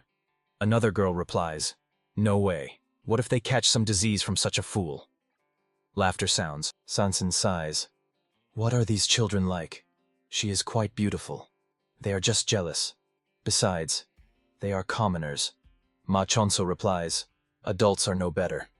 The guard agrees, yes, he is right. Sansan stops and shouts after the young leader. Where is he going? The boy is heading towards the laughing children. Disapprovingly looking at the boy, the guard mentally scolds him, thinking that he is looking for trouble again. Ma Chonso kicks one of the girls, saying, get aside. She loses her balance and falls. Looking back, she calls him a runt and asks, does he even know who she is? The young leader's eyes become wild again. The red aura around him flares up with new strength. Raising his hand with a dagger, he says, does he need to know that? Sansan, who approached from behind, places one hand on his shoulder, and with the other intercepts his wrist holding the weapon. He thinks that he should have been born a killer, not a young leader. The boy, glaring angrily at Dan Yewa, says, stop pretending to be a fool. Ma Chonso recalls his father's words. If he restrains himself, they will keep bullying him. Then he meant the chief strategist and emissaries. The girl crouching with the wooden sword replies that she is not a fool. The young leader asks, really? With tears in her eyes, the girl says that she is simply beautiful. That's what her brother Shigen and Terran say. Everyone says so. Rising to her feet, she holds her sword in front of her and takes a fighting stance, saying, Her father taught her to kill anyone who doesn't want to listen. One of the girls exclaims, "What? What is she saying?" Danyeva swings her sword and all her offenders receive blows, mostly hitting their heads. The girls clutch their bruises and cry loudly. Danyeva proudly straightens up and raises her sword in front of her. Smiling at Ma Chonso, she asks, "Does he still think she is a fool?" Turning away from her, the boy says he doesn't care. The girl laughs. Sansan decides that she is not all there either. Danyeva suggests to the young leader, "Let's get married." The boy and the guard look at her in surprise. Ma Chonso asks, "Is she completely out of her mind?" The guard waves his hand, saying she shouldn't throw words around like that. Besides, she is not talking to the right person for that. He adds, "Get out of here." The young leader calls him a useless idiot again, adding, "How slow he is to understand." The young man, scratching the back of his head in confusion, says, "Well, they are just children." From somewhere to the side comes, "Oh!" Ma Chonso, looking in that direction, says, "What?" Danyeva lies on the ground, arms and legs spread out. She begins to scream loudly. The young leader asks, "What is going on?" Dan Chonghak, who approached them, exclaims, "You!" Ma Chonso and Sansan turn to him. Surrounded by a shining aura, Dan Chonghak asks, "What is happening here?" The guard is stunned. Is this her father? Watching Ma Chonso swing a dagger, Dan Chonghak guesses, one of the Palace of the Slaughterhounds? The Sword Demon and the Palace of Poison Master watch the children's quarrel. Dan Chonghak says, he is young, but he can directly feel the incredible hatred the boy has, and his movements are quite precise. Donban-il laughs. Palace of the Slaughter? Does he really think so? Although the boy does remind one of Yang Ren. They both like to wave weapons. Meanwhile, the girl lying on the ground moans. Dan Chonghak says, it seems she started it herself, and now she is throwing a tantrum because she is afraid of punishment. In response, he hears, if he is so interested, let him check for himself. Dan Chonghak soars from the balcony, and moving through the air says he will bring apologies on her behalf. Donban-il warns him not to hurt anyone. The boy is an important guest. Dan Chonghak asks sternly, what is happening here? Sansan thinks, 2 swords and invisible steps. The aura of a strong martial artist, which he had only felt from the palace master. Could it be? The Sword Demon. Meanwhile, Dan Chonghak asks a question. Is it his business? Ma Chonso is interested. What business is it of his? Who is he? The Sword Demon answers that he is the father of this child. The young leader looks at the girl discontentedly, cursing mentally. He managed to get involved. Words sound. There is only one way to get forgiveness for his rudeness.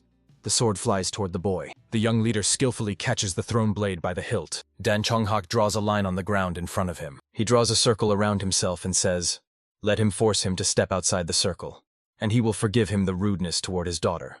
And if not, Dan Chonghak raises the sword before him. His aura shines dazzlingly. He says, and if not, then he will die. The guard asks for permission to explain everything, but the boy orders him to take no action. He adds that it is an order. Ma Chonso tells Dan Chonghak, if he does not like him, then he can simply kill him. Does he really pity him? The Sword Demon answers, he would prefer to call it caution. The young leader says, ha ha, how amusing. He attacks the opponent in a jump. The Sword Demon easily deflects his strike, saying that the boy has quite precise movements, but his attacks carry almost no weight. Was he not taught the technique of proper breathing? The boy circles around the opponent, but all his attempts are unsuccessful.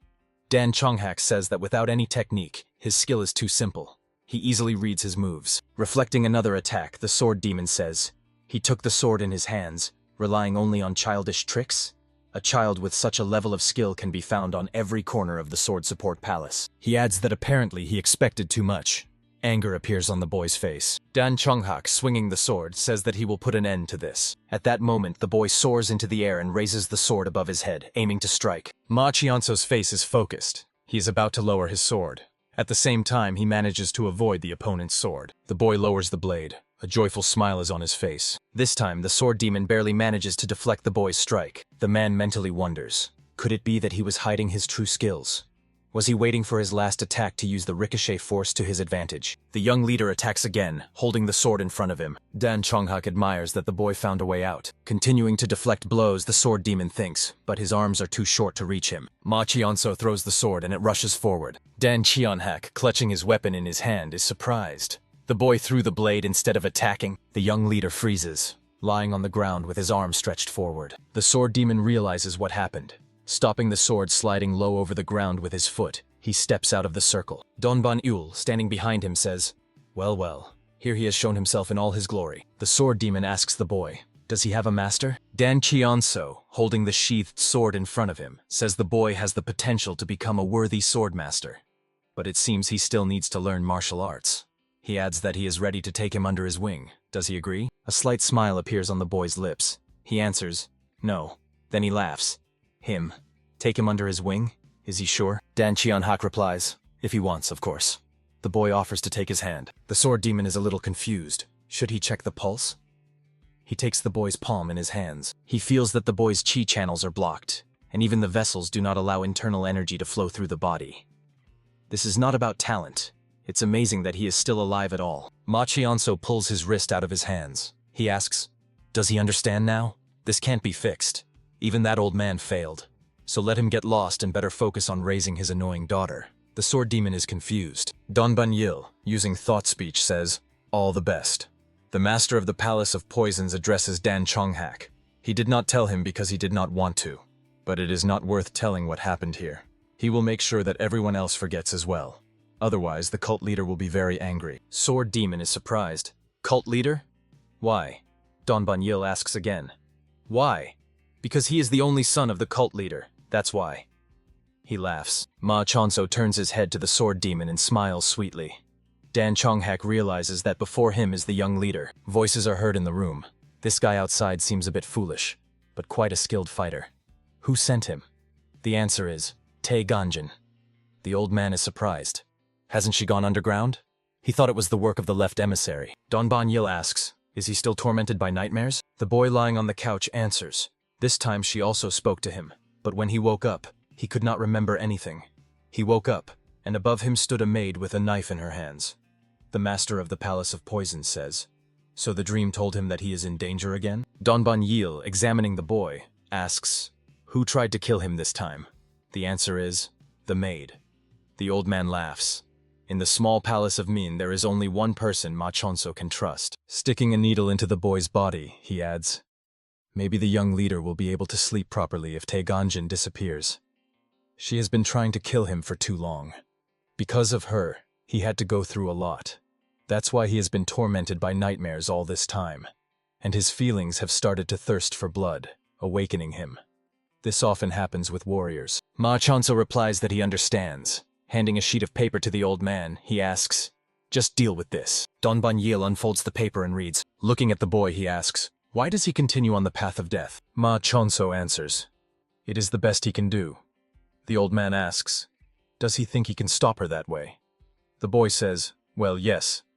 Donban Yil is interested. How does he know? Young leader answers, sixth sense. Master of the Poison Palace says, why wouldn't he figure it out? The boy's eyes flash with red energy. He says, then she will hide, and everything will repeat again. Ma Cheonso adds that Donban Il can do as he pleases if he wants to kill him, as if he wouldn't do it anyway. The master looks at him, then closes his eyes. From his sleeve, Donban Il takes out a small bottle. He gives it to the boy. The boy, closing his eyes, says that he is tired and will go to sleep. The old man heads to the door, muttering, well, well. Donban Il says, he thought that one would run away. Why is he still here? Looking at the pale Sansan, he asks, and what is wrong with his face? The guard asks in response, what was the purpose? The old man asks again, purpose? The young man clarifies, why did he make him eavesdrop on this conversation? The old man says, more precisely, he wants to ask why he doesn't kill him? Even though the guy is quite a skilled fighter, for the master of the Poison Palace he is nothing. Sansan thinks that the old man underestimates him. If he had received an order to kill the young leader, he would have carried it out without a second thought. He tries to say that he would easily deal with him? Donban Il says not to worry. The order to kill the young leader will never be given. If the chief strategist really wanted to kill him, she would have chosen a more certain way. The old man adds, if someone had killed the young leader, the cult leader would have carried out a real massacre against everyone, trying to find the killer, and then the world would come to an end, and the 7 palaces and the Council of Elders would rise against the cult leader. Sansan asks, then why does she continue to send assassins? Donban Yil wonders. And what does he think? He says that there were those who really tried to kill the young leader, but all of them were killed by the starving wolf of the small palace Min, Hen Ho. That is why the chief strategist continues to send those who are not trained in martial arts. They will be able to go under the radar of the starving wolf and prove how useless the young leader is. If everything goes according to her plan, Neither the cult leader nor Yil Taeshik will be able to oppose the deprivation of all rights from the young leader. In the Min cult, weakness equals defenselessness. The old man, squatting down, says, "So the chief strategist sent him not to kill the young leader."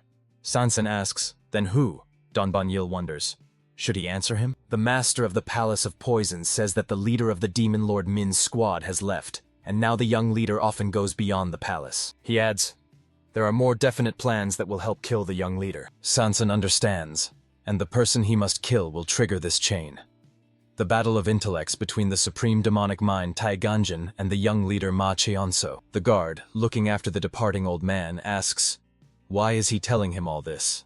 The master, chuckling, replies, "Only the young leader will know about this, but let him remember, he needs to try hard to fulfill his duties, all right?" The master adds that Ma Cheonso will wake up in 4 hours. Let him watch over him.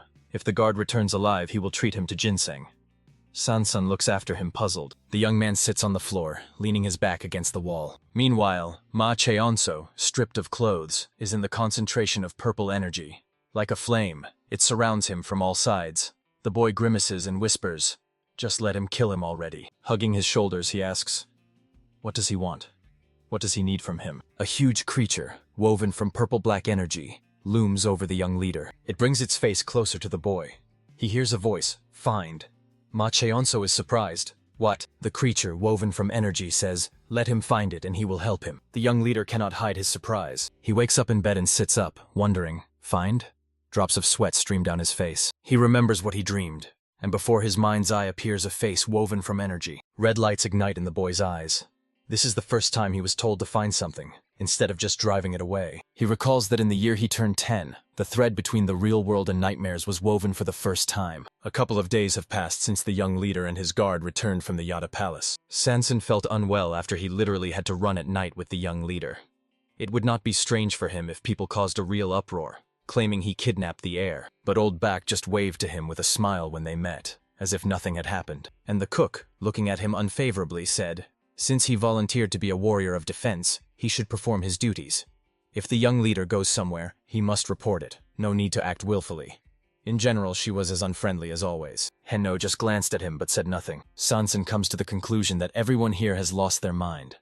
Or maybe they are all undercover too. He remembers how the master of the Jade Palace said that in the small Min Palace there is only one person whom the young leader can trust. The guard thinks that this place is not a home for the young leader, but a tiger's den where danger constantly threatens him. Sansan decides that he is no different from himself. Henho tells the guard standing by the simulator resembling a barbell to prepare for receiving guests.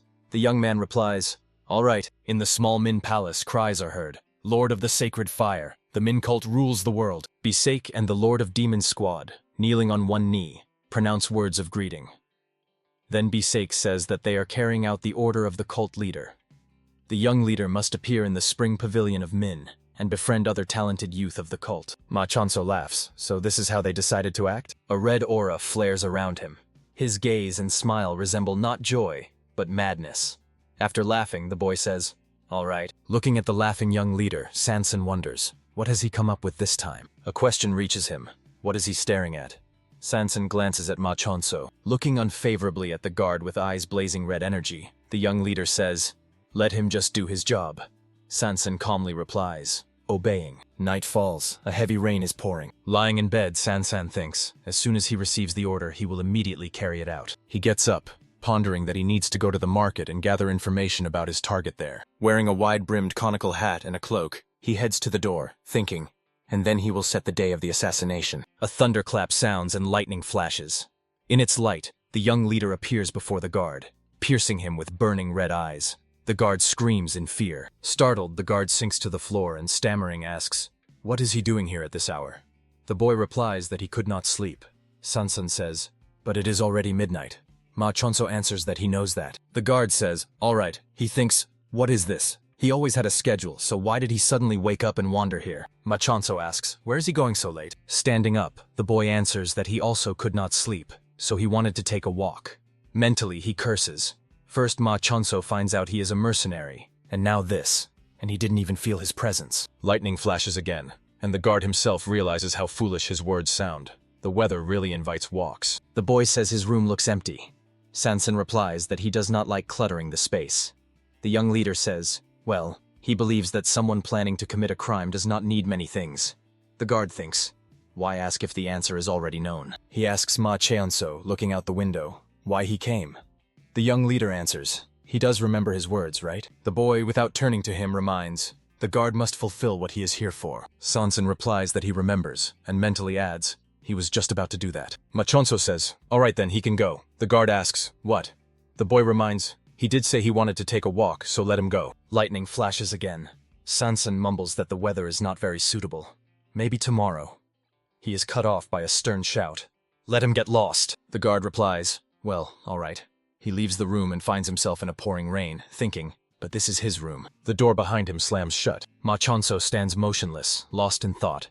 His eyes gleam with red reflections in the darkness. Cult of Min Waterpeak Market. Covering his face with a hat, Sansan says, it would be nice if the rain stopped earlier. And it only stopped pouring when he got here? Is this some kind of joke by the young leader? Laughter is heard. Then a question sounds. Has the noble and almighty number 12 come here to tell jokes?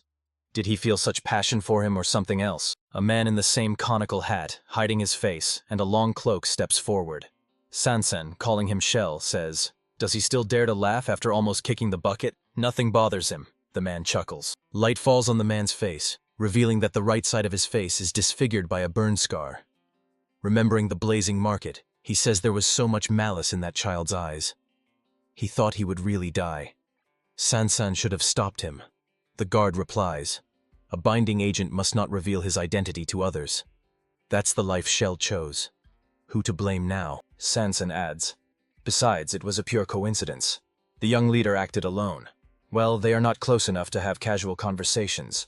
Let him tell him about the hanging lantern. Binding agents, or as they are called, neither here nor there. People who blend into the crowd and gather information for mercenary groups. The hanging lantern denotes a target. The candle inside the lantern symbolizes their life. Shell sits on a crate and places his lantern on another one in front of him. Chuckling, he says he would be glad, but this time he will be first. Number 2 requested information about the young leader. Sansan looks unpleasantly strangled. He wonders, has anyone besides him been ordered to kill the young leader? Sansan thinks that the young leader suffers from meridian disorder, and if others find out about it. Before his mind's eye stands a smiling boy whose eyes blaze with red flames. Giggling, he says, it's terrible, but how fascinating to kill such a young leader. Shell asks, why is he silent? Swallowed his tongue or what? Sansan says, the young leader. He again recalls the boy saying that he was sent by the chief strategist Tae Ganjin. The guard thinks, a child who is not really a child. He remembers Ma Cheonso rushing through the market, smiling as he sets everything on fire in his path. A little demon without a heart. Clenching his teeth tighter, he mentally curses. So why? Sansan again recalls the boy telling him to stop talking. It doesn't matter. The guard wonders, why can't he stop thinking about how sad he looks? He says the young leader suffers from meridian disorder. It is incurable, so he cannot study martial arts. Mentally, Sansan curses, calming himself with the thought that they would have found out about it anyway. Shell laughs. Meridian disorder. That's why the cult of Min hid him all this time. Number 2 will be glad to hear this news. But how could he know that it is incurable?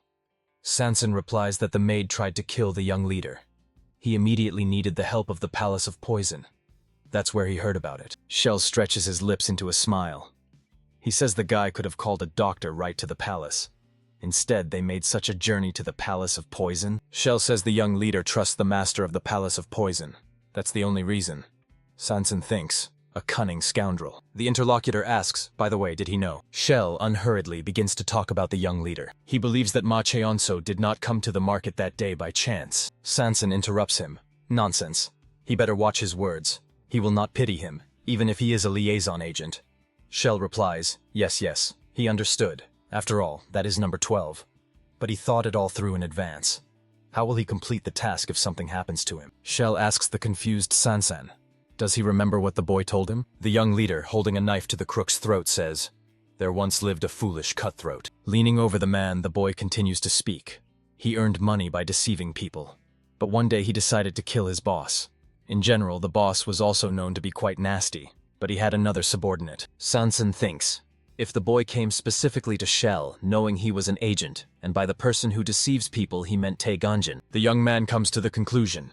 So, the Palace of Slaughter helps her. Shell asks, has it dawned on him now? He seemed to send them a warning. The young leader rarely leaves the Min Palace, but now he suddenly wants to go to the market? That's quite strange. Sanson says he doesn't believe it. Shell's identity is well hidden, and even he doesn't know them all very well. So where does the young leader... He remembers when they clashed with Shell in the market, and he did not stand up for the young leader. He ordered to kill the crook, but he did not obey. Could it be that only because of this he realized that Shell was one of the agents? Could it be that even then the young leader knew that he was connected to the palace of Zayboy? Sanson then replied to him that he could not do that. He is his protector, not a killer. Shell lowers a small bag onto the box. He says, well, in any case, he has dumped information here about the hanged lantern. Let him take a look. Sanson takes the pouch. Shell laughs. What a mess. Some maid tried to kill the young leader. The man continues to rant. The boy grew up without a mother, and he keeps behaving so terribly, even though he can't even learn martial arts. He is sure it was hard for him to admit defeat. Giggling, he calls the boy a reckless thug. Sanson's face darkens. Shell continues to speak, unable to even take care of himself, but managed to turn away the chief strategist. And he even threatens the palace of Zayboy? Sanson again remembers the boy saying, let him stop babbling. There is nothing special about this. Shell says, maybe he should have killed him while he had the chance? He laughs again. Sanson waves a dagger and exclaims, Shell! A severed hand falls to the ground and a scream is heard. Lying on the ground and trying to stop the bleeding, Shell, mixing screams with curses, asks, what is wrong with him? Sanson answers, he is sure that he has an order from number 2. Therefore, he will be merciful. Let him remember this when he desperately misses his hand. Shell continues to moan and scream in pain. Hiding the dagger behind his belt, Sanson says that the liaison agent should not try to befriend the mercenary of the palace of the executioner. In response, a new burst of screams is heard. In Sanson's eyes, red energy splashes. He did what he had to do. Mentally, he adds that now there is only one thing left to do. Sitting on the bed in his room, he reads the received papers, thinking, no relatives. It is impossible to understand what he loves or hates. He never learned how to control internal energy. But from this information alone, which says there is no way out, he can glean a lot. And no traces that he ever tried to control external energy. He glances at the bottles standing next to him, thinking, they must be experts in external arts. But since they cannot control external energy, he needs to use the given potion to poison them. Sanson continues to ponder. After all, the cook, the maid, and old Back are all those whom the young leader cannot trust. They were only sent by others. Setting fire to the paper, he thinks that the chief strategist plans to get rid of obstacles in order to then kill the young leader. Looking at the fire devouring the paper that pointed out his goal, he thinks about hen number. Small palace Min. Main building. Old man Bak says, it seems the young leader slept peacefully last night. The guard agrees. Seems so. So quiet. Sanson watches as Hen No orders the cook to bring medicine to the young leader. The woman bows and replies, of course. The guard wonders, is this such a big event that the young leader slept peacefully? Sanson thinks, so calm and does not suspect his fate at all. Ma Cheonso comes out of the room, rubbing his eye with his fist. He calls hen number. The steward bows, folding his hands in the traditional gesture where the palm of one hand covers the other, clenched into a fist. He says that today the young leader looks better. The latter responds indifferently. Yes. The boy touches Hen No's fist with his hand, saying that he is going to go beyond the palace. The steward, squatting down, gently touches the boy's cheek with his hand. He says that Ma Chonso is still weak, and adds that the cook will bring him medicine. Let him drink it before leaving. Ma Chonso replies that he does not want to. Hen No says, it must be taken to improve his health. The boy agrees, all right. Sanson thinks that they are much closer to each other than he had assumed. He presses his lips together, deciding that he will not let this make him pity him. No hard feelings. He just has to kill him. The young man flinches when a hand touches his shoulder. Hen No asks, what is he doing here? Let him hurry to the young leader. Sanson says, Hen No. The steward asks, what is it? Surprise appears on the man's face when he hears the question. Does he have a secret lover? He silently looks at Sanson, who asks another question. Maybe a child? Patting Hen No on the shoulder, Sanson leaves him with the words, just as he thought.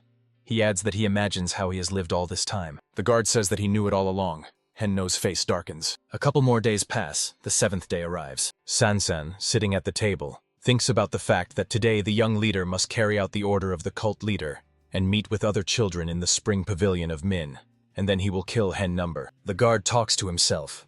He decided to postpone the murder not because he worries about the young leader.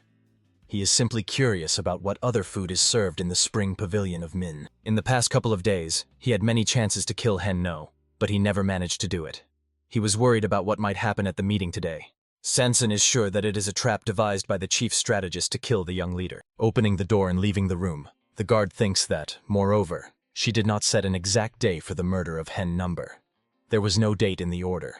So, he thinks there will be no problem if he kills the steward after the meeting. A carriage enters the courtyard, with expensive harness on the horses pulling it. It is accompanied by a squad of warriors. A voice is heard. The squad of the Demon Lord in such a fancy carriage. Sanson continues speaking. Now he really feels that he is in the small palace of Min. Hen No replies for him to go and bring the young leader. Walking down the corridor, the guard thinks that the day has come when the young leader will reveal himself to the people for the first time. The leader, who lived as a recluse in the small palace of Min, where danger threatened him every day. He hopes that today he will be able to show himself, and this will give him confidence. Standing behind the door, the guard asks the young leader for permission to enter the room. The response is, yes. Sanson enters and freezes in surprise, examining Machanso's outfit. The boy, clutching a fan in his hands, asks, "Why is he looking at him like that? Does he look that bad?" The guard replies, "Ah, no. He looks very..." Feeling a pause, Machanso says, "Very." Sanson exhales. Very cool. Even just being nearby, he feels pride swelling inside him. Sanson thinks, like a caterpillar that turned into a beautiful butterfly. He imagined the day when this child would grow up and be respected by others. The boy says, "Let's go." The guard immediately replies, "Yes, sir." He thinks that it was hard for the young leader to handle everything alone. Cult of Min, Sun Peak, main gates. High in the sky flies a bird that has no concern for the people who just passed through the gates down there somewhere. Support Commander Tehwa, following Yahello, says she does not like it, even if it is an order from the Min Palace. But leaving the children with the young leader. The youth coldly replies that they are going to the meeting. Let him behave properly. Tehwa obediently says, "Yes, I obey." She looks back at the children following her, thinking that they have to babysit the young leader, who one day must lead the Min cult. The twin girls, distinguishable only by their bangs combed in different directions, appearing from somewhere beside her, ask, "Will it be only them?" One of them, calling her sister Aso, says, "No way. She heard that someone from the trade palace will also be there." Aso asks the squad leader, "What about the support sword palace?" She declares that she wants to see Dan Jiho. Her sister informs her that he is currently isolated and discovering himself. The support sword palace will not be here today. Aso does not give up and addresses the squad leader again. Tehwa, barely restraining herself, orders both of them to shut up. She thinks, at least that old man and Muten are not here. And Ha Ilchin too. From an excess of negative emotions, she even closes her eyes and twists her mouth. It would be better if he did not come here. One of the girls, pointing forward, exclaims, "Huh? They are here! The Spring Pavilion Min!" Ahead rises a luxurious multi-tiered mansion. On both sides of the road leading to it, people are crowding. One of the men standing by the roadside exclaims, "That's Yahello! No way!" A shout sounds, rising stars of the Min cult. The sullen youth walks without looking around.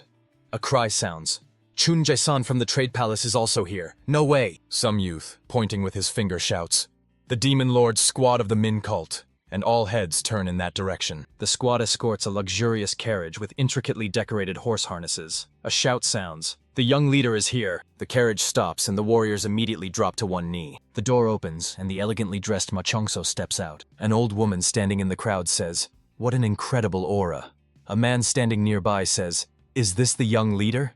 A girl standing next to them is so overwhelmed with admiration that she cannot utter a word. Only a cry of delight escapes her lips. Ma Chongso walks accompanied by a guard through the living corridor formed by the warriors. A shout is heard. "We welcome the young leader." The boy walks calmly, clutching a fan which he raises to his face. Shouts are heard. "Praise the heavenly demon." The young leader of the cult. Ma Chongso has appeared in public for the first time. On the first floor of the Spring Pavilion, Ming gathered many children. They are nervous, anticipating the meeting with their peers. Of course, they were not as excited as the crowd outside. Everyone sits properly at the tables, waiting for further developments. A rather plump youth says he thought only direct heirs were invited. The boy he is looking at clenches his fists angrily, hearing a teenager giggle and add, he didn't know that the children of concubines were also invited. The boy trembles with barely restrained rage. In his mind flashes, all this damn class division. Young Chihami, curling her lips in disdain, says, "That scoundrel started speaking again." Though these children were young, they already understood a lot. If they do not show their snarl to others, they themselves could become victims. A conversation takes place at the table. One of the kids says, "The second young master of the Palace of Bloody Art?" In response comes, "It seems his name is Yahello. His mother is from the Oirats, right?" One of the boys says, "A savage like him came to the meeting with the young leader?" The child of a concubine is not a direct heir, no reason to worry. They agree. Exactly. Yahello thinks he is not a savage, and his mother is the most beautiful in the world. A shout rings out. "Hey!" The boy raises his head, and his lips twist in anger. The youth teasing him stands next to him. He asks, "What is a scoundrel like him doing here?" Young Master Yahello should be ashamed. Yahello mentally calls him a little toad. Suddenly he, covering his ears with his hands, sharply bows his head to the table, almost hitting it with his forehead. The other children look at him unfavorably. Red energy splashes in their eyes. They are all united by one thought. The child of a concubine, a savage, a foundling, the shame of the Palace of Bloody Art. All these insults followed him like a shadow as soon as he first appeared on Heavenly Mountain. Yahello presses his palms harder to his ears. Tears appear in the corners of his tightly shut eyes. He thinks that if he had continued to live with the Oirats, if his father had not dragged him here, he does not want to be here. He wants to go back. Mentally, he begs to be left alone. The fat teenager laughs. Is he crying? Let him just look at himself. And let him go complain to his mother. Ah, right, his mother is dead, isn't she? Yahello sharply turns his head towards him. His mother is alive. At that moment, the door opens and the young leader enters the hall, accompanied by a guard. Along with them, dazzling sunlight bursts into the room. Ma Changso, holding a closed fan near his face, calmly walks down the aisle between the tables. All the attention of those present is fixed on him.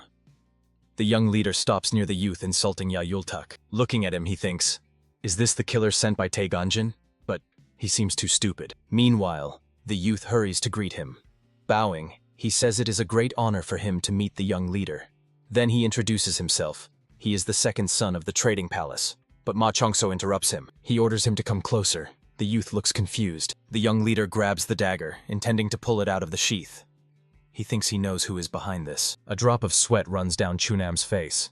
Stammering, he asks, why did he suddenly draw a weapon? Smiling broadly, Ma Changso, whose aura has turned red, extends his hand to him and reminds him. He has already ordered him to come closer. The young leader grabs him by the hair and slams his face onto the table. The youth's nose breaks. The onlookers look shocked. Grinning maliciously, Ma Changso also lifts Chunam's head by the hair, from whose nose blood flows and tears from his eyes. The young Chihami, who jumped up from her seat, looks frightened. The young leader again slams the youth's head onto the table, and his hand hangs limply. Glancing angrily at those present, Ma Changso asks, "What are they staring at? Are they amused?" Everyone, except the confused Chihami, looks away. He spits contemptuously. "Idiots." The young leader calls out to Yahello, "Hey!" He, no less shocked than the others, replies, stammering heavily, "Me?" Ma Changso, smiling, hands the boy a knife, saying, "Let him kill him. They will see what distinguishes a guy who has a mother." He places the knife in Yahello's hands. Seeing that he is not in a hurry to carry out his order, the young leader asks with ill intent, does he want to be the one who gets killed? Ma Changso throws Yongamu aside, and he falls on the floor on his back. Yahello, continuing to grip the knife, drops to his knees.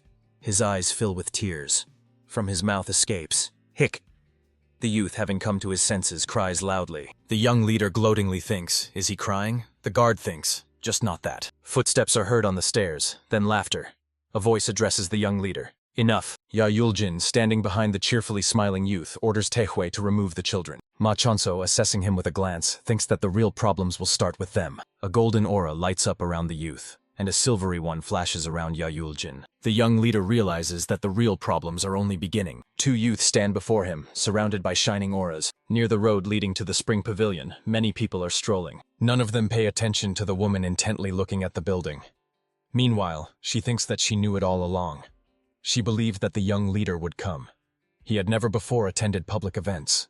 Even if it was an order from the cult leader, no one expected him to agree so easily. However, he came, hardly resisting, like some dog with its tail between its legs, or perhaps like a tiger stalking its prey. The woman thinks, others may not know, but she knows. All because he answered her questions, as always. He has always known her motives, which even the cult leader does not know. The chief strategist Taeganjin, flashing his eyes maliciously, mentally adds, which means she cannot allow him to live. The young leader grew up as an unusual child. There was always a reason behind his hasty actions. If it were not for his incompetence, Tai Ganjin would have supported him, and over time would have asked Ma Tapan to pass on to him the heavenly art of the Black Northern Sea. He was supposed to become the blessing and pride of the Min cult. The woman thinks, if only it were not for the problem with the meridians, the cult leader would be ready to pass all his internal energy to the young leader. But that will not happen. She reflects on the fact that they still have much to do with the cult leader. Nearby, a squad appears, and Tae Ganjin calls So-on with the girl leading the small squad hurries to her. The leader of the Flying Butterflies squad, So-han, approaching, kneels before the chief strategist and asks, what should they do? Tae Ganjin orders her to deliver to the Zaboya Palace, so that everything is finished within 2 days. The girl replies, yes, but will Park Hoken be able to come, considering all the commotion? The answer is, it does not matter. The main thing is that Yahyuljin and Chunjasan are there. Only they can make the young leader leave the heavenly mountain. So-han says that she still cannot believe that the young leader will correctly understand her intentions and follow her to the very end.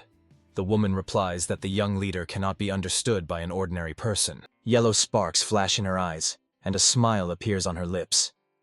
Tae Ganjin says, so he will come. Just as she wants him, he wants her. She cannot allow someone like him to destroy the cult. She adds, let So-han remember that their sacrifice will unite the heavenly mountain.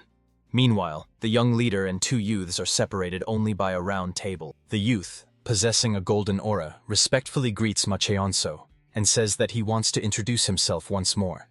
He is Chunjae-san from the Trade Palace. He adds that it was very kind of the young leader to invite them here, but his brother behaved too rudely. He asks for forgiveness for him. Ma Cheonso is surprised. Why is he apologizing when his brother was the one who suffered? The youth laughs, saying, ah, so this is how things are arranged here? His brother is a bit rude, but he is sure that he has learned his lesson. The boy looks at him angrily and says that he didn't ask anything. The youth agrees, exactly. Looking at him, Ma Cheonso thinks, no, not him. Tae Ganjin definitely wouldn't have sent someone like that. The same applies to the second one. His gaze shifts to Yahyuljin. Red sparks flare in the boy's eyes. He assumes that she won't try to get to him through San-san. He ponders. Maybe she wants to poison the food or something like that. Meanwhile, a servant appears and, placing dishes on the table, announces that the food is ready. All kinds of delicacies appear on the table. The man says that the food is top class, which they will never taste anywhere else, prepared with special care by their best chef. The servant bows and adds that the chief strategist personally developed the menu. He is sure that they will like the food. Chunjae-san, leaning over the dish and devouring it with his eyes, exclaims, oh, the chief strategist herself? An impudent you, reaches the man. Smiling, he turns to the young leader. The boy's aura blazes red. Ma Cheonso asks, did he say chief strategist? The worried man replies, yes, she visited recently. The young leader hurries to the window. He looks down, where a multitude of people bustle about. Looking around, he asks, why is she here? The disconcerted servant says, he heard that she was just passing by. She gave a few instructions and left, saying she did not want to interfere. The young leader bursts out with an unfriendly laugh. Red sparks burn in his eyes, and his aura blazes crimson. Chunjae-san and Yahyuljin look at the boy in surprise. What is wrong with him? Using thought speech, Chunjae-san calls out to his friend. Hey Whitey! Yahyuljin, who has 2 colored hair, replies. How many times has he told him not to call him that? He does not want to talk to him. Let him shut his mouth. The young man answers that, actually, he never opened his mouth. Ma Cheonso takes his place at the table. He asks the young men. By their appearance, they are already about 20 years old. What have they forgotten here? Chunjae-san answers that they are nannies, but he does not even finish the last word when Yahyuljin's hand covers his mouth, and the friend himself says that they hang out here just in case. Ma Cheonso says, so they are his squires. The reply is, apparently, yes. The boy asks, really? Then they can even leave Heavenly Mountain.